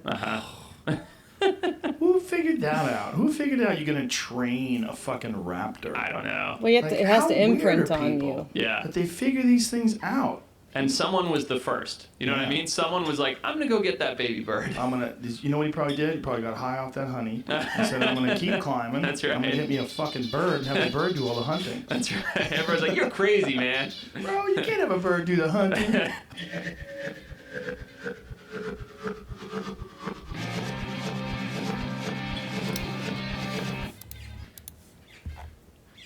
I mean,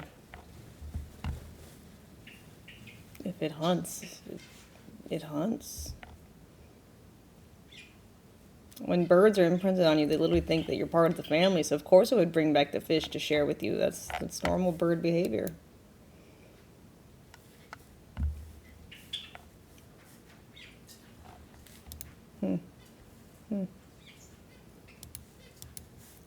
Dragons breathed fire. Where did that idea come from? You see, if you know the history of dragons with their earliest myths rooted in the watery origins, then fire breathing seems out of place with how ancient cultures perceive them.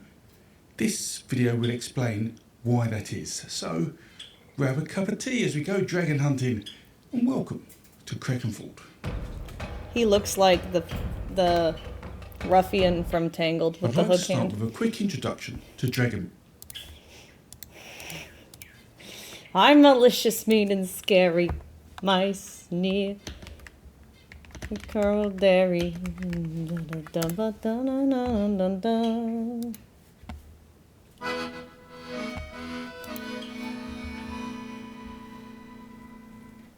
I'm This guy. malicious, mean, and scary. My snare could curdle dairy. And violence-wise, my hands are not the cleanest. Myths, their age, their origins, and their somewhat surprising evolution. I have explained this evolution in depth in a previous video, in case you want to understand how I know what I'm about to say, but here's a synopsis for those who need a refresher. Now, the oldest dragon myths can be traced back to southern Africa, where a rain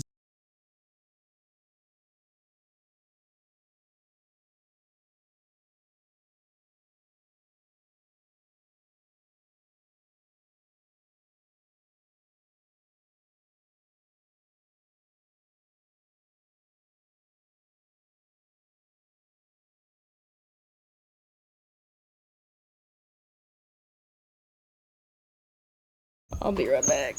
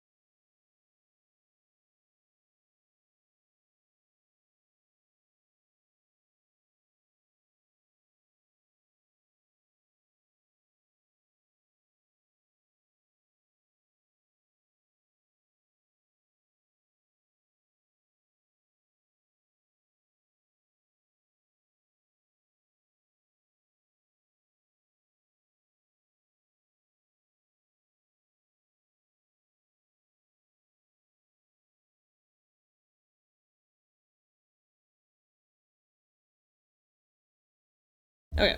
Had to talk to contractor about projects.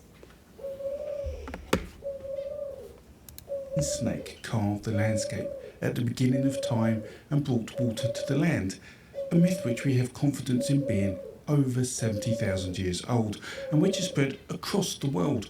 A rain snake carved the landscape at the beginning of This is just like a lake, though. time and brought water I mean, a to river. the land. A river. A myth which we have confidence in being over 70,000 years old and which is spread across the world, perhaps with the rainbow serpent of Australia being one of the best known examples of this. And it was these serpents that would influence the myths and evolve into the dragons we know today. And we can see a dispersal of the myth using the mythology database showing this worldwide distribution. Now, we then see dragon myths in Asia and stories still told today in China that show dragons as being benevolent to the people, but malevolent to those who held power, eventually being trapped under the mountains and becoming a source of major rivers. These Chinese dragons were, and are still serpent-like today, and this connection with water continued, but changed as agricultural societies emerged. Dragons were seen as guardians of water, controlling rains and floods. But when there was no rain, the dragons were blamed, and so the gods were created to battle these dragons on mountain tops and in the sky, and when these monsters were defeated, water was released, and this saw the rise of the storm gods in agricultural communities as farming spread from the Near East and off through Anatolia and India. But farming changed on the steppes around the Black Sea and was more pastoral focused, the bovine becoming the important animal in society, and so the myth changed and the dragon was said to steal cattle. And so wherever tribes saw cattle being owned by the enemies, they considered them stolen by the dragon, and so cattle raiding myths began and they spread wherever Indo-European cultures influenced. This slide shows where we see the key traditions that support that myth today. But then, through what could be considered a strange twist of fate and a very large dose of misinterpretation, the story of the cattle-stealing dragon became the story of the princess kidnapping dragon. And this dragon evolved the ability to breathe fire. And whilst the mythology database doesn't have a dragon kidnapping princess motif, it does have Dragon Winner, which covers this myth and more.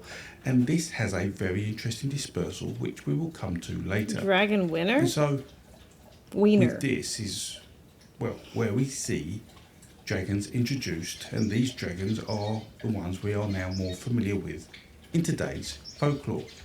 But whilst the evolution of dragon myth is fascinating, even here dragons and serpents didn't breathe fire. It was not part of their attributes. So, where did this fire-breathing monster evolution begin? No. Well, He's not saying before proof fire of that they existed. He's saying, where did the idea that they breathed fire come from in cultures and stories?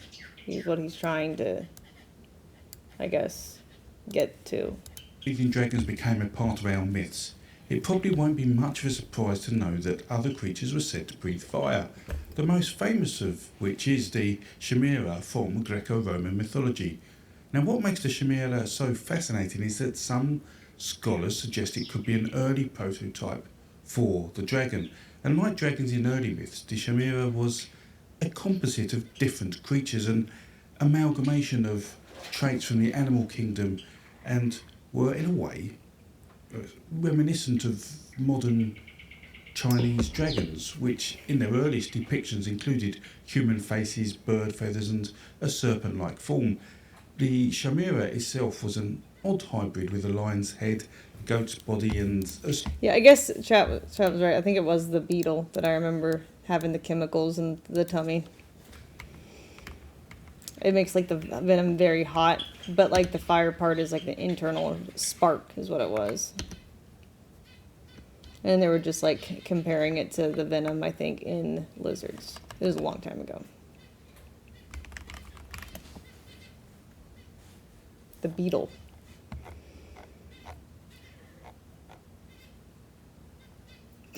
Farting. It farts.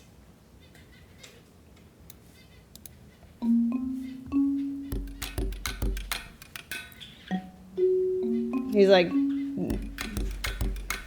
acid reflux. He's like, nope. Oh, he's like, oh god. Oh, ah. Yeah, it's a chemical fire, exactly.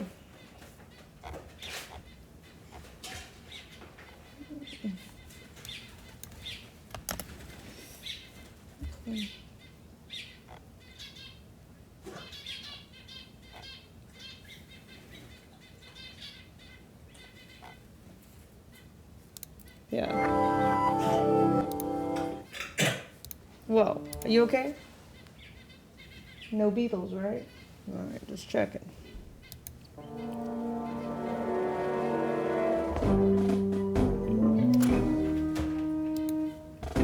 Sympathy The vomit. bombardier beetle is one of nature's most improbable creatures. For some, it throws a monkey wrench into the whole idea of evolution. This beetle is a walking powder keg. That cloud you see is the result of a lightning-fast chemical reaction inside his body.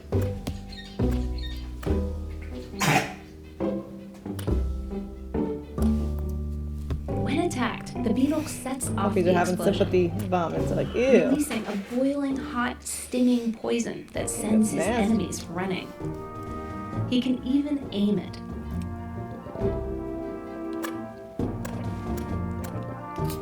This potent mixture inside the beetle is made up of 3 main ingredients.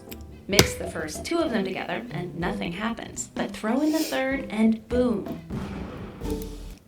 Looks like a goat, like a ram.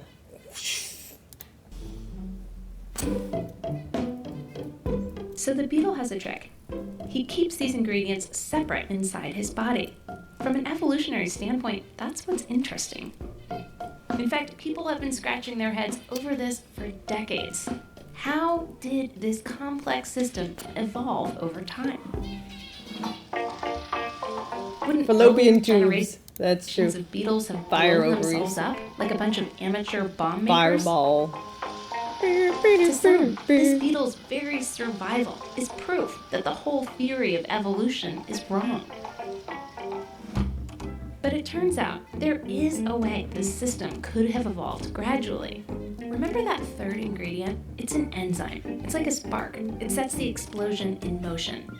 And enzymes evolve. At first, maybe this one wasn't so dangerous.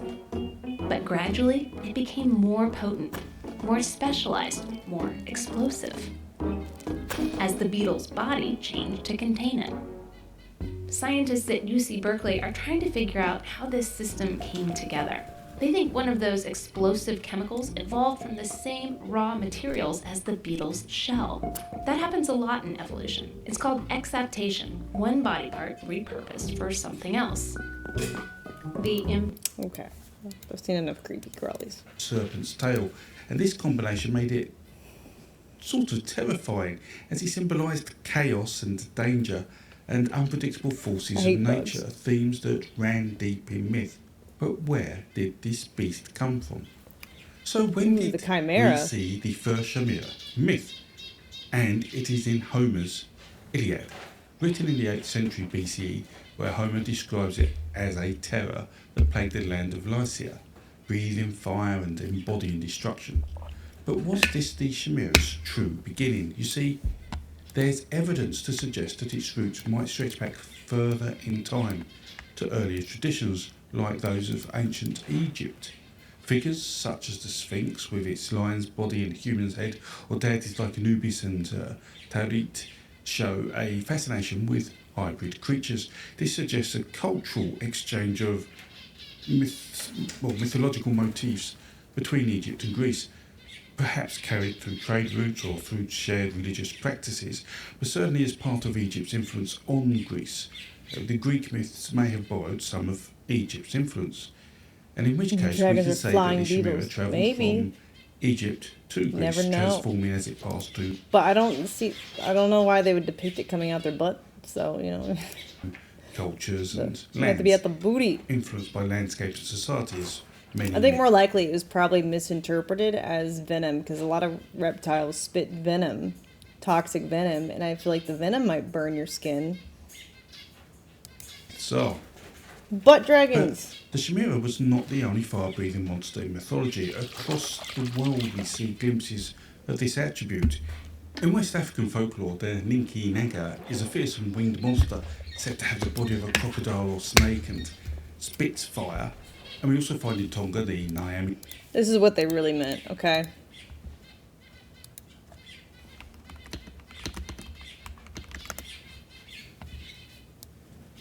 Sweet dollar tea from McDonald's. I drink that. Super hot fire. I spit that. 2.5 men. I watched that.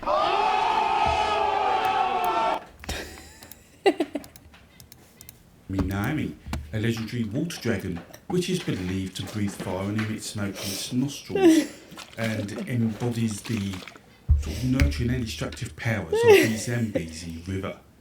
But folklore isn't myth, and the age of these stories, and in fact, most of the stories from Africa, is really unknown. Then, if we cross the ocean to South America, the Koivilu is a huge serpent from Mapuche mythology, the ruler of waterland, who is said to have fiery breath and smoky nostrils. In Europe, we see in Scandinavian mythology the Storjordet, a mysterious sea dragon said to dwell in Lake Storjen, and is described as a fire-breathing beast, a beast which is not too dissimilar to the infamous Loch Ness monster from Scotland, although there's no stories of that breathing fire at all. And in China we have the Kiao, which is a mighty sea serpent with a fiery nature and bringer of both cobra spit fortune venom and destruction. And finally, if we head to the Near East, we see in Arabian mythology there is Al-Tinin, a dragon-like giant water monster who moccasin. has fiery breath and smoke-filled nostrils, whose twin tails give off a sense of malevolence which makes this creature seem, well, rather evil. But with these stories, these monsters, their origins are hard to tell, and none of them really represent the fire-breathing dragon we're familiar with today. Most would, well, be considered more of a product of local folklore as opposed to sacred myth. But there were dragons that breathed something else.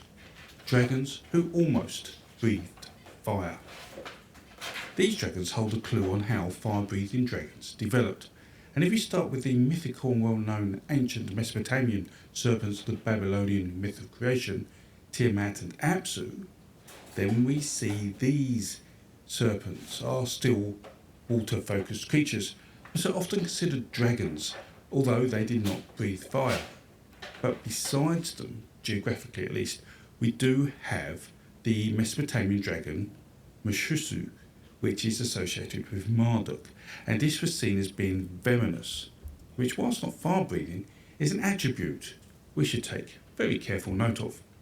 Now, in India, the Vedic traditions, we see the serpent Vritra as holding water, and Vritra has much in common with Tiamat, and like Tiamat, does not breathe fire.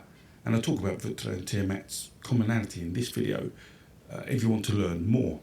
But these two beasts seem to have too much in common to be coincidence. But the dragons, or at least dragon-type monsters, get more interesting as we head back to the ancient Greece, home of the Chimera, as here we do see multi-headed dragons like the Hydra of Lerna, which continue to be associated with water, but which also spat venom, much like the Mesopotamian dragon. However, Ovid wrote in Metamorphoses about the fight between Cadmus and the dragon. With its fangs and its constricting coils and tainted, poisonous breath, it slew them all. Now the blood began to flow from its poison-laden throat. And this spitting of poison and blood from the mouth would burn the victim, much like how fire would burn. Exactly. But then we read in Apollodorus in Library Book 163 about Typhon, the water dragon. Such and so great was Typhon when, hurling kindled rocks, he made for the very heaven with hissing and shouts, spouting a great jet of fire from his mouth. And here, Apollodorus, who lived probably around 100 to 200 years after Ovid, and so early first millennium, has created and transformed the dragonesque monster from a poison spitter to a fire breather. Although there will be some people who will point out that monsters like Typhon aren't dragons, as we would recognise them in their typical physical form. But to focus on that would sort of miss the transformational point of what's going on in the story. It is poison. We see many dragons spit poison before becoming fire-breathing, and then we start to see a change to fire-breathing animals. It's like a game of telephone. Why is this? Well, let me show you. This is a poison-breathing dragon. And this is a fire-breathing dragon. When oral tradition changes into writing and art, you need something more visually expressive. And whilst people can imagine the pain of poisoning, visually it does not compare with a fire-breathing dragon, which will too give you the pain of poisoning, that burning sensation. But there may be other influences as well alongside this. I often talk about myths evolving to reflect the landscape of society. And so another view of the dragon breathing fire was with myths in lands with volcanoes. We do have evidence that the volcanic eruptions, incredibly powerful events, could have played a part in the association of fire with dragons, with the eruptions being said to be caused by dragons. And this could make sense if the dragon was being associated also with thunderstorms at the time, because the tangible observations of loud booms of thunder, often considered by to be dragon coincidence, breathing, roaring, was already associated with the creature. So loud volcanic eruptions could equally be applied to dragons, along with the spectacle of fire and lava flying through the air. Between the many-headed Typhon, spitting poison and exploding volcanoes, coupled with the increased importance of writing and art, we then get to what is commonly considered the first appearance of a fire-breathing European dragon in its typical form, and this is in the Anglo-Saxon epic Beowulf.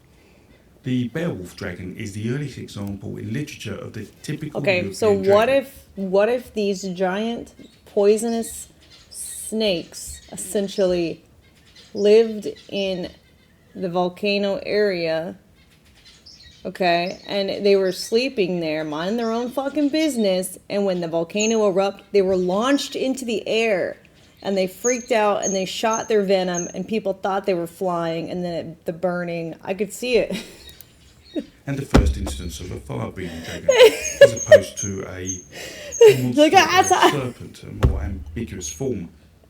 The Beowulf dragon is described in the text using Old English terms such as draka, meaning dragon, but we also see worm, meaning reptile or serpent. But we also see that this dragon also has a venomous bite, something that many fire-breathing dragons probably haven't lost, but the fire-breathing part of them is now considered more important. So take note for those who write about such things. A small dragon with no or little flame can still bite you and cause a painful, burning, poisonous death. But there is more to that dragon than that, for we see other traits develop in Beowulf, traits that we now... It's like the geysers, right?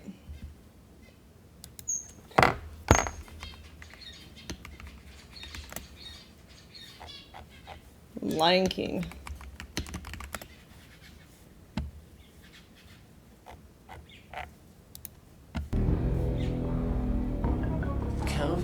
Kovu. Scar wasn't even his father.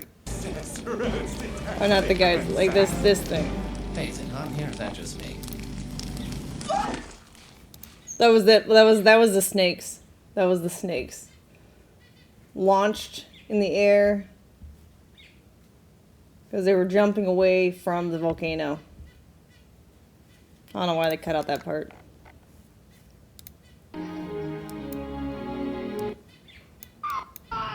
There we go, there it is.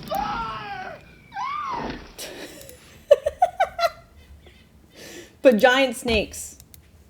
You never know. Think of as common, including dragons being nocturnal, treasure hunting, inquisitive and vengeful. Whilst I think there is good reason to assume poison became, or at least led to the introduction of fire breathing, there were other pressures placed on the development of the dragon. Some believe the Beowulf dragon is inspired from the Bible, and one of the dragons in there, Leviathan. We see this monster, possibly considered a symbol of the devil, within a biblical context, best described within the book of Job, although Job was probably written before the devil appeared in the Bible, but it certainly may have taken on an evil form. And so the Bible, at the time of writing Beowulf, was available to the author of Beowulf, and so perhaps the monster in there, and there are other... has a snake ever done that?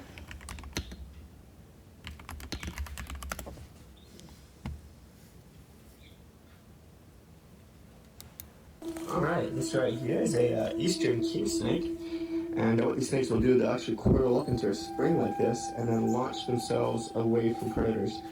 This guy's able to go 15 feet with one launch. That's kind of incredible. I hope he just throws it. Right, darn it, I wanted him to just throw it.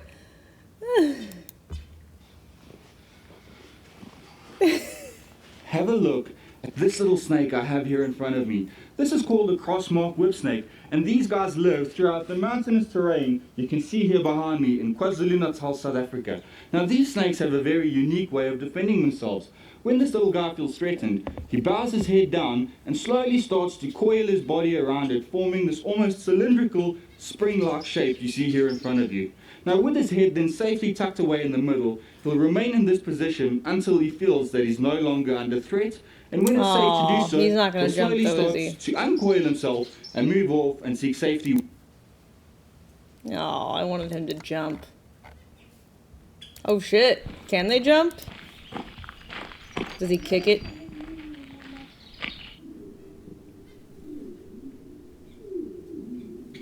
Oh fuck! Oh, look at him go! Well, it's not really a jump. But maybe from the top of a mountain, if it did that, you would think it's flying. I don't know.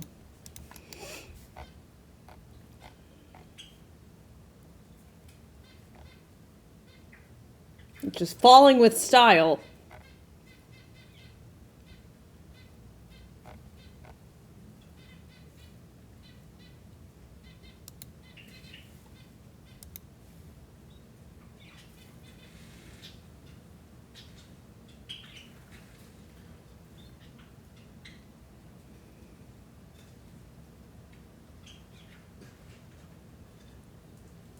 Where's the snake? I don't see the snake. Oh. Oh shit. It's the same type of thing, I guess. The falling with style. It's kind of a jump. I mean, if it was much bigger, I could see. Plus, like, you know, if it was on top of a mountain, I could see it.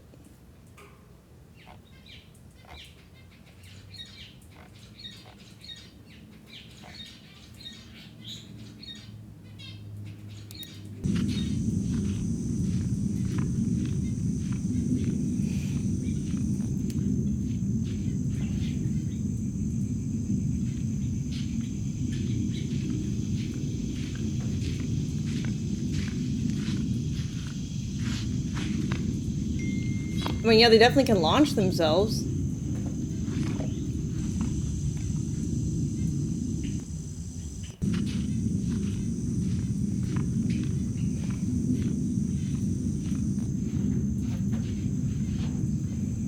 So, I mean, I could see it.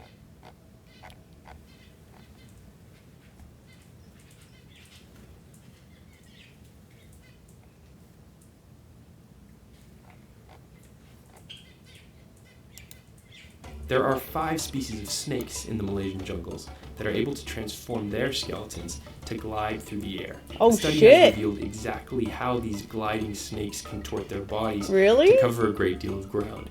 When it leaps off a high tree branch, it See, falling with rotates its style. ribs forwards and upwards, making its body double in width. This transforms it into a much flatter, aerodynamic shape, similar to an airplane wing. It moves its head back and forth, which passes waves down its body like it's swimming in air. Professor Jake Stosha carried out the study by creating a plastic copy of the snake's cross-section and placed it in a tank of flowing water and gathered data on the way the water moves around it using lasers and high-speed cameras. Kind of sick. Venom shooting, gliding snakes launched from top of a mountain, escaping volcanic eruptions. Confirmed.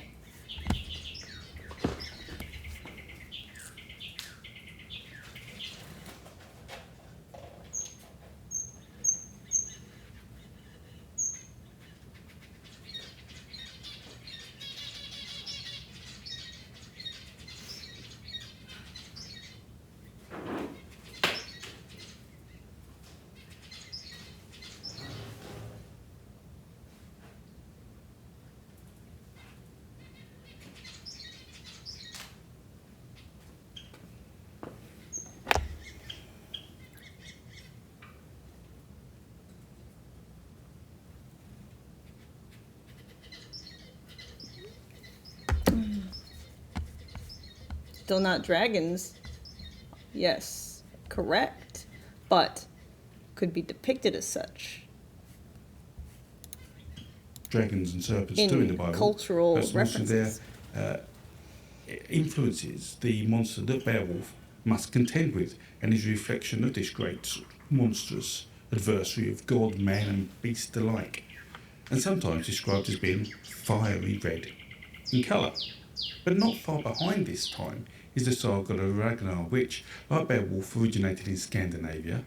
Here, the king of the Swedes brought several snakes. Not while all hunting dragons had and wings. gave them to his daughter. And to if the they were cock. gliding through the air and someone was describing to an artist, flew through the air, they might draw it with wings. After, she fed them every day, giving them a whole cow's head, and then when these snakes matured, they burned everything around them with their poisonous breath. The king promised his daughter to whoever would destroy the snakes, and Ragnar succeeded by wetting his fur clothes so they would freeze, protecting him. And some snakes also have like a horny looking face too. See? You know what I mean? Like, they definitely could.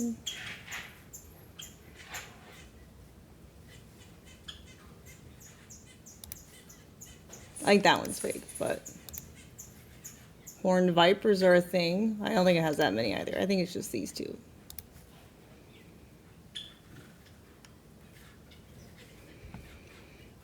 They were just like giant ones. Launching themselves through the fucking air. The eyes are the same, you know?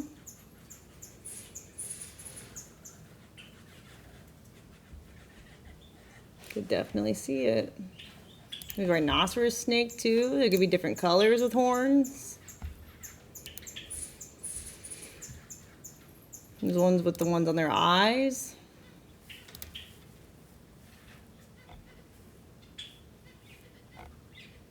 You never know.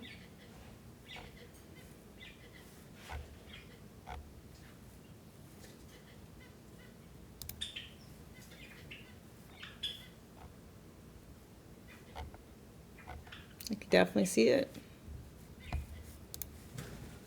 You know?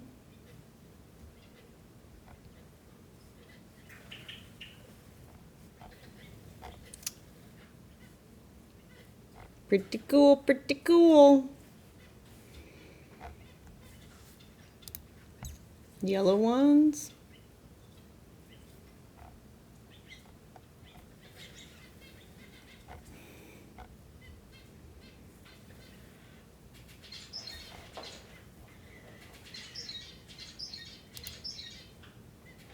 It's an antique brass.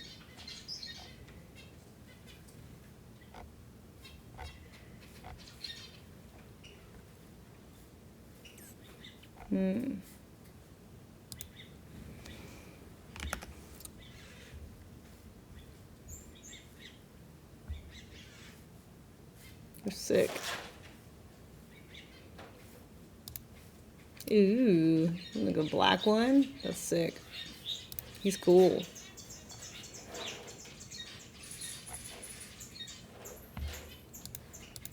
bet that's what it was. Look upstairs for something. One sec.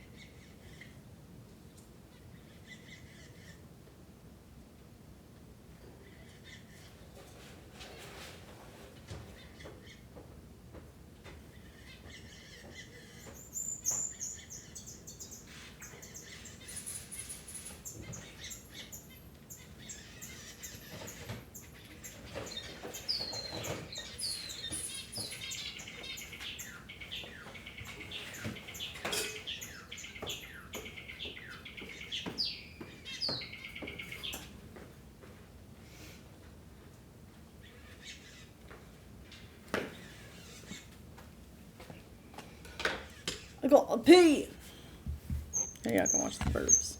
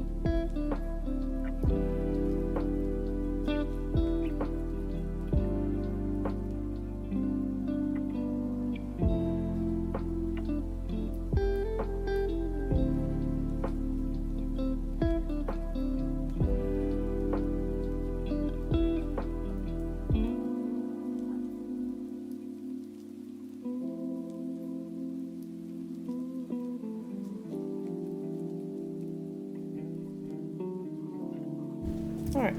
Oh, he's so cute. Look at that cutie.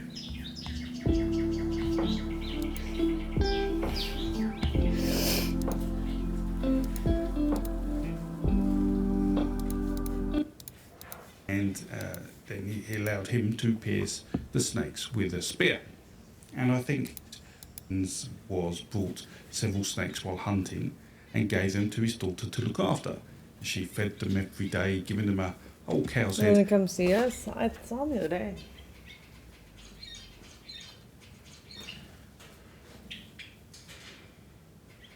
I don't know where he is. I saw him in there yesterday.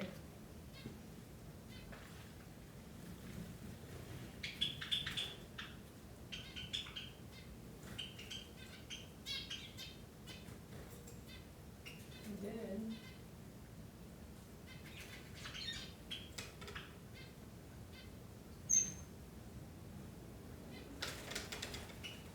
Let me go look, make sure he's okay. Let me see.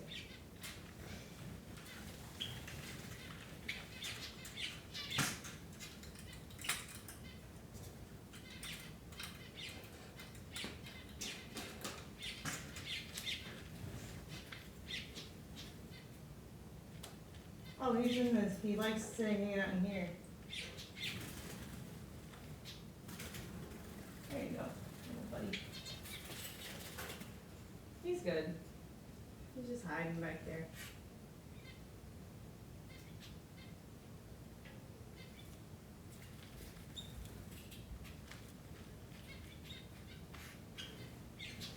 Let's see.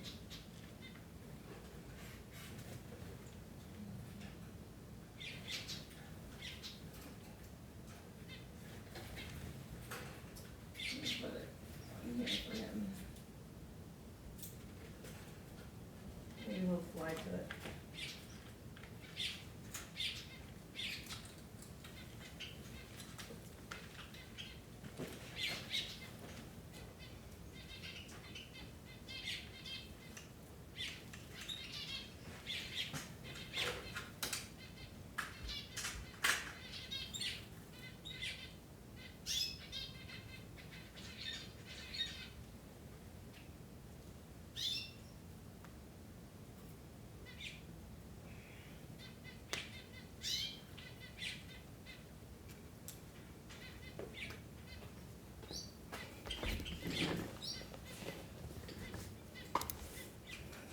Let's see. He likes that ring I just put up. He was inside the cage on the ground because he likes the ring perch.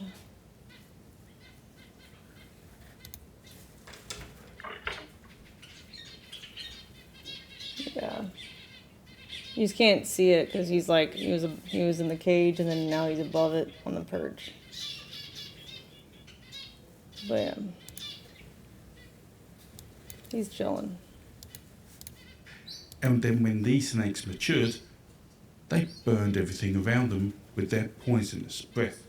The king promised his daughter to whoever would destroy the snakes, and Ragnar succeeded by wetting his fur clothes so they would freeze, protecting him, and then he allowed him to pierce the snakes with a spear. And I think this piece of storytelling really convinces me about poison turning into fire. The language is just there, but I really also think it was art and the visual aspect of art that established it as normal. Before I finish, I want to thank my patrons for their continued support and great questions, one of which led to this video. And their help allows me not only to make videos but also develop the mythology and folklore database, a source of myth and folklore used by thousands of academics and scholars across the world. So really thank you, and feel free to support me on Patreon if you wish to be part of that. Now, whilst we see poison used commonly for over 1,000 years, in fact thousands of years, to represent burning breath, it is really only in the last 1,000 years or so do we see the change to fire. The imagery really raises the odds of fighting a dragon in medieval European mythology and folklore. The age of rescuing princesses as part of a chivalric romance. Now, yes, some consider the dragon as a Christian allegory symbolising sin or destruction or the devil, but to me, it is just an attention-grabbing trait which can be imagined or portrayed in art that played on the burning poison and the leverage to power and evil that fire represented to many people, but particularly to Christians because of their view of hell. And this explains the reasonably concentrated area of stories about fire-breathing dragons being pretty much contained within the borders of Christianity, and certainly seen, across the Christian part of Europe and into Indo-European and Near East areas. Now, if you want to know more about dragons, then I recommend watching this video, and feel free to ask questions in the comments below. I'll do my best to answer as many as I can. And until my next video, please stay safe and well. And this was Crackenford.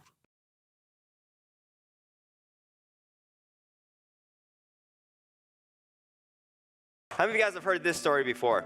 The brave knight defeated the fire-breathing dragon. He rode off with the beautiful princess, and they lived happily ever after. You guys heard that? You guys kind heard of story stuff like before? that? Yeah. Yep. But is it true? I mean, are dragons nothing more than just the stuff of fables, Bodie? Hey, you know what? The Bible talks about dragons. And that right there should grab people's attention.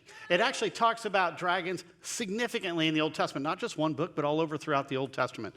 So when the Bible speaks of a creature as being a real creature, we need to take notice. That's right. So let's dive into this. Let's jump into dragons. Let's look at them in a little bit more detail. Yes, let's start off here, Bodie. Why do so many people in our culture today believe dragons are just mere fantasy? Where is that coming from? I think the primary reason is we don't find them. I mean, that's happened over and over again. When you look historically, if people couldn't find anything, they just thought, oh, it's a myth. And, we started to see trends like this. For example, there was the dodo bird. Okay, dodo is something I used to think you call your brother. Yeah, you dodo bird. But there's a bird, right? And there's these ancient accounts where people would see these dodos, these sailors would stop by and kill them, harvest them for meat and take off. And so there's all these accounts of it, but when people started showing up there later on, they're like, we don't see any. Yeah, a few hundred years ago, they thought the dodo bird was a myth because, number one, they were strange creatures. Number two, no one could find them. And number three, they only existed in these old stories and drawings. Kind of sound familiar? Does it kind of parallel the dragons? So for a long time, scientists were saying dodos are a myth until they found a specimen that had been stuffed and put in a museum. And they're like, oh, wow, it was real. And now, of course, they found some fossil evidence of it and so forth. So we need to be very careful of jumping into that. And what happened back in the day, think 15, 16, 1700s, a lot of the world wasn't discovered. We were still discovering places and finding places. Where's the proof? So if you didn't happen to find a creature in one place, you just assumed it was living somewhere else. This idea that they had gone extinct was just, who would have thought it? Yeah, you think about elephants and rhinos. Like, what would happen if they were to go extinct today? I mean, maybe 100 years, 200 years from now, they could also have that same logic and say, well, I guess they were a myth. But if it wasn't for all of our restrictions and Endangered Species Acts, elephants would probably go extinct as well. And we would just be doomed to repeat the same mistake over and over again. Yeah, so dragons, dinosaurs and dragons, there's actually a connection between the two. And I want people to understand the word dinosaur is a new word. Do you remember what year it was that it was invented? 1841. 1841. Sir Richard Owen came up with this term. It means terrible or terrifying lizard. So we start digging up all these dinosaur bones and we start calling them dinosaurs, and we disconnected. Notice this isn't real footage because they're never that connected. It's a kid hand digging in a fake sandbox. The child with a paintbrush. Dinosaur bones, and we start calling them They're never that well preserved. Dinosaurs, and we disconnected them from being dragon bones. Because during this time, from about the 1500s to the 1800s, we really weren't finding too many dinosaur-like, dragon-like creatures. Yeah, the bottom line here, the belief that dragons are a myth is actually a modern idea. It was invented after they went extinct. I mean, up until the 20th century, I mean, it was essentially, they were real creatures. I mean, think about from 1902 here, the Encyclopedia Britannica said that dragons might still exist, yet their numbers are few. And then just 8 years later, in 1910, all of a sudden the Encyclopedia Britannica published that dragons were myths. And the reason that they published that is someone said there were still some dragons living up in the Alps. That's a mountain range over in Europe. When did they say they were myths? Dragons might still exist, yet their numbers are few. And then just 8 years later, in 1910, all of a sudden the Encyclopedia Britannica published that dragons were myths. And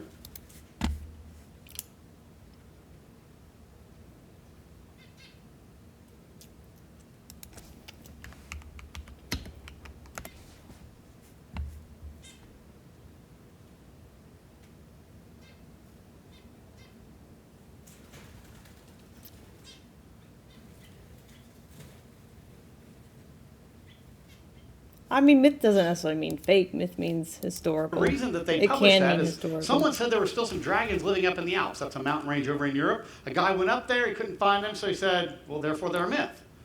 You see, even then, people were struggling with this idea that things could go extinct. Now in the 1800s, people were entertaining that idea. See, dragons are myth and dragons are a myth mean two different things.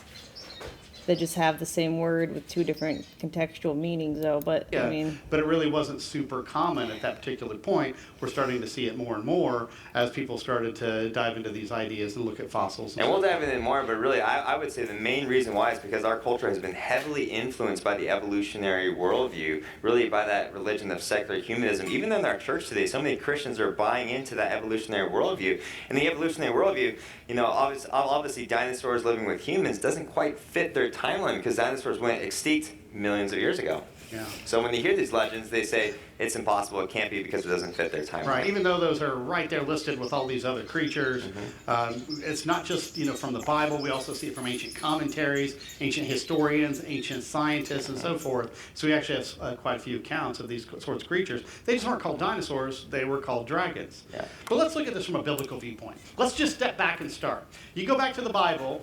Dinosaurs, which by definition are actually land animals. Now I know there's flying reptiles and sea reptiles. They're not actually technically considered dinosaurs. They would have been made on day 5 of creation. Dinosaurs would have been made on day 6 of creation. What day was man created? You guys remember? Day 6. Go. So, Got some smart kids here today. So man and dinosaurs, which dinosaurs are a subset of dragons. Dragon is more of an overarching term. It included dinosaurs, but it also included other creatures. But they would have been living at the same time. So when we start with the Bible, it makes sense that they were living at the same time. And it was a perfect world. Everything was perfect originally. That's what we expected from a perfect God. But then when Adam and Eve sinned and everything fell into sin, guess what? We started to see some animals turn. They start to become bad. They're meat-eating and things like that. Originally, all the animals and man were vegetarian, according to Genesis 1:29 and 30. So some of these animals were eating this. Some of them were very vicious. Then we see the flood. The flood of Noah's day. Hey, were dinosaurs and dragon-like creatures, were they on the ark? What do you think? They were, because remember, what did the Genesis 6 say? That every single pair of land animal, every kind of land animal had to go onto the ark. So obviously, they had to include dinosaur kinds. So you see from the biblical worldview, remember, as Christians, we got to always see all of our thinking no, just show me the kind, which we would call dinosaurs. Yeah, so there were around this show is the me graveyard something of the interesting. flood that happened 4,300 years ago. Chapter in this book here called Dinosaurs, Dragons, and the Bible. It's about A lot of people. Go to the start of what. Populate was only after all plus all of Give me like a map or something. Anything? Oh, here we a go. lot of Something. evidence of There we go. man and dinosaurs living at the same time. That's not necessarily just from the Bible. Even though we have plenty of examples, you know, if it's in the Bible, of course that's true. But we find a lot of confirmational evidence of this. These would be like petroglyphs and cave drawings and etchings and things like that in various parts of the world. And I actually like studying some of this. There's whole books that's been written on it. Of course, I have a chapter in the book. Yeah, we have a chapter on that. Virtually every single continent around the world, there's examples of paintings of walls, pottery, textiles, petroglyphs, those ancient artwork of dragons. But are those for real?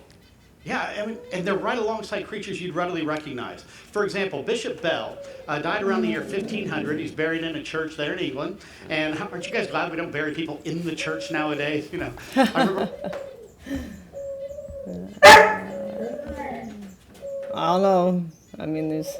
No, I'm not gonna go there. All right, let's see. Where are the more cave shit? Show me more cave. Animals, and you're like, oh, I know that one. Yep, I know that one. I know. That one looks like a dinosaur. Wait, hold on. What looks like a dinosaur? And you're like, oh, I know that one. Yep, I know that one. I know. That one.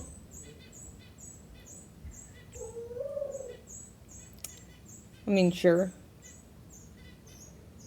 I could see it.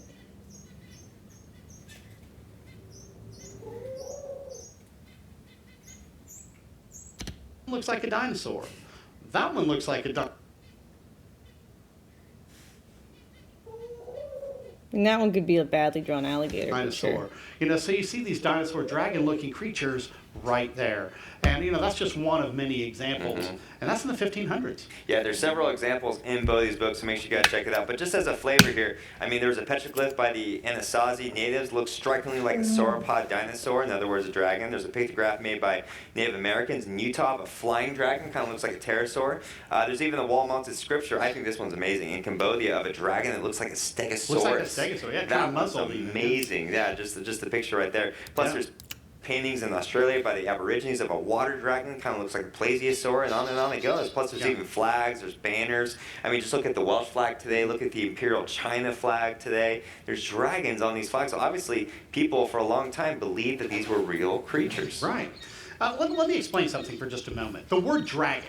What's the equivalent, of what we're actually talking about here? Is dinosaurs and dragons basically just the same thing? No, dragon is more of an overarching term. It included the dinosaurs, but it also includes the flying reptiles, a lot of the sea reptiles. Think of like a plesiosaur, for example, or Chronosaurus kind of thing. And it would even include large serpentine, snake-like creatures, or even things like crocodiles and alligators. By technical definition, they would actually fit under this auspice of being a dragon. So sometimes when I see the word dragon, it's like, well, now let me look at the context. Is this a flying dragon, a sea dragon, or a land dragon? If it's a land dragon, then I'm like, oh, okay, well, is this particularly a dinosaur? See, dinosaurs actually have a unique definition too. A lot of people don't realize that. A dinosaur is defined by its hip structures. It's got one of two hip structures so that it raises its body up off the ground.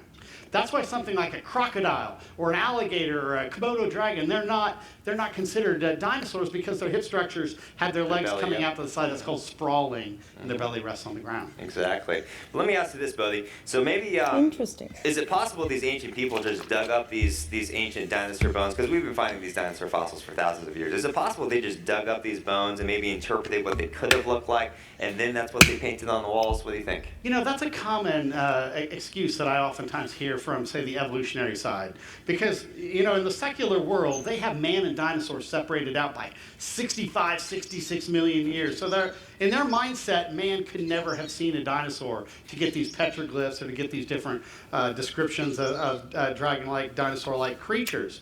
Okay, blah, blah, blah, blah, blah, blah, blah, blah. Show me more ancient shit. Triceratops or big, heavy T-Rexes. But, people started reevaluating this maybe 15, 20 years ago, started saying, hold it, these were reptilian-like creatures. Why not do a body mass more like features? You could Even a lot of Pliny back in the 80s, 70s of dragons. Let's talk a little bit about that as well in terms of, for example, Pliny back in the 80s, 70s, he said Africa produces elephants, but it's India that produces the largest as well as the dragon. Even Aristotle, he said the dragon, when it eats fruit, it swallows endive juice, and it has been seen in the act. Right. So, and we can keep going on and on and on. Yeah, there's a number of them, Herodotus and others, that have commented on them. One of my favorites is about these winged snakes that would fly in from the marshes of Arabia toward Egypt. And the ibis birds, this is why the Egyptians loved the ibis birds. They would attack them and take their eggs and kill them and destroy them, to stop them, because they had this poison that was pretty vicious on them. It would burn them. Chapter 22 in this book, a lot of cool references here. For example, I don't trust your book. In modern Egypt, situated very near the city of Buza, to which I went on hearing of some winged serpents. And when I arrived there, I saw bones and spines of serpents in such quantities as it would be impossible to describe. The form of the serpent is like that of the water snake, but he has wings without feathers, and as like as possible to the wings of a bat. Kind of sound like a dragon, you guys? Yeah, and he's describing other animals at the same time. Where is the proof? You could have just been overdosing on Vyvanse. We don't know. If you actually read through all these contexts. What I found was fascinating was, these creatures oftentimes lived in a swamp or a marsh. For example, those ones I just mentioned that were coming from Arabia, they said they were coming from the marshes. But you look in Arabia I mean, if you think about it, though, the flying dinosaurs that people have found, who's to say that all the bones found around that actually belonged to the creature and not part of the bones that were in its stomach? We don't actually know. Maybe. Could have been a winged serpent. Who knows? today, There isn't much for marshes or swamps. Now we have evidence that the place used to be mud.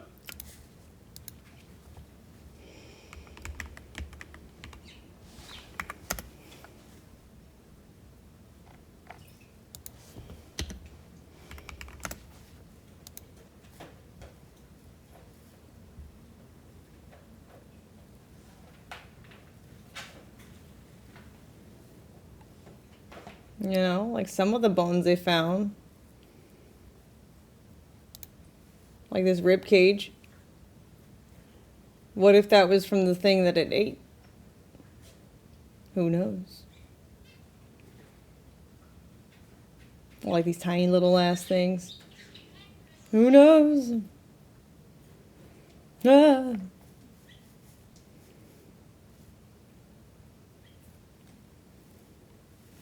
Or if it was like, they have this kind of thing. But that doesn't look like the thing with the horn, right? That could have been something that the thing with the horn ate. If that's even a horn. Who knows how many fossils have they actually found?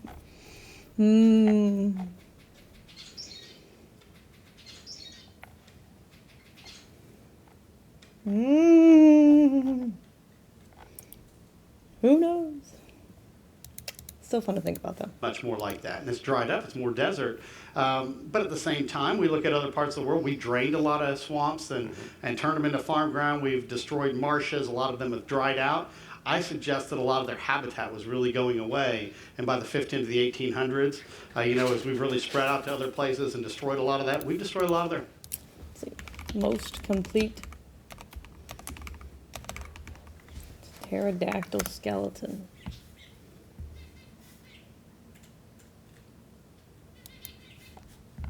I don't know, kind of looks dragon-like to me. Oh, come on.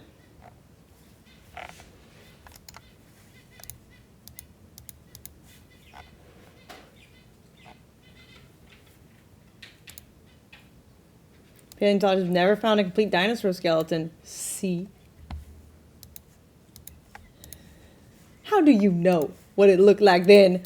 Their habitat, and that could be one of the reasons that the How numbers do you have know? significantly declined. Yeah, so what are some of those reasons why? Let's talk about that in terms of why they went extinct. Why don't we see them today anymore? Well, the number one reason? Sin. We need to remember that. We need to look at the world from a biblical viewpoint. We are in a sin-cursed and broken Oh my world. God, it was sin before them though. All right, let me see more things that y'all found.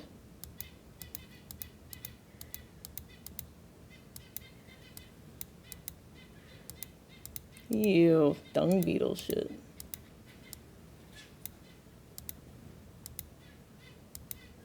Is this the strong? Oh my God. Okay, too much fluff, not enough stuff. You've seen whole dinosaur skeletons though? Yeah, they're casted from not actual bone. They don't find all those bones. They imagine it, and then they like make molds of what they think it might have looked like.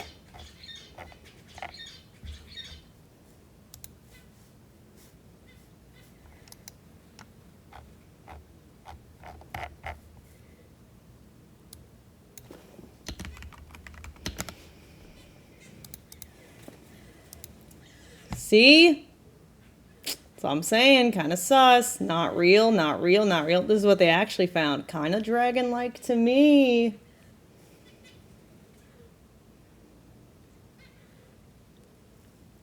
In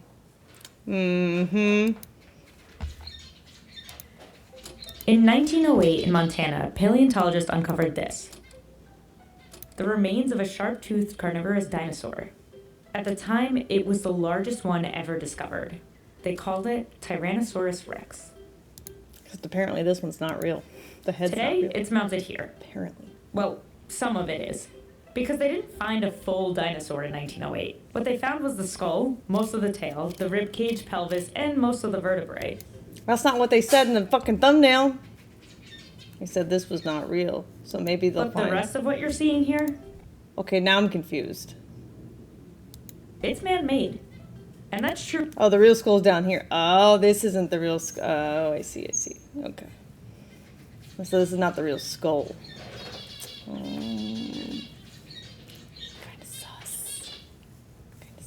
For most dinosaur exhibits. When paleontologists uncover the bones of a dinosaur, they usually only find part of it, leaving them with a prehistoric puzzle full of missing pieces. So, how did they fill in the blanks?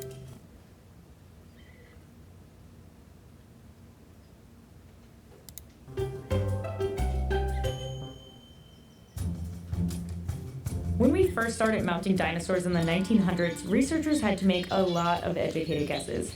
The first step was to get the bones they did have in the right places. And one thing that helped is to look at animals that exist now. We can just look at this Tyrannosaurus rex and we can see a lot of characteristics on it that are present. Wait, is that the real? Is that the real skull right there? Or is that a fake one too? Could be a dragon. Looks kind of dragon-like to me. Look at this Tyrannosaurus rex and we can see a lot of characteristics on it that are present in, like, chickens, for instance. Dr. Mark Norrell runs the paleontology division at the American Museum of Natural History. If you look at the feet, it has 3 primary toes that all face forward. It has an S-shaped neck. It carries its backbone parallel to the ground. And from there, they had to start filling in the missing pieces. For this T-Rex, both hind limbs and both front limbs were missing. But judging by the skeleton, researchers determined it was closely related to an Allosaurus. So an artist was commissioned to hand-carve the missing pieces, using the Allosaurus skeleton as a reference. Years later, they'd be replaced by replicas of real T-Rex bones. It turned out that T-Rex feet do look a lot like Allosaurus feet. But there were other times this kind of guesswork didn't work out so well.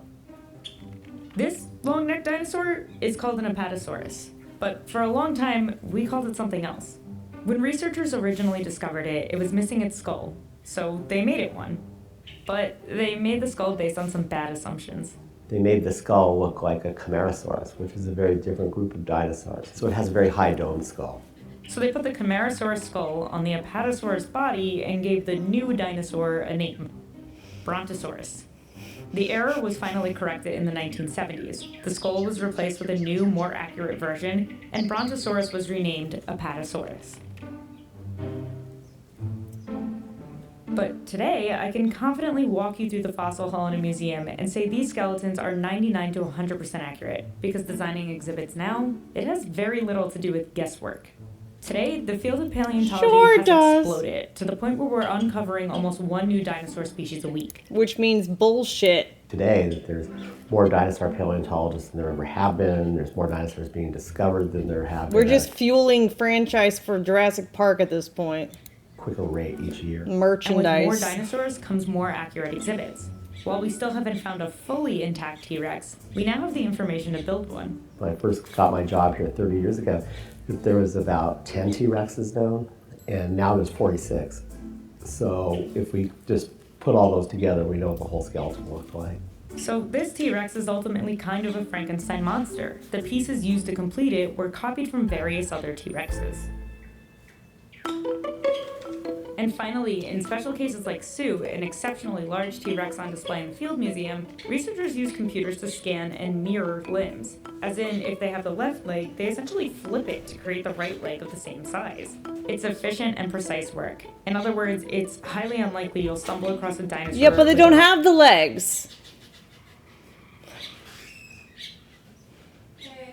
Hey, what's up? We're back from the vet. Let me go check in over there. Okay, sure. Wrong head today. Because even though dinosaur skeletons don't show up in one piece, there's no longer a lot of mystery around how they're supposed to look. Take a look at Norrell's newest exhibit at the Museum of Natural History, and you can see that today, dinosaur researchers have moved on from the skeleton to asking other questions about T-Rex. How did it move? How did it grow? How did it live? Now we work with everything from neurobiologists to material scientists to engineers, just to do some of the work on these things. And that's pretty much a new thing. I mean, 30 years ago, that really wouldn't have happened. In this case, Norrell and his team have reconstructed full models of the Amouranth. How do you guess it has hair on it? What are these eyes?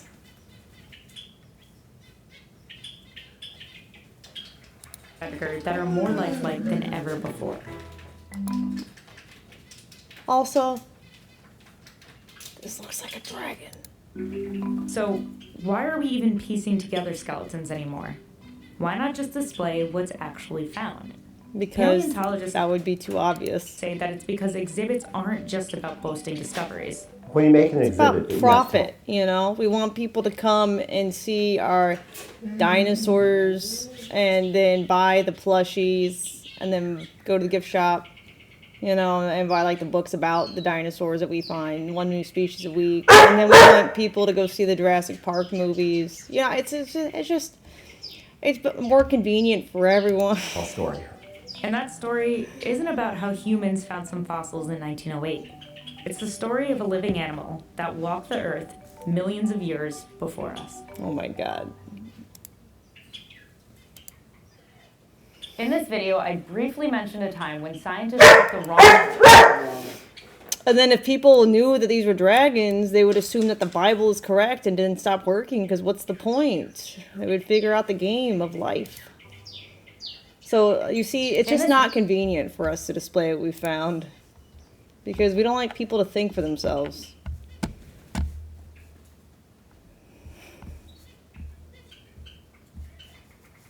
It's dangerous. It's tough. It's not very, it's not as easy to write the stories, you know? Mm-hmm.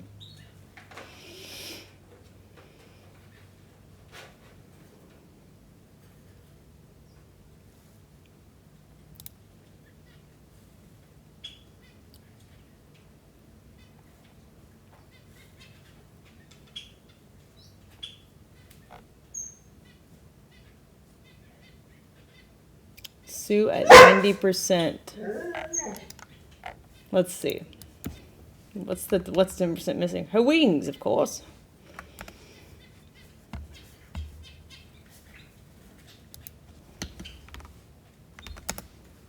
Duh.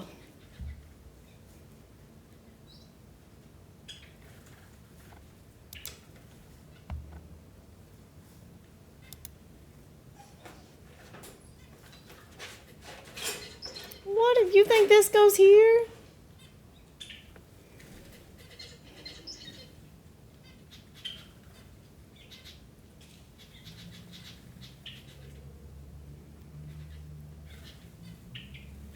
How? Clearly that was something she ate in her tummy or something.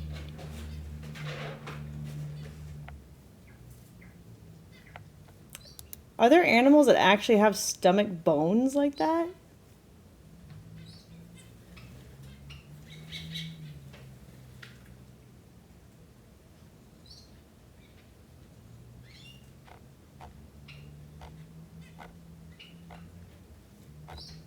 Doesn't even make sense.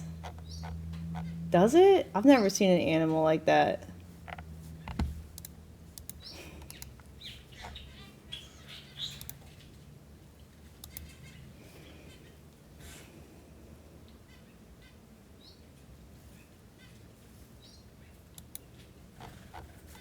Oh god, it's huge.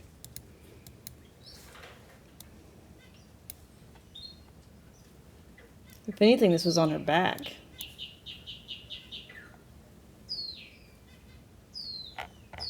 Like,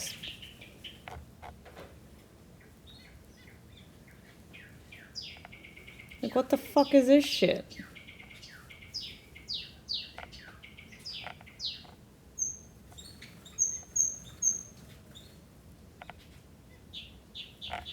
I don't think this is how this works. These are inverted. This is just a dragon. This is literally a dragon skeleton that they've inverted to make it look like the fuck this is. These were clearly part of the wings, like on a bat. These two were wing bone. And this probably goes on her back like horns coming out of the spine.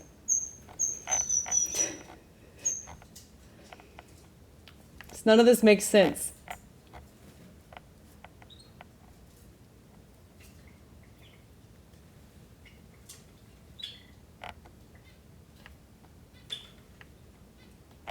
The fuck?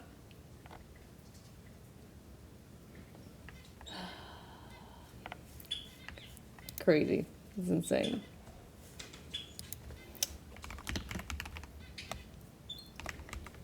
Eagle. No, let's look at bat.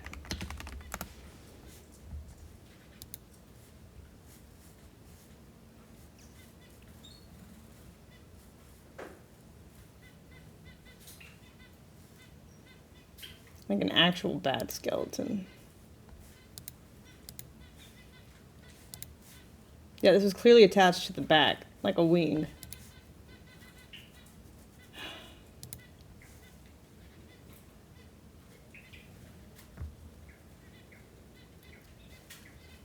And then these little tiny arms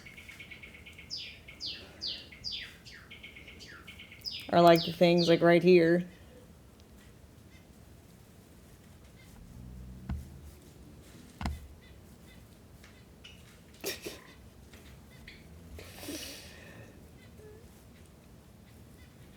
You can't compare animals. The similar animal would be a bat with that kind of leg structure. An alligator crawls on its stomach. It wouldn't. You can't compare it to an alligator.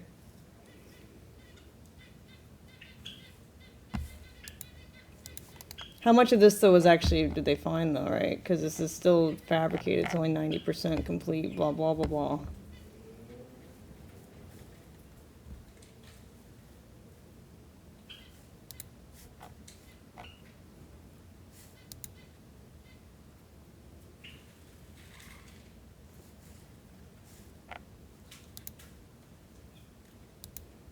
Like, what the fuck is this random bone here? This doesn't make, that's not how things work.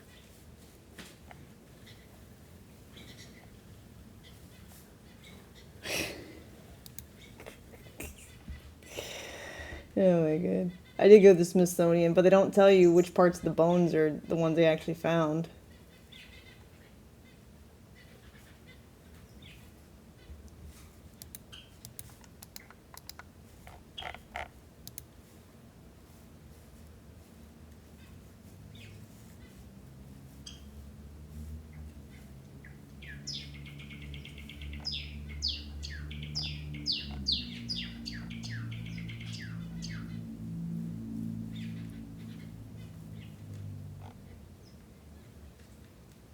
Yeah, I wish I could see like a diagram so you know which one. They're not going to tell you, but it'd be cool if they did.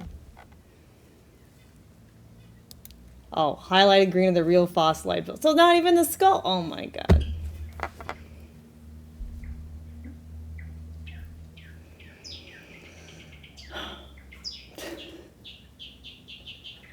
Bro, I can't.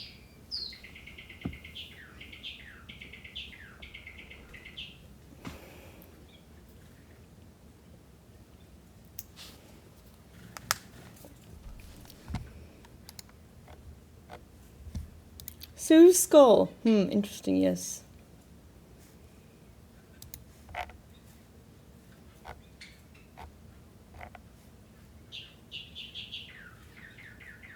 I guess that's the one that's in the box because it's like all warped and shit from the front.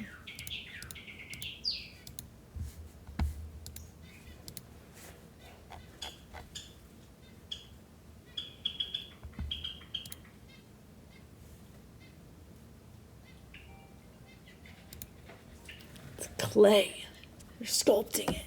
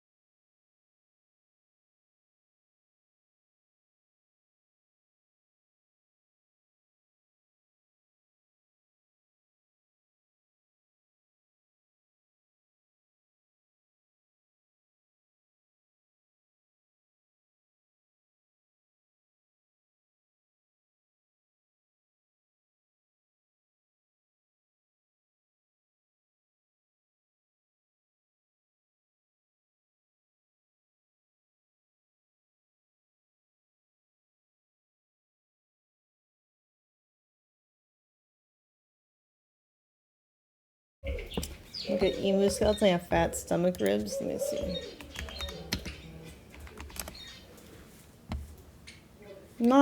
That's not the same type of thing, though. Jim, I wonder about your eyesight sometimes. That's like a sternum, right? But that's not like how they're trying to pass off Sue, wherever it was. This is like,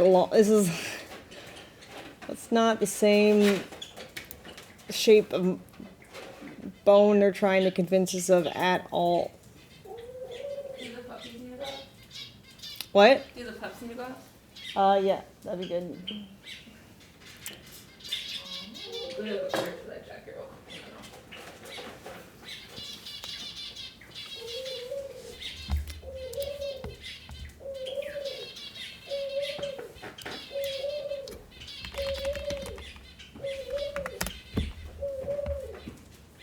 quick. Same with this. It's not.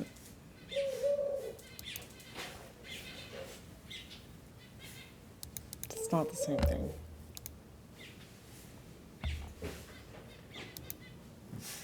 They're not like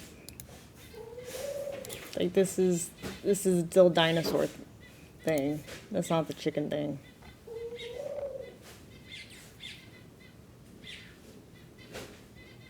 This doesn't even make this doesn't even make sense. These are not all bones. Oh my god. I can't.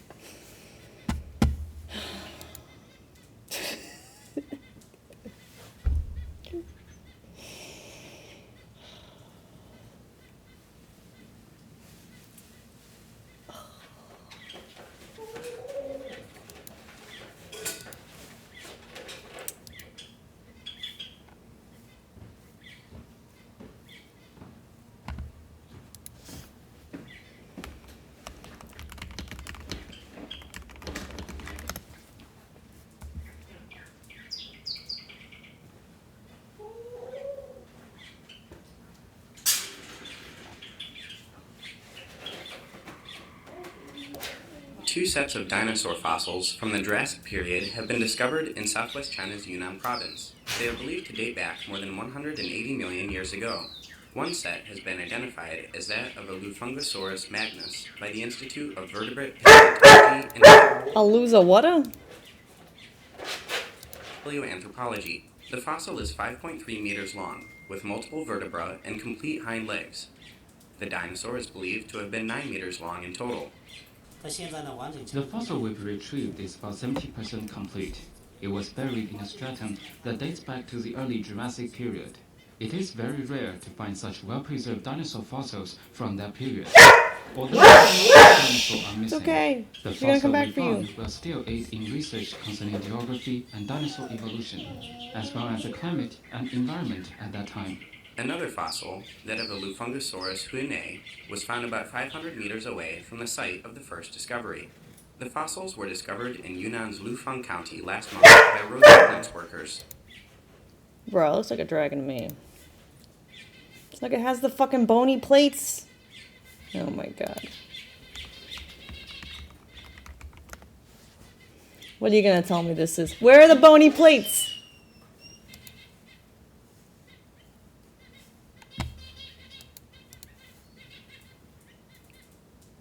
Bro, it literally has bones on its it's like the fucking dragon plates on its back. And now you're gonna tell me this is what I'm supposed to believe?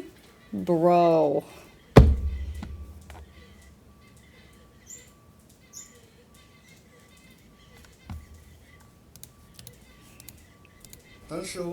We found some fossil pieces during our road maintenance work. We've changed the course of the road to protect the site. Uh-huh. This channel is part of the History Hit network. Okay. Dinosaur bones, China. I feel like I need to see more of this, the ones that he found in China. Or Argentina, sure.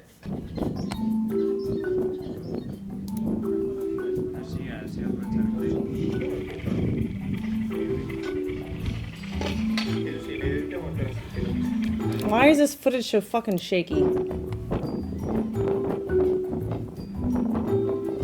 Stop! I don't care! Why do you have to cover up the visuals?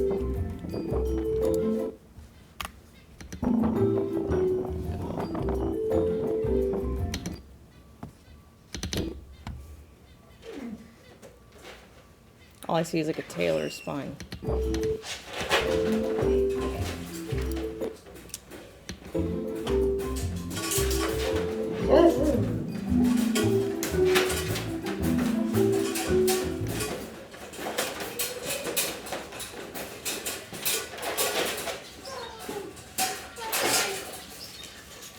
If it's not a complete bone, how do we know it looked like this?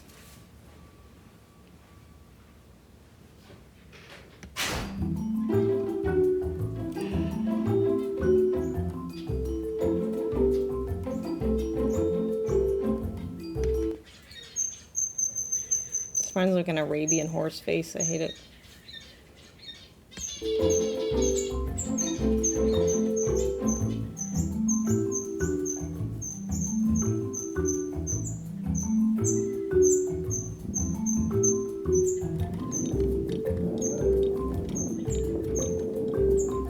How come they always show close-ups? Just show an aerial view, bro. I know y'all got drones and shit. I don't trust anyone until I see the aerial view of this in the field that isn't CGI. Oh my god. Like the worst possible crops. It's so annoying.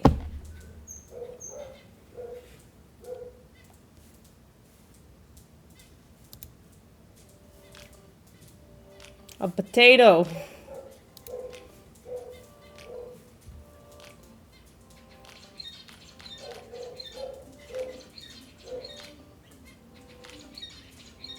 So this is what I Okay, shut up. This looks like wings. This looks like a dragon. as well as modern birds. After careful fossil preparation, basically we see the whole skeleton very clearly, although some body parts are still embedded inside the dinosaur egg. How are you getting this shit from it? Do we have eyes?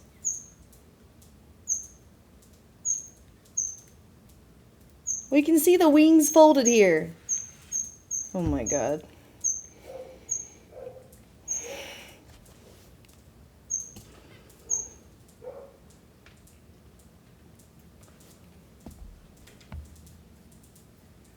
Do I see the beak? No, I don't, actually. I don't see a beak. Where is the beak? So this looks like the skull. I think.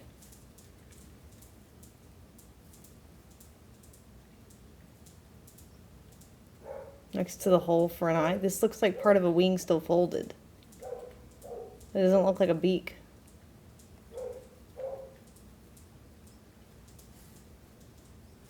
Because it looks like its head here, its nostrils here,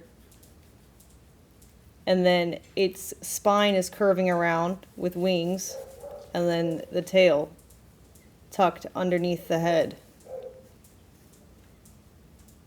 Where are they getting a beak from? Where's the beak?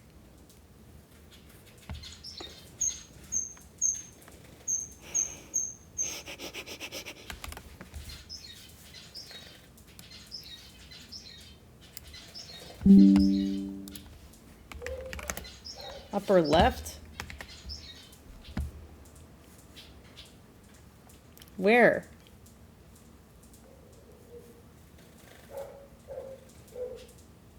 Oh, you think this is the skull? I don't think so. It looks like a, unless this is like the sternum.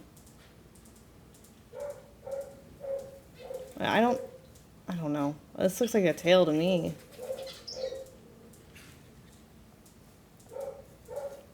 Because this has got a big hole.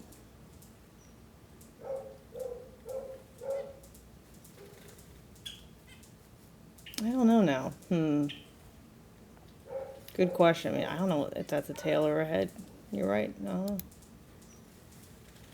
I feel like this would be the head. No? Maybe not. Maybe this is like the back, like the chest, and this could be the head. I don't know. The beak is left. Where?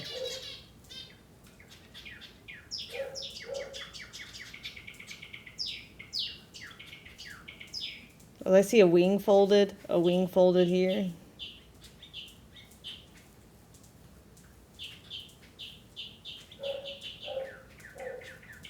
You think this is a beak? How? Oh, you think this is a skull and this is a beak? That's what you're saying? Because I was looking at this as like the skull down here. Maybe it could be.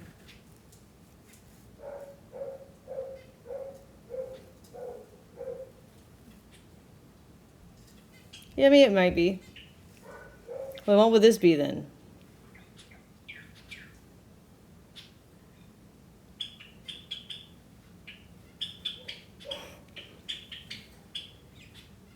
You think it's two of them? I don't know about that one. The pelvis. I don't know. I don't think that's how pelvises work. Is it? I mean, I guess it could be if this is a leg bent in here. Like if you're saying this is like the pelvis socket, maybe. But still, how are they getting the render from it? Because clearly this looks like wings folded up, no matter which way you look at it.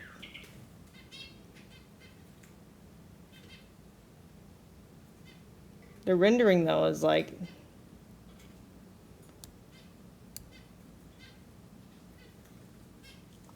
I'm not... Because they have... I see the tail spikes, I guess. The fuck? Oh, let's see. Chicken skeleton in egg. I guess chick.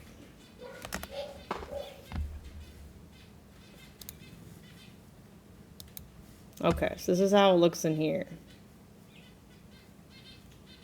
Maybe. Well, it's not really in the egg. I need to see in the egg.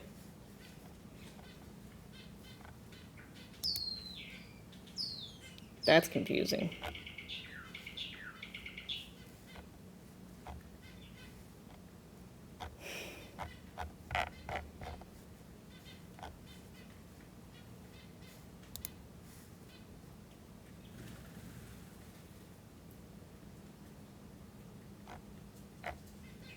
Okay, so there is like a weird solid part though here. There's a 13-day-old chick. Okay, so that kind of does look like a skull too, so you're probably right. So then this would be the pelvis.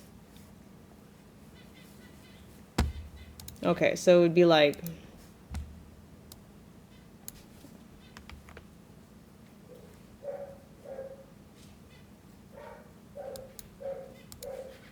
Probably make the brush bigger. We'll use like yellow, I guess. So it's like...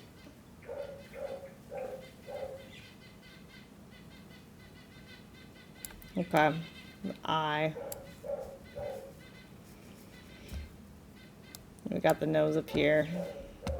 And then this is the back. Pelvis. Legs are folded into here, right? Then we got the tail.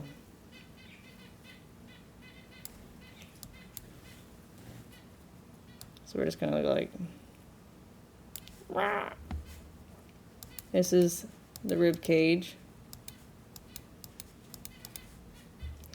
But yeah, like wings look like they're coming out of it then.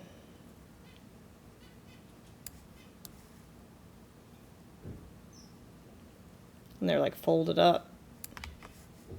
Let me do a different color for the wings.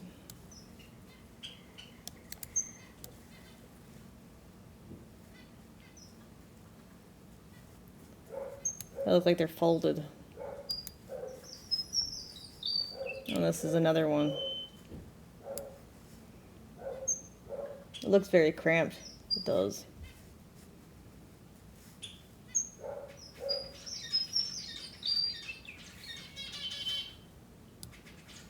That's what it looks like, roughly.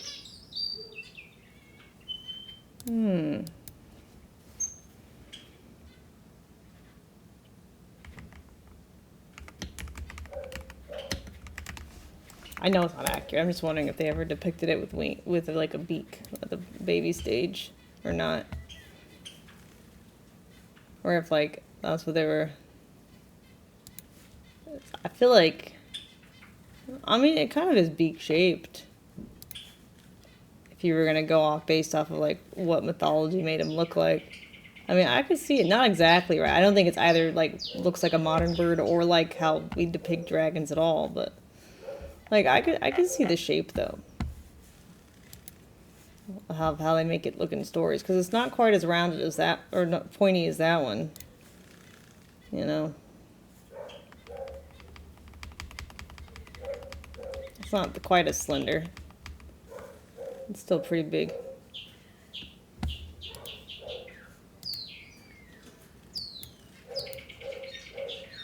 Very, very clean and well-preserved skull, which doesn't have any teeth. And this feature is actually it's very like typical in Oviraptorosaur.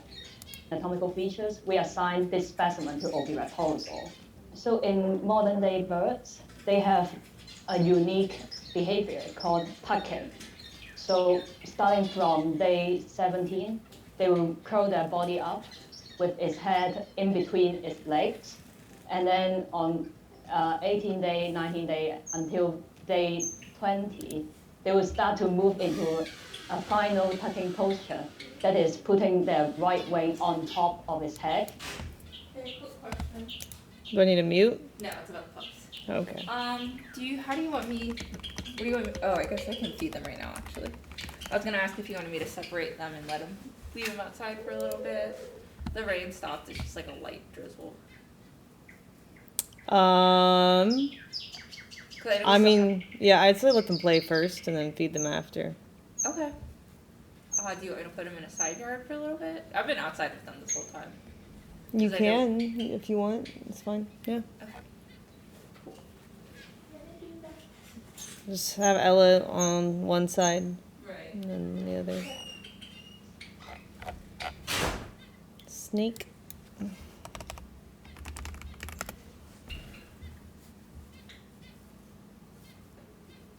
Snake, it's a snake.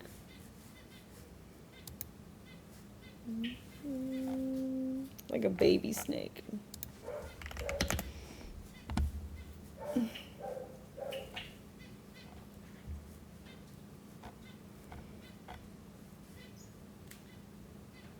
How come I can't find a baby one?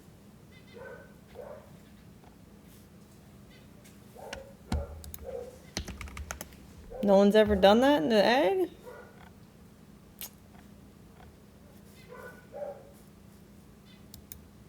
I mean, this is a prop. I have that prop.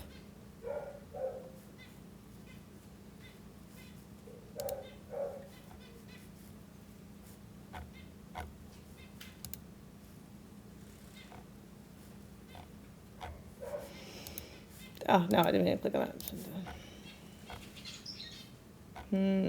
Interesting.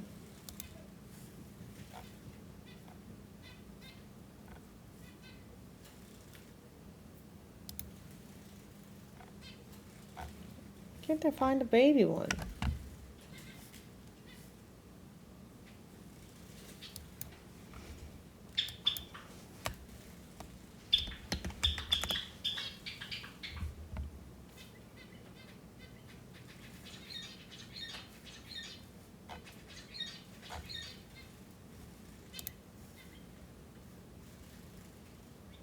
I don't think it's even a real X-ray.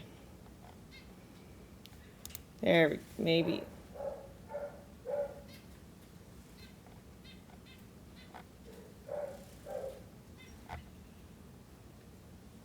Can't tell now.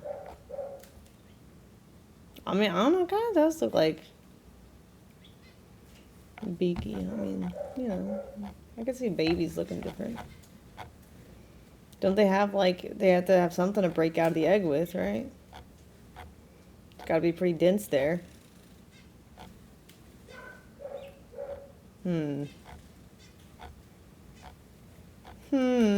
Maybe bearded dragon would be better.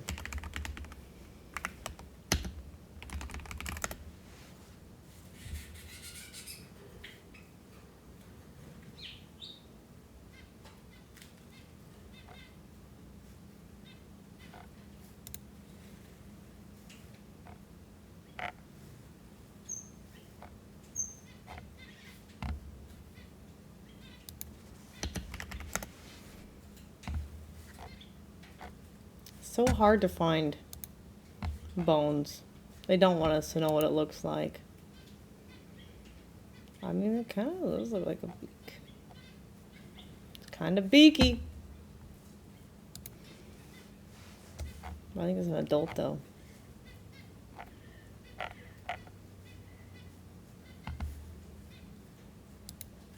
And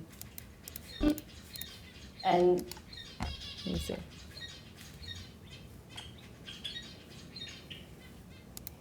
Now to the story of a sea monster with 130 razor-sharp teeth, the biting force of a T-Rex, and a skull measuring 2 meters. It might sound like the stuff of legend, but this creature really did exist around 75 million years ago, and it was called pliosaur. And a fossil of its enormous jaws has been now found off Dorset's Jurassic Coast. Our science editor, Rebecca Morell, went for an exclusive look. Oh, wow.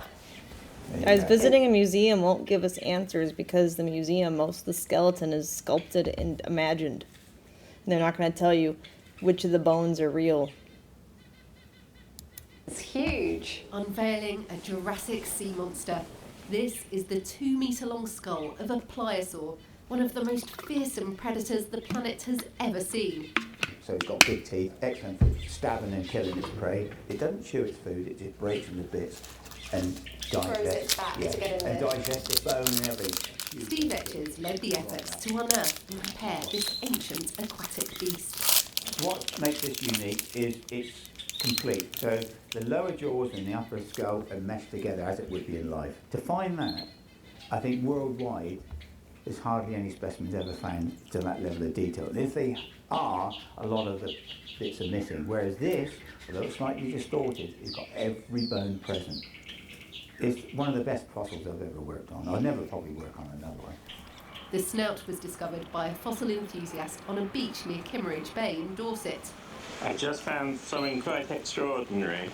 It's the jaw of a massive pliosaur. It's enormous. If that's what you found, where the fuck is the rest of it coming from? Oh my god, more bullshit artists, I swear. It must have just come out of a cliff up there somewhere. Over the course of weeks, the rest was excavated. A perilous process. Yeah, they're not gonna show us anything. Excavated. They're always hiding shit. A perilous process, with Steve and the team dangling off ropes halfway down a fast-eroding cliff face. It was all followed by a BBC documentary team and Sir David Attenborough. In these waters, underneath my Don't tell me it's followed by a documentary if you never show anything in the documentary. feet lurked the ultimate marine predator, the pliosaur.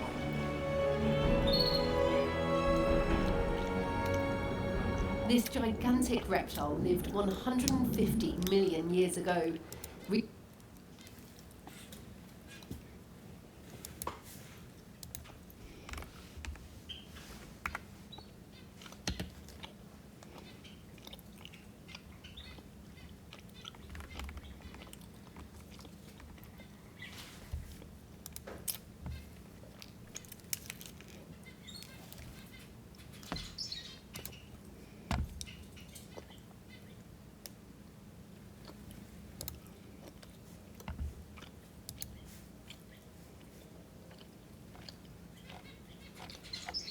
If it's just a pliosaur, why are y'all making it look like a fat ash?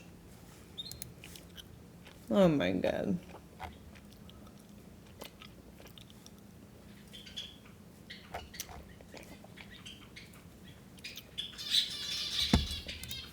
Reaching more than 12 metres in length, its bulky body was powered through the water with huge paddle-like limbs. It would have terrorised the oceans. So what we're looking at here is a surface scan of the skull of the pliosaur. Scientists have scanned the fossil to try and learn more about its bite, with its 130 razor-sharp teeth. They've calculated it had a bite force similar to a T-Rex. I think what we're looking at here is the top predator in the environment. If it had a bite force similar to T-Rex, and you won't show us the entire thing you found, then my conclusion is the same. Dragons.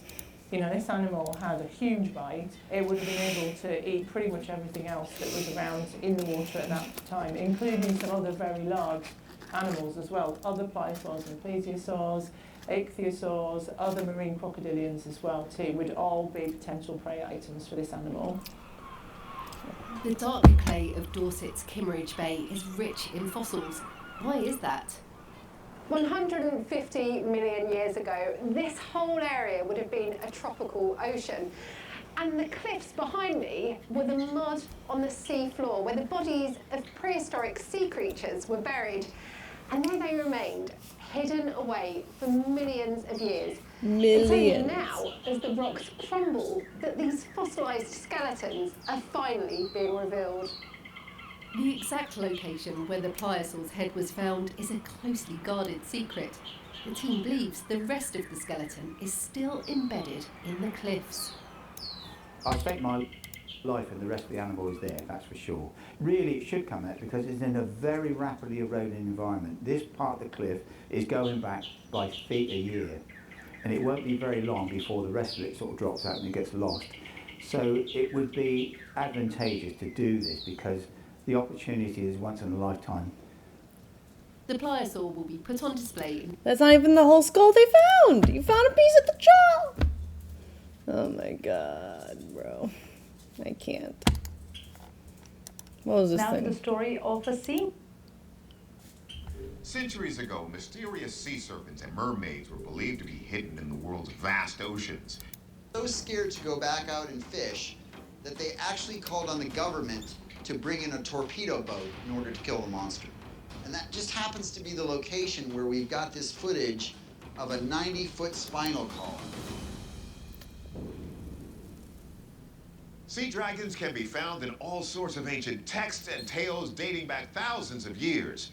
From Norse mythology's Midgard serpent to the ancient Babylonian saltwater dragon Tiamat, who many say was rebranded as the Leviathan in the Old Testament.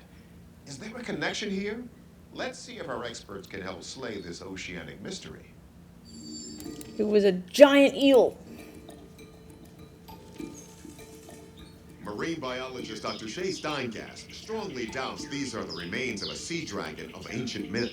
It's been hypothesized that this might be a sea dragon. That's probably not the case because we really don't have any scientific evidence of these creatures existing. Steingast also points to the fact that we can see what appears to be a pelvis, something not found in the numerous depictions of these serpent-like creatures. What we're actually seeing here is a very old skeleton of some kind of modern animal. But the only documented modern marine animal that could possibly grow to this length would be a whale. Could that be what this is? I would say the chances that this is a really large whale skeleton are really slim because we would likely see other types of large bones, like a skull, if we were to see a spinal column. These remains aren't like anything I've really seen before. With Dr. Steingast at a loss, we checked with wildlife biologist Stephanie Mankin. Why don't they show me the whole This thing? could be a modern megalodon like the one thought to be discovered near Rhode Island. If it were a megalodon, I wouldn't expect to see the bone as intact as this. Megalodons, like other sharks, instead of bone skeletons, they have cartilage skeletons, which don't fossilize well. Bone contains minerals, whereas cartilage doesn't. Bones are much harder, and if you think about your ear, this part where it bends is the cartilage, and that's what shark skeletons are made of. When cartilage breaks down, it turns into a jelly-like substance that dissolves into the water, which is why the only proof we have for megalodons are their teeth. And as for that alleged megalodon...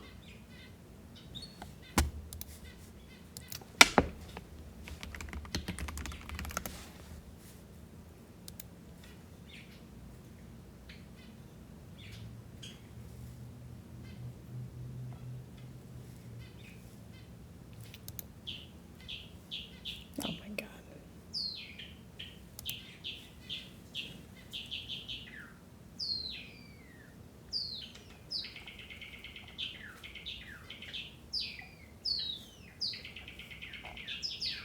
How is there so little information on things that you can like verify for yourself?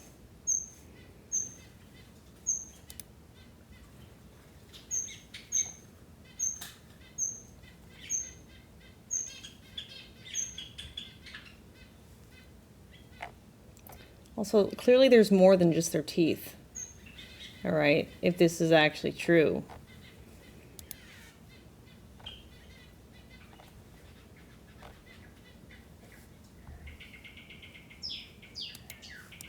Spotted by the Atlantic Shark Institute of Rhode Island, further research indicates this sonar image is more likely a large school of Atlantic mackerel. So with all of our theories ruled out, what is Manka's best guess? I believe that this is a whale. What is probably going on here is the whale skeleton has been on the ocean floor for so long that organisms have eaten away at the bone.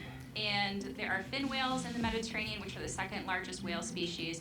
They usually don't get up to 30 meters. Do they have a pelvis though? Shale. Whale. Don't see a pelvis. Unless it's the flipper things are thinking is a pelvis. But they're not connected.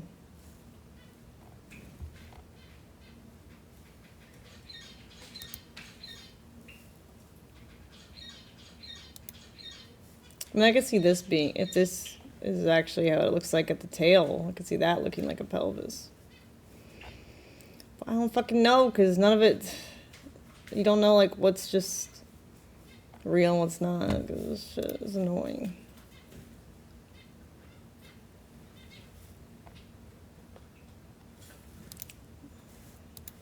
So there is a little size discrepancy, but everything else seems to allude that it is a whale. Our verdict? Unknown sea beast. Stephanie Manka thinks it could be an abnormally large whale, but our marine biologist Whenever they say Dr. unknown, you know for a Steingast fact that says it no actually way. is known. They're Until just there is not further telling you. investigation of the skeleton itself beyond this video evidence, these bones will remain a mystery. August 10th, 2019, in Tynemouth, United Kingdom, a small seaside town in northeast England. A local man enjoys a morning coffee on a pier overlooking the water when he spots this. We see a creature in the water, dark, skinny, and wiry, of indeterminate length. It lurks just beneath the surface in the shallows, hovering in place and almost submerged. But then it breaks the surface. Combo, why do you type things that you don't even know the fuck? It doesn't even make sense to you, I bet.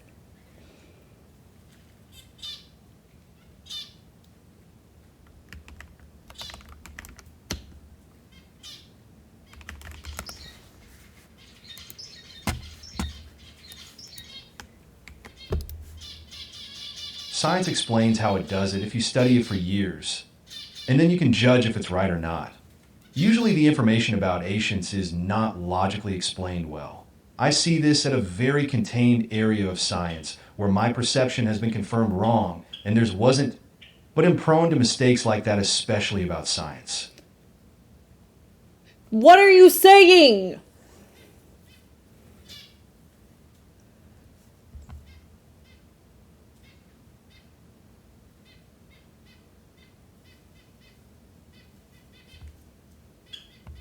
Translation?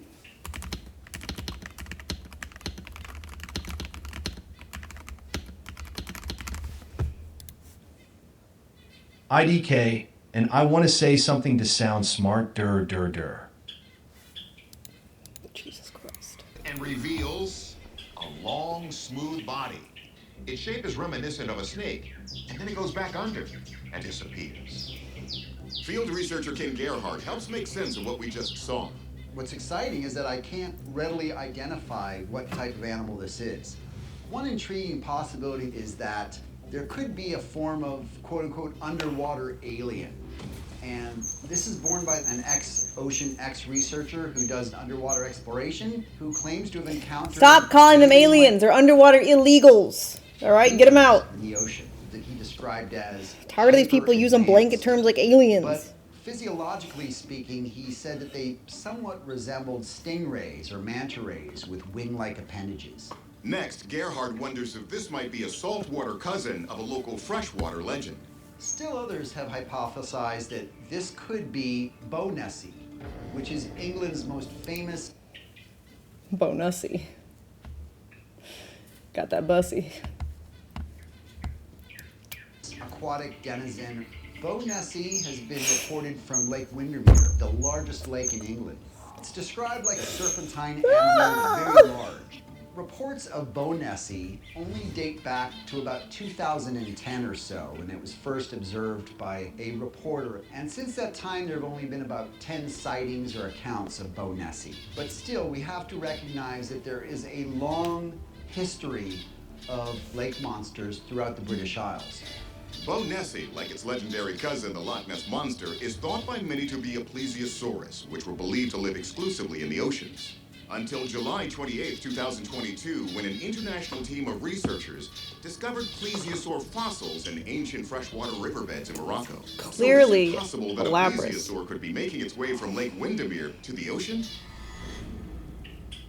In addition to aliens that resemble stingrays, underwater photographer Luis Lamar has described giant underwater spiders and poisoned deep-water sea snakes with bright yellow heads. Such figures are referred to as USOs, or unidentified submerged objects. Oh Could this my be one of the God. alien creatures from Lamar's accounts? Let's ask our experts. Wildlife biologist Stephanie Shuttler weighs the possibility that we're looking at one of Britain's famed water monsters. People think that this is Bow Nessie or some type of lake monster by the way that it's moving. It seems to be going in and out of the water, and these things fit what a lake monster would look like. But Shuttler's more skeptical. I wouldn't say it's really characteristic of an animal. Usually animals move faster, especially at the end. They don't bob up and down like that. When the end parts of it come up and down, they look like 90-degree edges, and I can't think of any animal that fits that description. Next, marine biologist Shay Conger discusses the possibility that this is a creature from another planet. Oh my God. Conjectured based on some witnesses that this might be an extraterrestrial, but this to me looks like a really normal object. It's in pretty shallow water, so it doesn't seem like there's anything particularly mysterious about it. It does seem like it's moving pretty dynamically in the water, and that could either point to the fact that this is something that's alive, or it's just something that's really flexible and catching the incoming tide and currents as they come in. Based on the fact that this object is not really making any advanced or directed movements, I can pretty much rule out that this is some kind of alien or It's a extraterrestrial log and you keep shaking the camera. creature.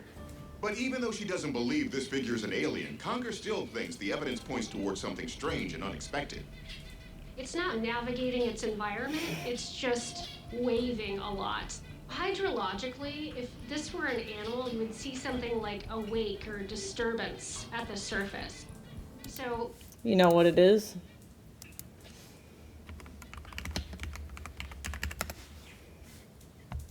It's the Dutchman coming out of the water. All right. It's the top of the sail.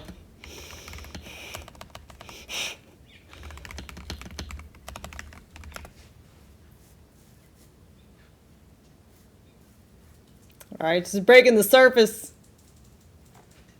Dun,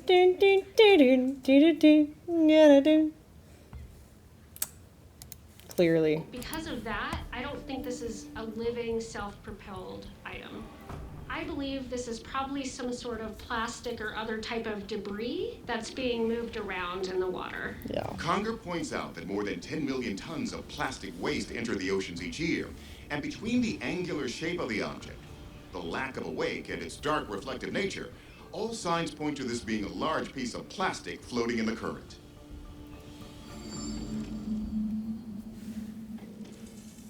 The verdict? This is just some floating debris. We didn't spot Bo Nessie this time. Bo Nessie? Rest assured, we What will a keep dumb a name. keen eye out for more sightings in I don't time. trust him.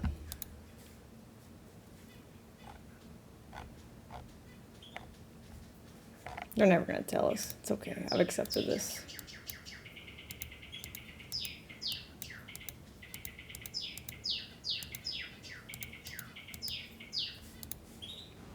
They're never gonna tell us shit. Let's just admire Switzerland. Can't even do that anymore.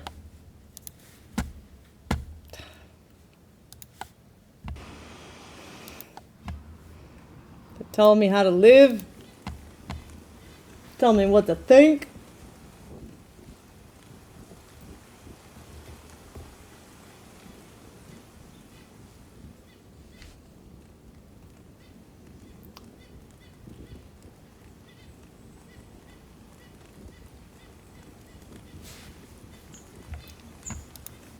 Millionaires making what you consider to be funny comments. I'm not making funny comments. I'm frustrated.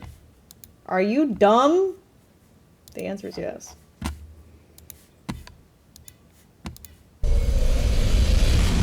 Watch this video. Stormy's out.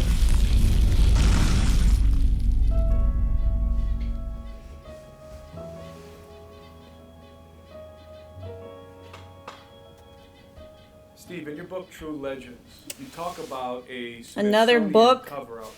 Does anybody have proof? Or they take themselves pictures out and about, what they've seen? Oh my god. I don't want to see your fucking picture book.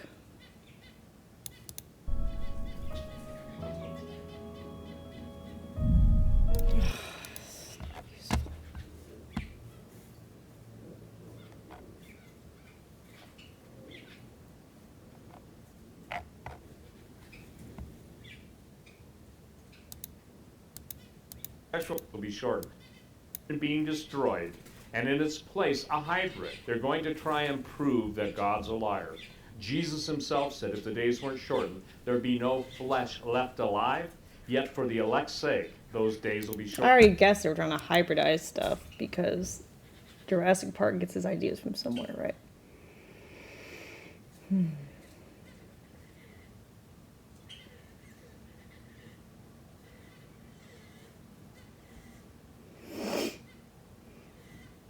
No, I already uninstalled Quit. Oh, Quiplash. I mean, maybe. Not Quidditch, no.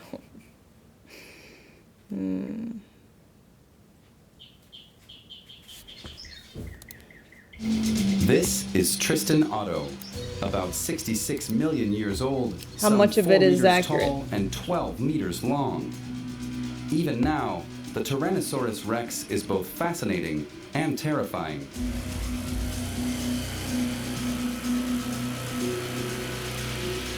In February 2020, conservator Abdi Hedajat brought him to his new temporary home in Copenhagen. Tristan Otto's skeleton is one of the best preserved T-Rex skeletons in the world. He is 50% complete. His body is 50% complete, which makes him to an almost complete skeleton. What do you mean 50% complete is not almost complete? One of the best preserved T-Rex skeletons in the world. He is 50% complete. His body is 50% complete, which makes him to an almost complete skeleton.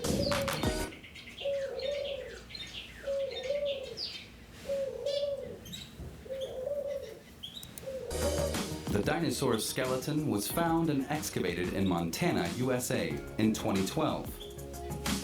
A Danish investment banker and his partner acquired it and named it after their sons, Tristan and Otto. At Berlin's Natural History Museum, the T-Rex was a huge hit, drawing over 3 million visitors during its time there. Some 300 fossil bones had to be packed individually in special crates for the move to Copenhagen. Transporting the original skull took extra care and attention. The skull that is mounted on the skeleton is a cast because the original skull is very, very fragile in many, many pieces. So the original skull is on exhibit next door by itself, and you can get very, very close to it. And the skull under the skeleton is a cast. The skull's 180 kilos would be far too heavy for the skeleton to support. Especially impressive are the powerful jaws and the teeth. If it were alive today, the T-Rex would have no problem crushing a small car with its jaws. You have paleontologists working their entire lives searching for dinosaurs, and they will never even get close to a T-Rex in this shape. So having had the opportunity to work with this specimen has been extremely privileged. I think it's like being allowed to repair Mona Lisa. It's that special. In Copenhagen, Tristan Otto is to be the main attraction at an exhibition titled King of Dinosaurs. I hope that our visitors, they feel this magic, it's almost like stepping into a time machine, standing here in front of a skeleton. I'd really travel back 66, 67 million years back in time and get this sense of, wow, life has been here for so long, we just don't understand it. In April 2021, Tristan Otto will be dismantled again and sent back to Berlin. Very carefully, of course.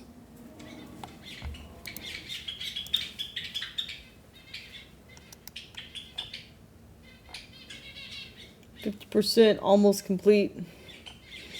Basically, but complete.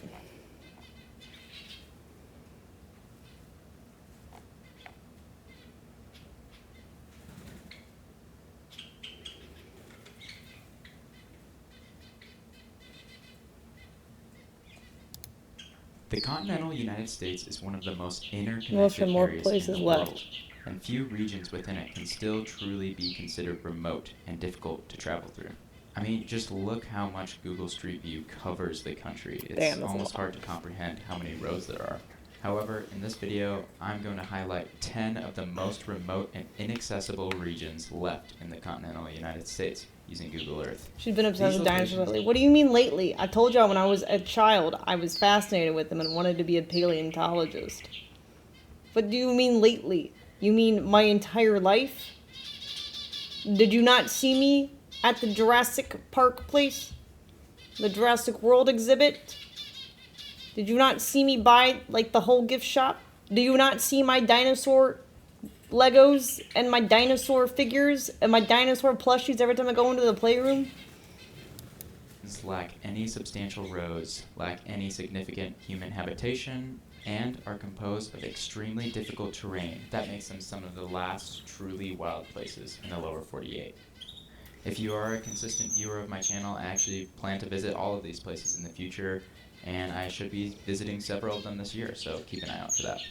Starting at number 10, we have the Maze in Utah. This is the only region on this list that is not an official wilderness area. It is also one of several regions in this video that is located within a national park, Canyonlands in this case. While this might bring some surprise, as most would expect a national park to mean immense crowds on busy roads, this does not hold true for the Maze district of Canyonlands.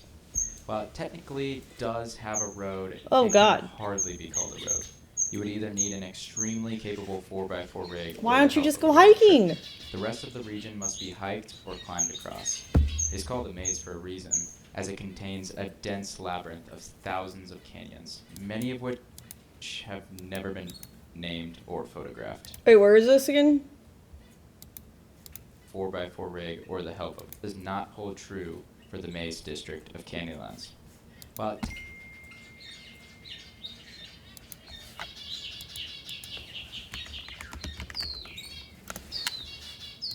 The maze.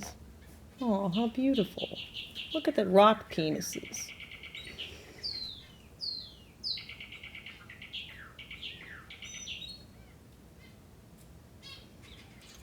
Green River, Utah. Why is it called a Green River?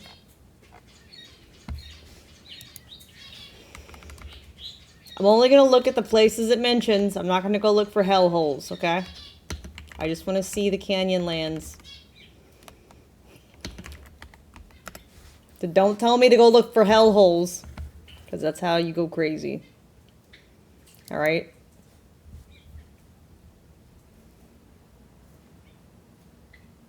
Damn, that is really red. Canyon lands. Is this the maze part, though? Carved by the Colorado River. That's cool. Is this... Yeah, this is the river. Why is the river brown here and then it's blue here?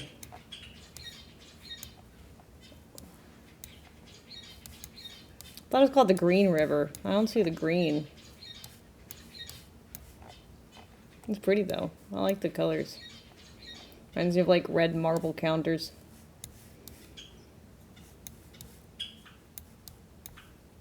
I guess maybe this is just like the national park shape or something. I don't know. I would have thought this was in the Grand Canyon, but apparently, how do I layers? Apparently it's, oh, where is the exploration? There we go. Utah. Utah. That's cool.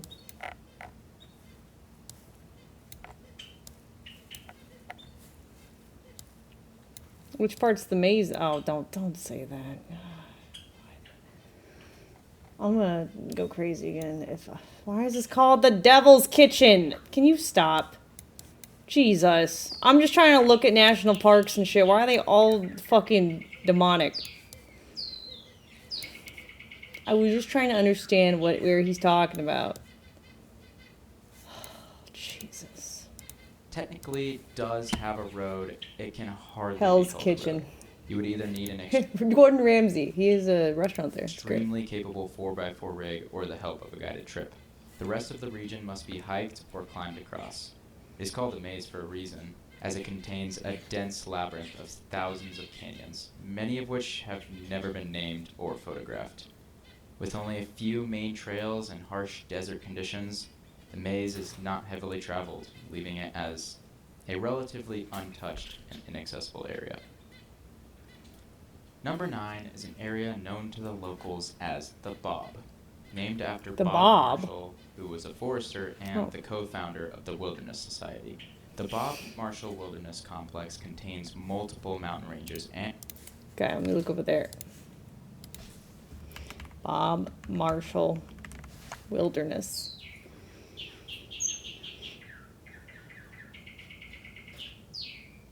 Complex. Oh. Montana. Whoa, that's a lot of fucking trees. That's crazy. I didn't know there were so many trees here. That's kind of cool.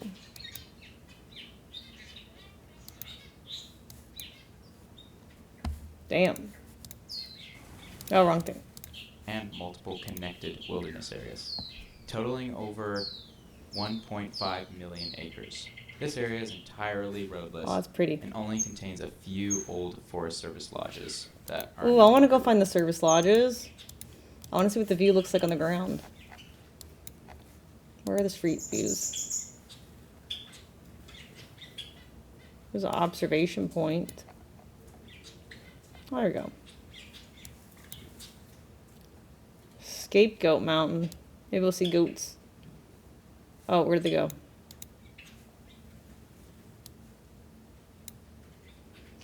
High on a hill was a lonely goat, hallelujah, hallelujah, hee-hoo. Oh, that's pretty. Oh, those trees are cool. Wait, why are the trees dead? Zombie trees. It's pretty sick, though. Looks cool. She yodeled back to the lonely goat, hallelujah, hallelujah. Soon hum-a-ma with a gleaming goat, hallelujah, hallelujah. Hee-hoo. Half Moon Peak. Werewolves. Cap. Why are they called Cyanide Mountain? Do you mine cyanide from the ground? I thought it was like a berry. Ooh, grizzly archery. Maybe we'll see like some bears. Oh, pretty. Look at the rainbow effect. That's pretty. This looks like a Homeward Bound when Sassy fell down, you know? In the river. And the old guy found her. Damn, what a view.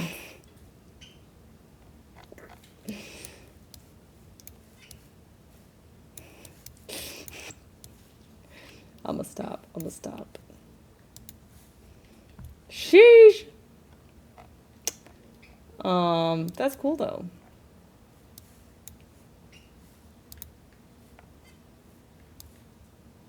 Where else is Crown Mountain?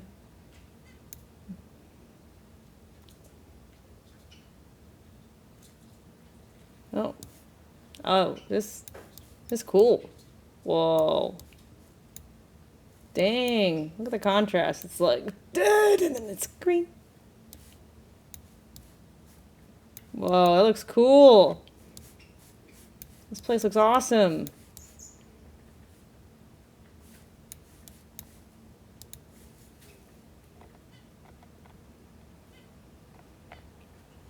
Petty Creek. Creek's got some attitude to see. It's just a pyramid? I'm just kidding. Double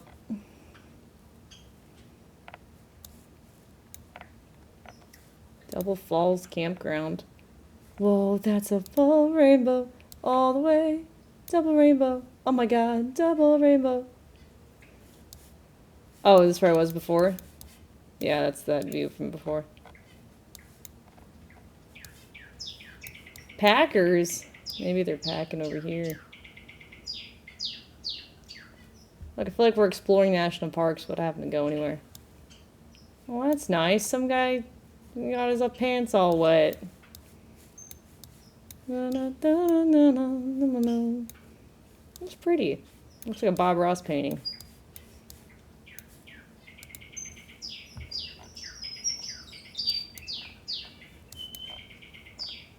Bob Marshall Wilderness Complex. The Red Mountain is more iron in there probably.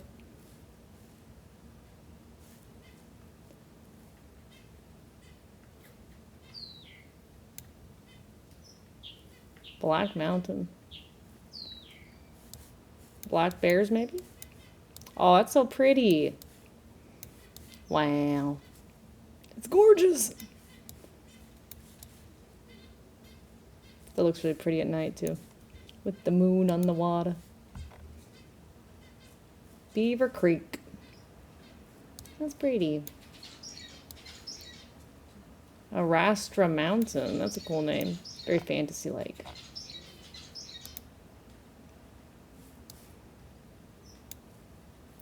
Cooper's Lake.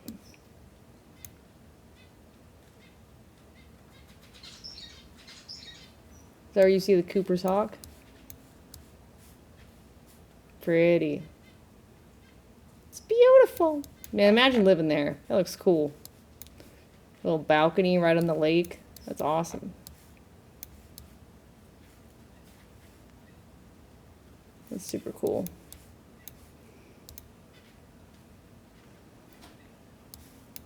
Oh, the tennis court.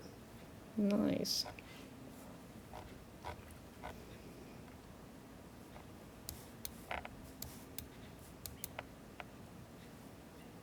Hungry Horse Reservoir. Are there horsies?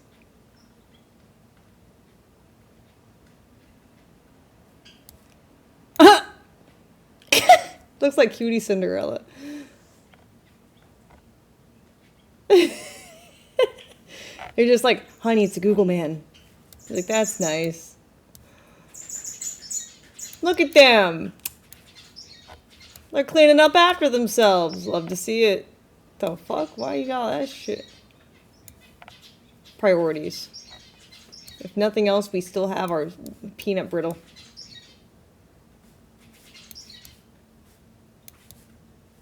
cool.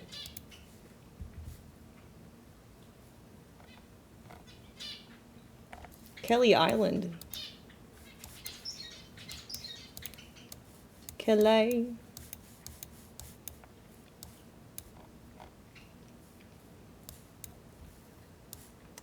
Pioneer Ridge. Wildcat Mountain. Ooh, can we see some cats?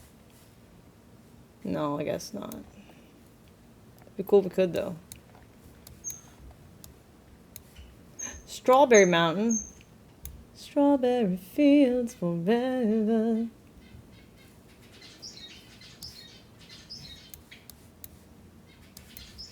Whoa, that's beautiful. Oh my god, it's so pretty. Damn, that's awesome. That's pretty.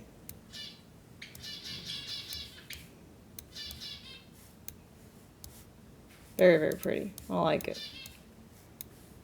Gorgeous.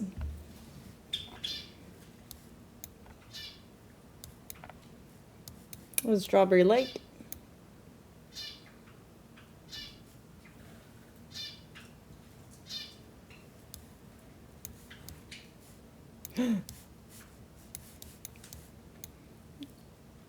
Half human, half air. Are they eating strawberries from the bushes, I wonder? I don't know. It's pretty though.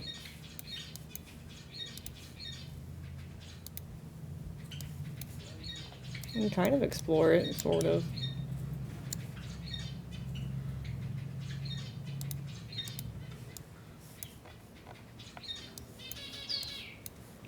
That's cool. Fire Island. Maybe we can see it from here. Whoa. Look how misty it is. That's cool. Oh, I see fires.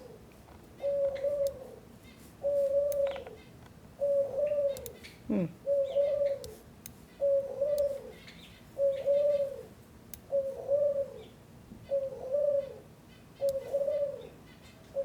Or maybe they're sands. Ooh. More rock penises.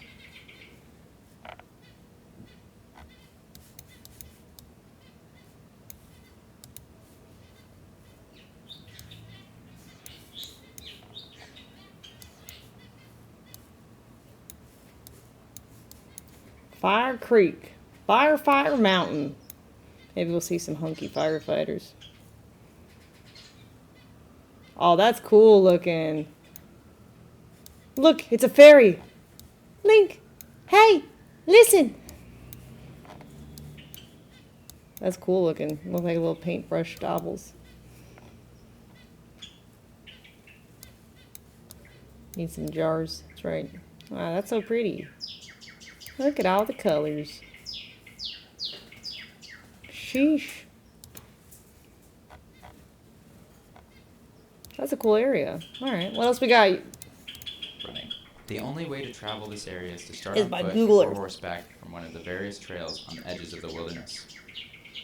Its most notable feature is a 22-mile-long, 1,000-foot-tall rock wall, That's referred to as the Chinese Wall. Containing many high mountain peaks, rugged terrain, and China. abundant grizzly bears, this region remains very wild to this day. That's cool. It was actually only in researching for this video that I discovered that this Chinese Wall and the entire Bob Wilderness existed.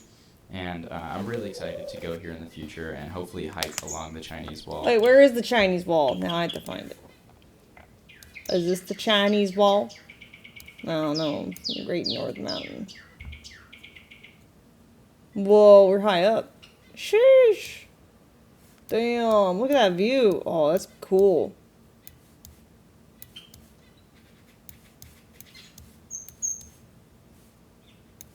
I don't know, but that's cool.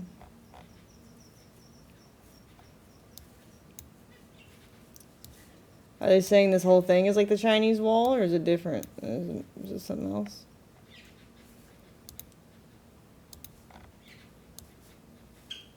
Mount Baptiste.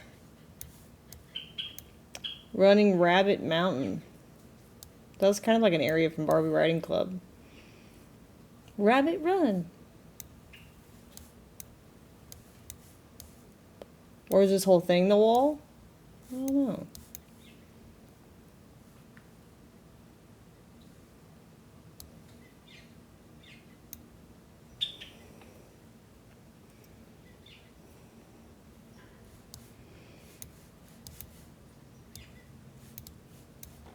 That could be the wall. Maybe. I don't know. This area's not as pretty as some of the other ones.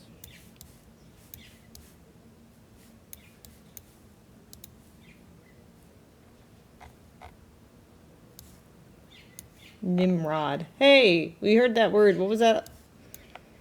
That word was in another video today.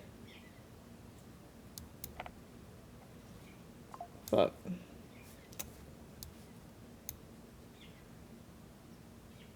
No, this is a highway. Howdy.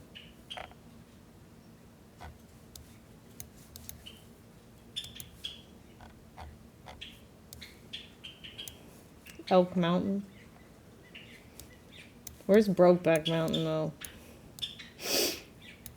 I'm sure there is one somewhere.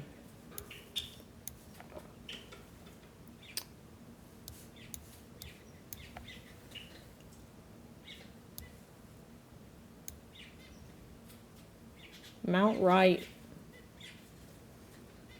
So there must also be a Mount Wrong. Dog! Hello, dog.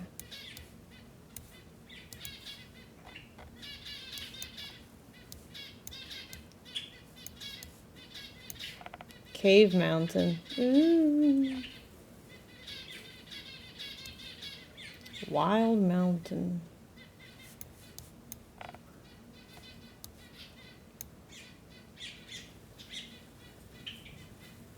Oh, that's pretty.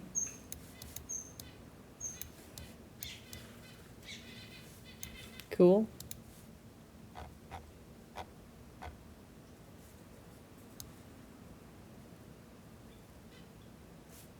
I don't see anything called a wall. National Glacier Park.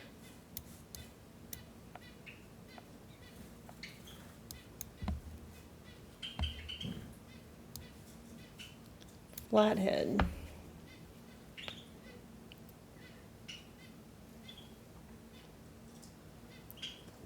Ooh. Damn, that's beautiful. I want to go. This looks fun. Stay in a cabin.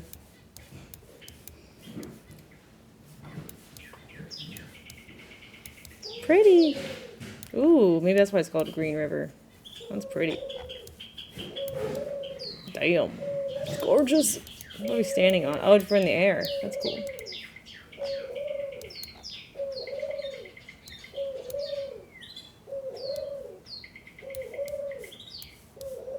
Swan Lake.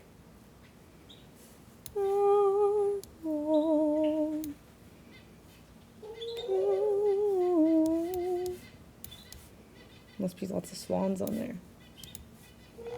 Montana's so pretty.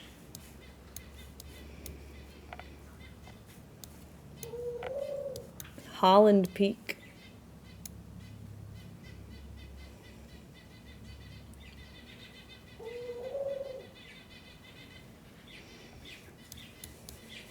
That's a cool lake. So clear and blue. Very pretty. Ooh. Magical. People. That's cool.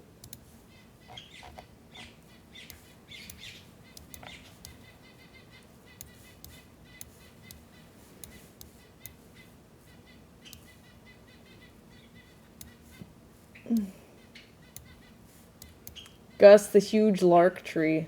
Gus, I want to see Gus.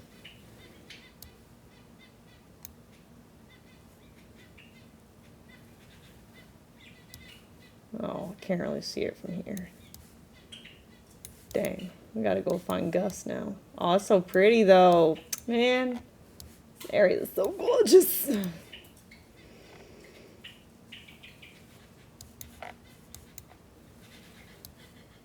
I'm gonna go see Gus. Shit.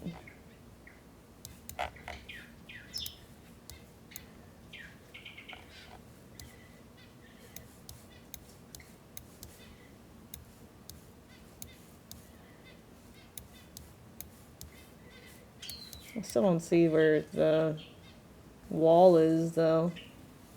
Oh well. What else we got? It's just one of the coolest geologic features I think I've ever seen, so I'm super excited to visit this place, hopefully in the next couple of years. Number 8 is the Owyhee Canyonlands region. This is a vast, empty area complete with one of the largest canyon networks in the United States. While the region itself is not too hard to access, traversing the hundreds of deep canyons is another story. The canyon complex spans 3 states, Idaho, Nevada, and Oregon. Oh, what's Airbus? These canyons are particularly inaccessible due to their incredibly steep cliffs, which offer few points of entry. That's cool. In addition, many of the rivers are extremely treacherous, even for the most experienced rafters. Damn! Several of which have died on these waters. Although there are several roads in the region, many are very rough, and there are absolutely no services out there. I would not do that. Many of the It's scary. smaller side canyons remain unphotographed and unnamed. I've been lucky enough to visit several of these canyons due to their close proximity to my home, and I plan to make a video the next time I go there. Number 7, the Boundary Waters region of Minnesota. While this area may not be as topographically extreme as some of the other regions on this list, it gets points for being very unique among American wilderness. The only way like a to Peloton, traverse or not this Peloton, 1 million the acre area is by foot rowing or machine canoe. videos. Located on the Canadian Shield, this area contains over 1,000 lakes and hundreds of miles of rivers. This makes it easily the best place in America to backcountry canoe camp. Additionally, it contains the largest remaining uncut forest in the eastern U.S. and is the only representation of the East on this list. Wait, what was that Number one? 6 is the Canadian Shield. Boundary Waters. Oh, by Lake Superior? That looks cool.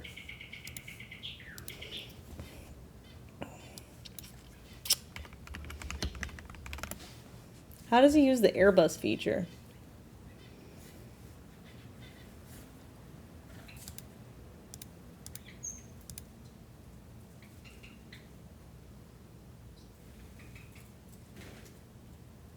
I don't know.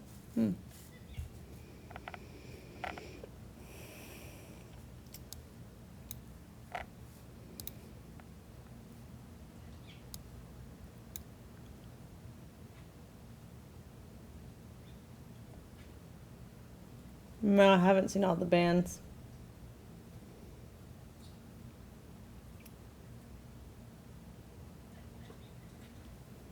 I've only streamed on Twitch once in the past, like, month or 2. Whoa, that's pretty. That's cool. I thought that was a beaver for a second. It's a rock. That's cool.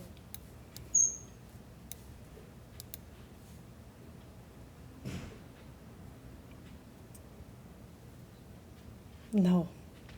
We're just looking at I mean, some of them could be potential vacation spots, but we're just looking at, like, the most remote places left in America. Area is by foot Wilderness or canoe. parks and stuff. Located on the Canadian Shield, this area contains over 1,000 lakes and hundreds of miles of rivers. This makes it easily the best place in America to backcountry canoe camp. Additionally, it contains the largest No, I'm not remaining going off-grid. uncut forest in the eastern U.S. and is the only I representation just like seeing pretty of parks. the East on this list. Number 6 is the Wind River Mountains. The Wind Rivers might be the most impressive If I was going range in the off-grid, I West, wouldn't at least watch in my opinion. something on They're stream. home to Wyoming's highest point, Gannett Peak, which is widely considered the most difficult state high point to summit outside of Denali in Alaska. Over 150 glaciers are present in the range, and Gannett Glacier is the largest in the Rocky Mountains of the U.S. They are a very large mountain range at over 100 miles long, and not a single road crosses the range. There are many access points, all in the foothills, but to reach the central peaks, the only way is on foot. With thousands of alpine lakes and probably just as many grizzly bears, this range is truly a sight. I visited this range twice in 2024, and both times were breathtaking, and I couldn't believe the scale of this mountain range. Which one You is can this count again? on 4 grizzly bears. This was were 150 highest, the most impressive range in the West, at least in my opinion. This list. Number 6 is Wyoming. truly a sight. I visited the. That's cool. Let's look at that.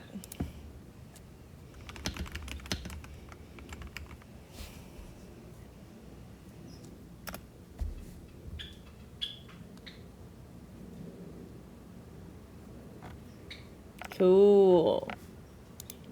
Ooh. What feature did you use? Airbus? Google Earth?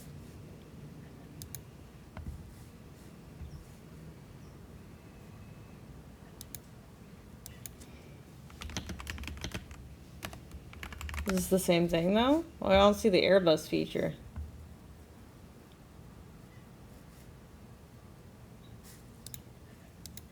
What's the difference?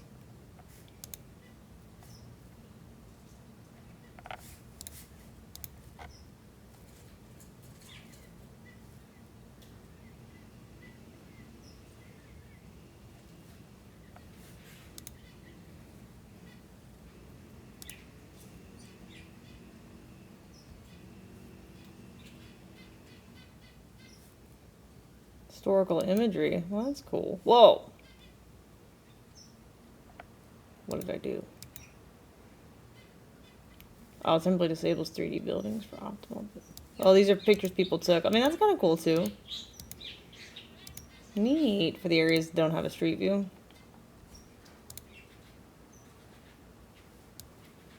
That's cool.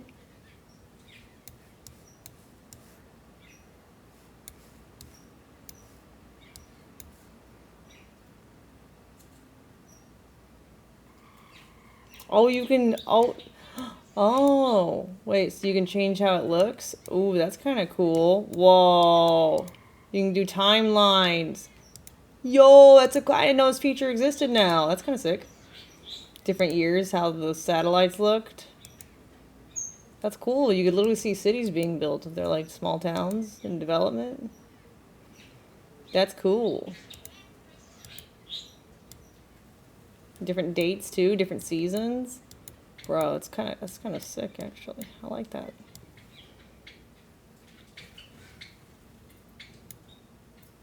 In like summer. That's cool. What's down here? I love seeing like misty lakes. Let me see.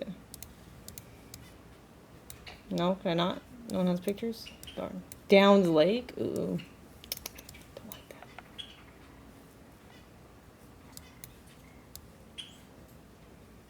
Should be pretty though.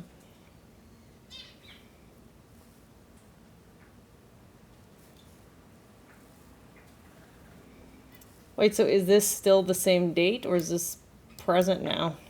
Damn. Got hit with the ugly stick.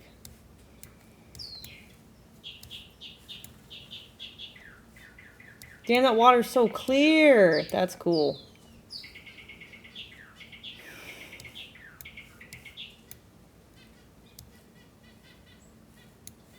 Dang. Beautiful. That's cool.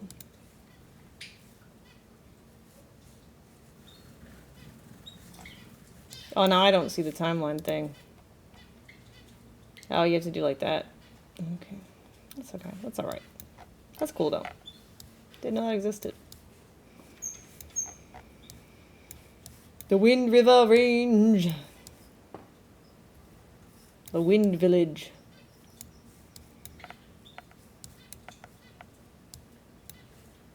Let me see this picture. This looks pretty. No, I just want to see the picture.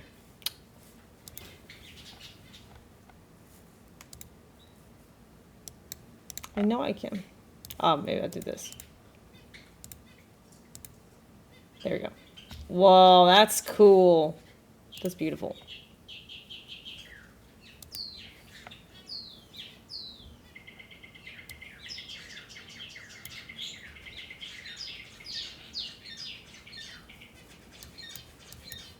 This area is not nearly as cool. wintertime. That was pretty though.